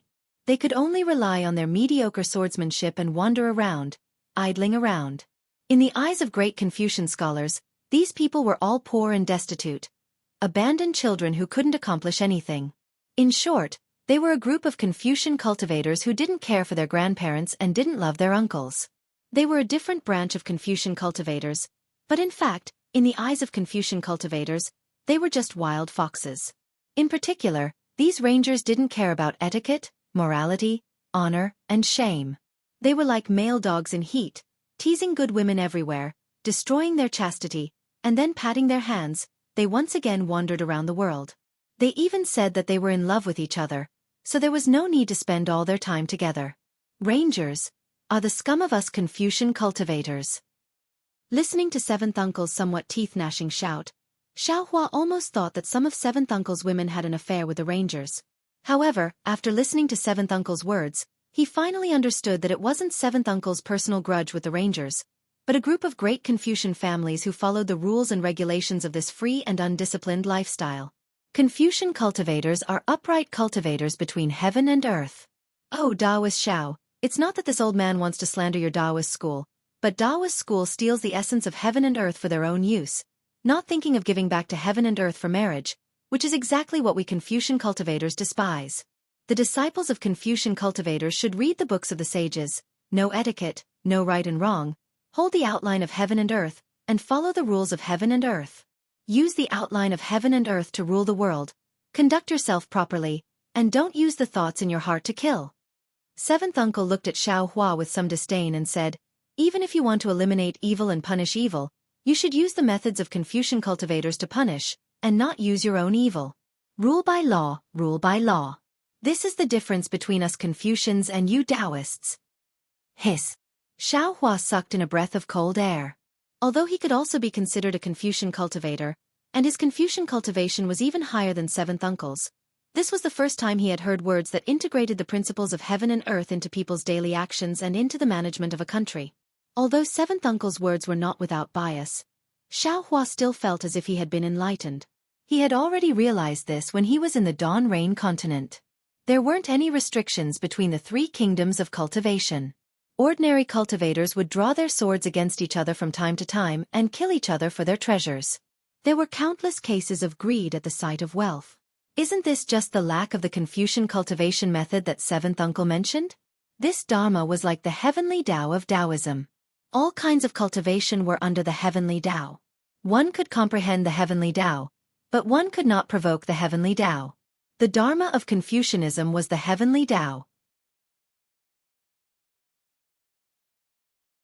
If one violated the Dharma, they would be punished by the Dharma.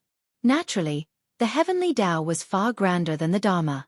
The Dharma was merely a small shadow of the heavenly Tao under the governance of Confucianism. Seeing Xiao Hua's expression change, seventh uncle said proudly, "Although this old man is not good at our Confucian cultivation method, I often read the historical records of our Yu clan's ancestors. From the ancient history, Taoism didn't follow the rules, didn't know etiquette, and didn't establish the Dharma. This was why they lost their own rules. If you say they were annihilated by our Immortal and Buddhist sects, it would be better to say they lost their way. They lost their direction of survival under your so-called heavenly Tao." Seeing that seventh uncle was talking nonsense again, Xiao Hua smiled and said, "Old sir, some of your words are indeed enlightening and deafening. This Xiao can't deny it. However, if you want to generalize and use Dharma to cover up the annihilation of Taoism, it's not appropriate. No matter if it's Confucianism, Buddhism, or Taoism, they are all cultivation paths between heaven and earth. Although their paths are different, their directions and goals are not necessarily different. Since each of them can exist, they naturally have their own reasons for existing. Old sir, you're pointing out the annihilation of Taoism right now. Your words have evidence, but maybe there are other reasons. You're pointing out the annihilation of Confucianism and Buddhism with similarly conclusive evidence? Nonsense."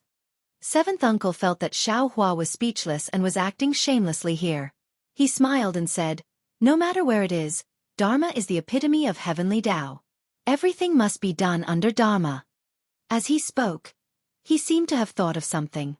He pointed behind him and said, "Take those bandits from before for example. Exterminating bandits is an act of the country, the duty of the officers and soldiers. What we need to do is to capture them and send them to the government, not to let you kill them yourself." "Oh, that's right. This old man was talking to you about the ranger. This ranger carries on your Taoism's idea of freedom. He does whatever he wants and doesn't respect Dharma. As the saying goes, a ranger uses martial arts to break the law. A ranger only emphasizes martial arts, not Dharma.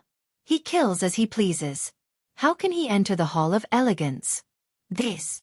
Xiao Hua touched his nose and said with a bitter smile, "As far as this Xiao knows, these bandits seem to have some connections with the government. If we send them to the government, it may not be of any use. Even if someone sends them to the government, I'm afraid that they will suffer some kind of retaliation. Moreover, if this Xiao only wants to capture these bandits, there will certainly be some misgivings. The difficulty will also increase. Since they have blood on their hands, why can't this Xiao enforce justice on behalf of heaven? Who are you? No matter who you are, you're only a human. You're a Taoist. What qualifications do you have to enforce justice on behalf of heaven? What evidence do you have that they have blood on their hands? If you kill them, won't you be the same as them?"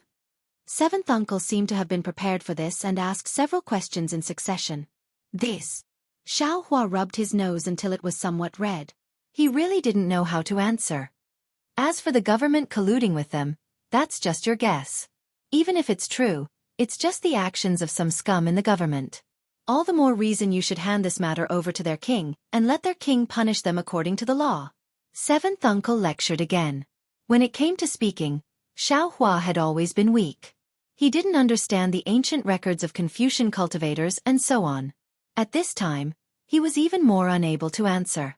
In his opinion, if he wanted to answer, it could only be the words of Buddhism. If I don't enter the cycle of reincarnation, who will enter the cycle of reincarnation?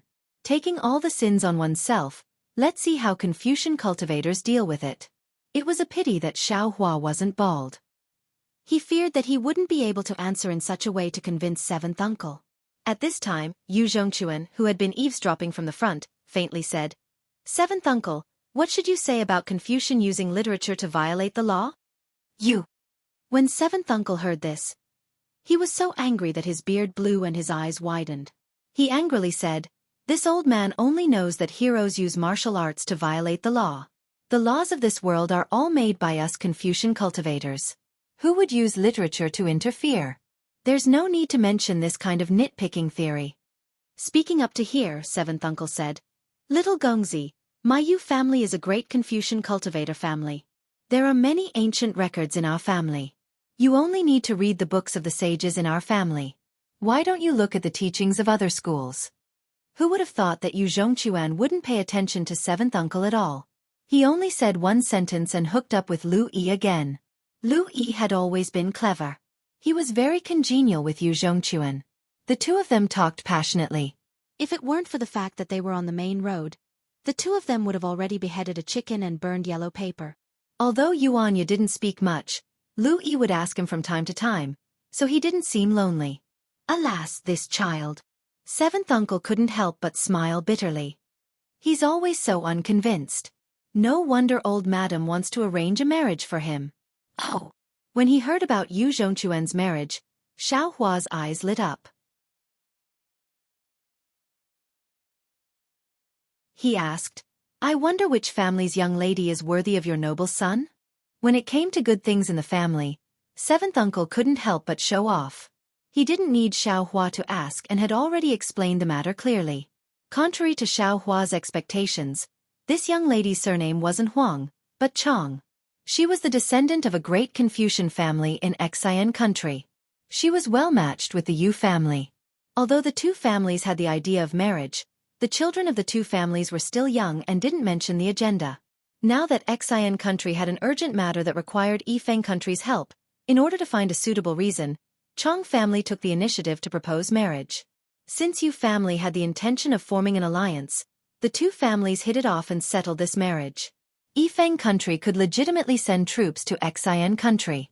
This was originally a good thing that would benefit both the country and the family. However, when it came to Yu Zhongquan, it was tantamount to a bolt from the blue. He had always had the ideal of being a ranger. He hoped to wield a 3-foot-long sword and sweep away all the injustices in the region. Now that he was trapped by marriage, how could he allow himself to be captured? Therefore, before the engagement ceremony was completed, he fled from home. Yu family's old ancestor felt sorry for Yu Zhongquan, so he sent seventh uncle and 2 family guards to protect him. He also brought Zhu Feng along. When seventh uncle caught up to Yu Zhongquan, he naturally gave Zhu Feng to Yu Zhongquan, who knew that Yu Zhongquan would ride a horse and flee. Seventh uncle and the other 2 chased after him bitterly.